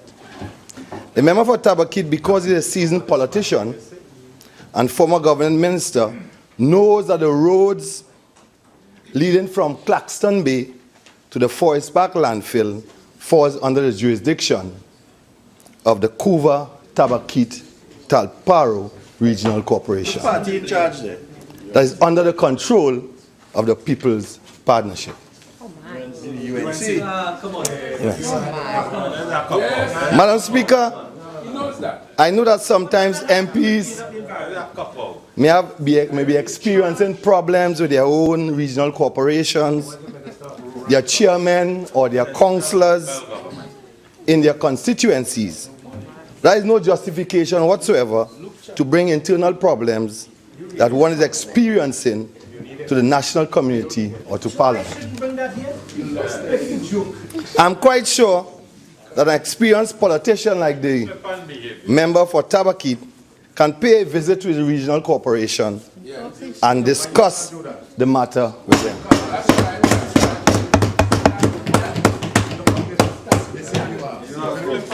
Madam Speaker, this government is aware that there are those who break the law and engage in dumping of refuse on the various roadways leading to Forest Park site. And there is great concern regarding the negative effects that this situation is having on the surrounding area. This situation has been in existence for a very long time.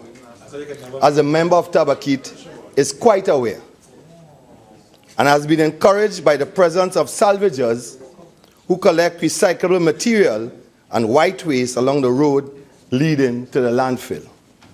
These salvagers usually remove items from trucks prior to the entry to the landfill site.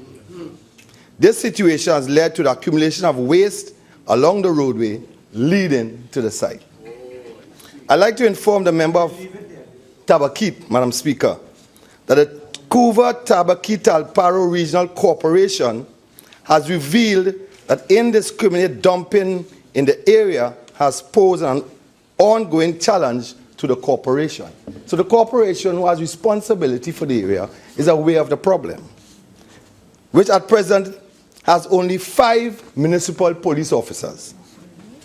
The corporation indicates that the Kangarwood Road, which leads to the Forest Park landfill, is routinely cleaned every 2 weeks. Admittedly, this effort has proven insufficient in relation to the magnitude of the problem which currently exists.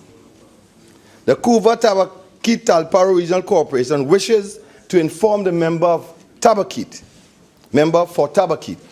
that is, however, currently undertaking a comprehensive cleanup exercise of the area surrounding the Forest Park landfill.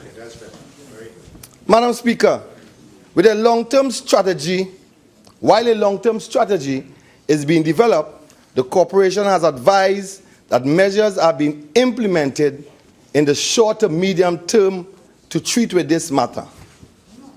Critical of this approach is the prevention of dumping in the area.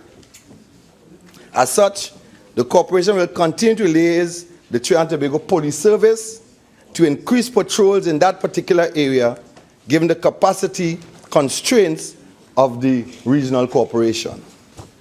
The corporation wishes to inform the member for Tabakit that they are also considering the installation of CCTV cameras at strategic points to discourage illegal dumping.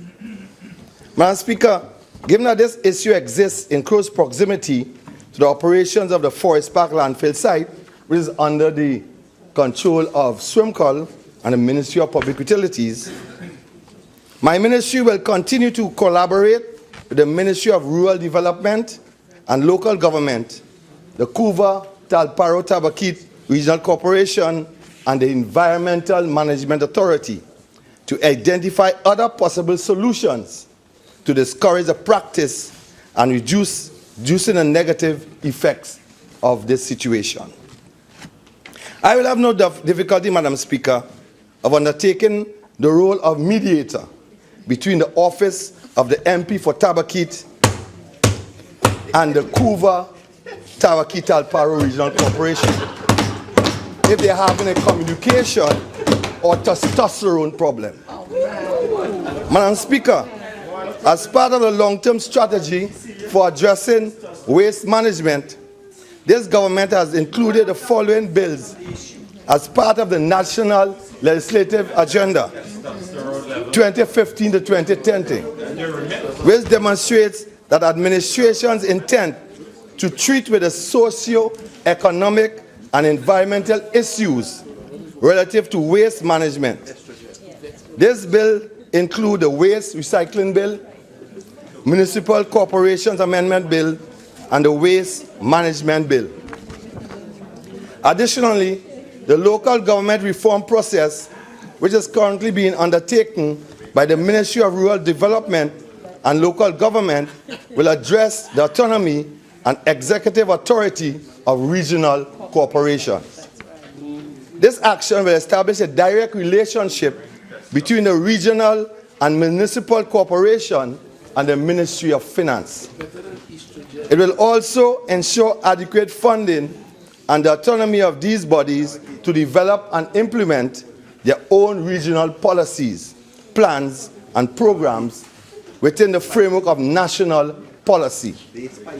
Included in this reform process is also the intention to give greater responsibilities and authority to the municipal police.